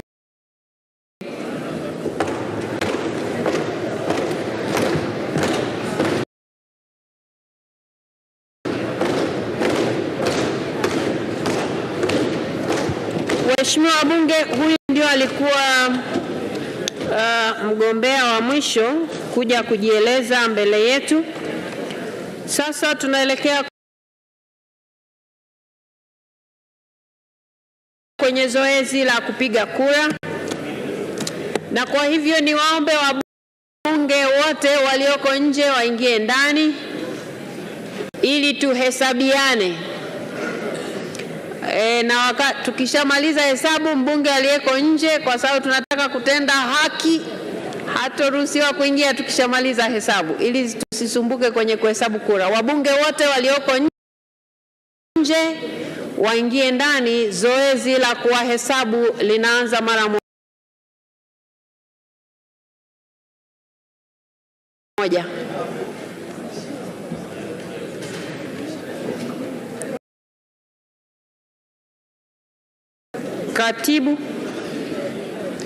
Katibu, na tunahitaji kujua ni wangapi, lakini wakati tunaendelea na hilo,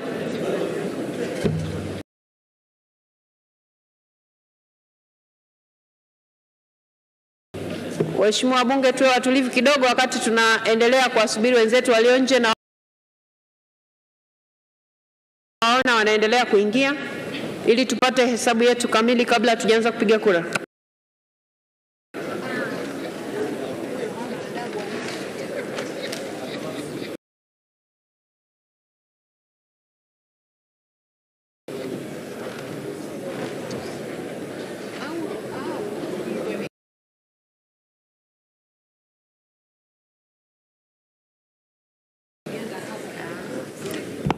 Haya, wakati hesabu inaendelea kupigwa hapa, katibu na timu yake waendelee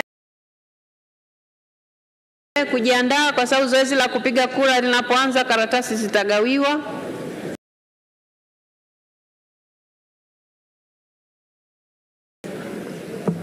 Kwa hiyo maandalizi yaendelee wakati nasubiri hesabu hapa mbele.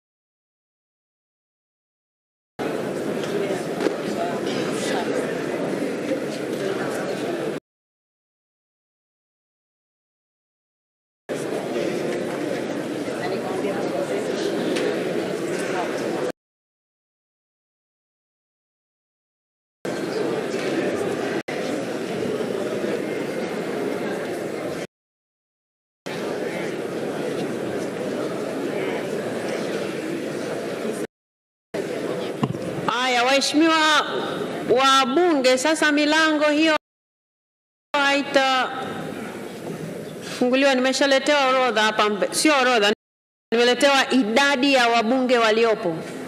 Kwa hiyo wasaidizi, milango iko mitatu ya kutoka na kuingia hapa ndani. Mjipange vizuri ili kama mtu yuko nje, maana yake niletewe kwanza taarifa hapa ndo aingie humu ndani, ili tusije tukapata changamoto kwenye kuhesabu kura. Wasaidizi mjipange kabisa milangoni. Asanteni sana. Waheshimiwa wabunge, idadi ya wabunge tuliopo tayari kwa ajili ya kupiga kura ni 300. Wabunge tumehesabiwa na tuko 300. Kwa hiyo zoezi la kupiga kura litaanza sasa. Katibu na timu yako, tunahitaji sasa makaratasi yaanze kugawiwa. Tuko wabunge 300. Kama kuna mbunge anaongezeka asiingie kabla sijapewa taarifa hapa mbele.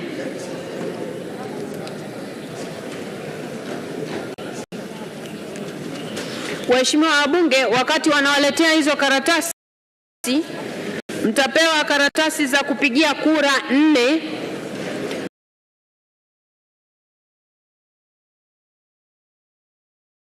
kulingana na makundi yale 4, na kila karatasi imeandikwa upige kura ngapi.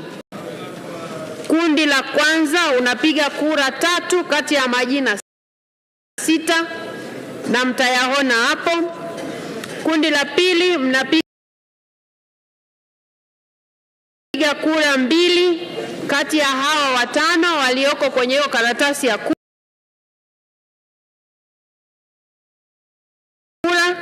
Lakini kundi la 3 mtaona majina yako 3, mnatakiwa kupiga kura 1, na kwenye karatasi pia imeandikwa.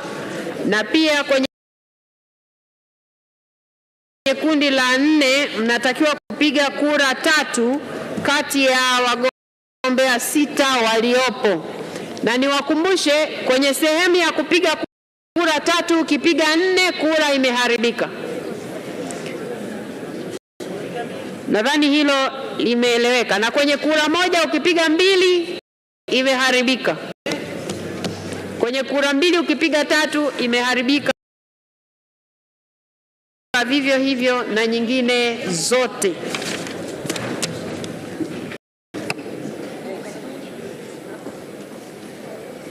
Wasaidizi sasa mtawanyike tayari kwa kugawa kura.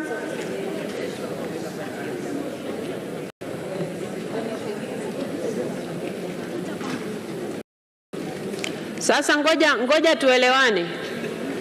Nyinyi mlioshika karatasi mmeshika za kundi moja moja? Mmeshika karatasi za kundi moja moja au makundi yote? Kundi moja moja. Wewe umeshika makundi mangapi? Kundi moja. Kundi A. Yule kule nyuma. Sasa kama hivyo ndivyo katibu. Ngoja njoo. Kama ndivyo, kama mnagawa moja moja, nendeni kwa pamoja. Kama mnagawa moja moja, nendeni kwa pamoja ili mnampa huyu 4 mpaka tutakaposema nani hajapata, tutajua hajapata karatasi ipi, kwa sababu la sivyo tutachanganya mambo.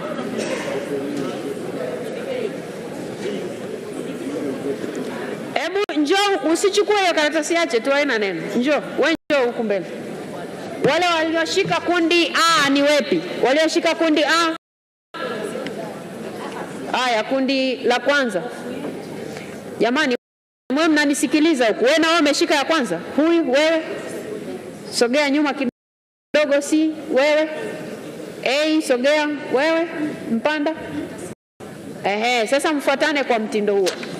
Ngoja anzieni hapa kwa Mheshimiwa Sanga. Mpeni, hakikisheni anapata karatasi 4 za makundi yote, mnaenda namna hiyo. Kwa sababu mkitawanyika hatutajua mnaenda kugawa kura namna gani. Sijui nimeeleweka? Yaani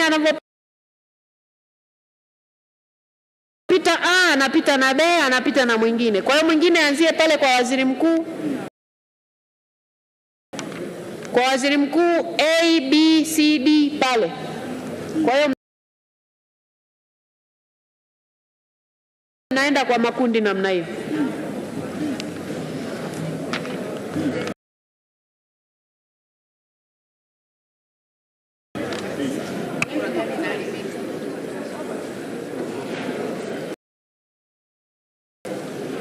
Haya, Mheshimiwa Sanga una karatasi ngapi? 4. Profesa? Profesa, hapa ameongozana na profesa. Daktari? 4. Haya, sawa. Mheshimiwa Spika, kuhusu ufafanuzi kidogo. Ufafanuzi wa jinsi ya kupiga kura. Ufafanuzi, karibu. Mheshimiwa Spika, ulikuwa unatangaza ufafanuzi wa kupiga kura. Nitaka kufahamu. Katika ballot paper imeonyesha kwamba kuna sehemu unapiga watu 3. Umesema mkipiga watu 4 kura imeharibika. Je, katika watatu nikiamua kumpigia mmoja?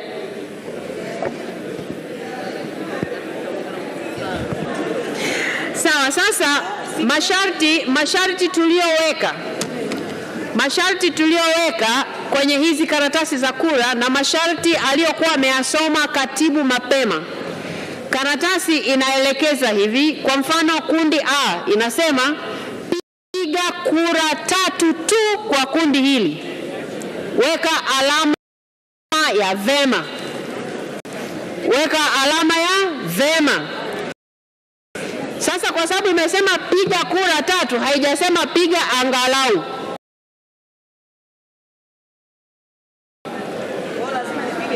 Piga kura 3. Usianze hapa na mtaka mmoja tu. Kwa sababu zinatakiwa 3 ndio hesabu zetu ziende vizuri. Wewe nani ambaye hujamsikia hapa mpaka upige kura pungufu jamani? Si mmesikia wagombea jamani? Yani wewe ukose 3 kati ya hawa kweli. Haiwezi.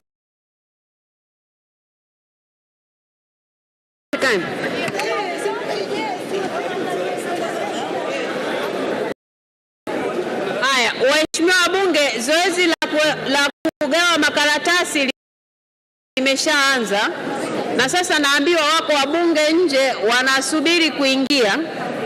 Sasa kama nilivyosema, zoezi letu ni la wazi. Nataka kujua wako wangapi? Upande huu wako wangapi?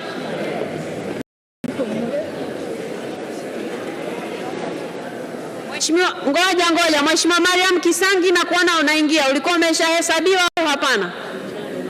Kwa sababu wewe msaidizi hapo mlangoni ndio unataka kunichanganya. Lazima nipewe taarifa. Au ametoka upande huu anahamia huko? Asante sana mheshimiwa. Shukrani. Haya, huku Mheshimiwa Mwakagenda anaingia na anatakiwa nipate taarifa kama alishahesabiwa au hapana. Mheshimiwa Mwakagenda, wakati tunahesabu ulikuwepo ama hukuwepo? Kwa hiyo waheshimiwa Bunge, ile 300 inakuwa 301. Tumeshasikilizana eh? Mbunge mmoja ameongezeka. Mheshimiwa Kamwele, naona umesimama. Sema na kisemeo. Mheshimiwa Spika, wakati wajumbe wanahesabiwa nilikuwa je?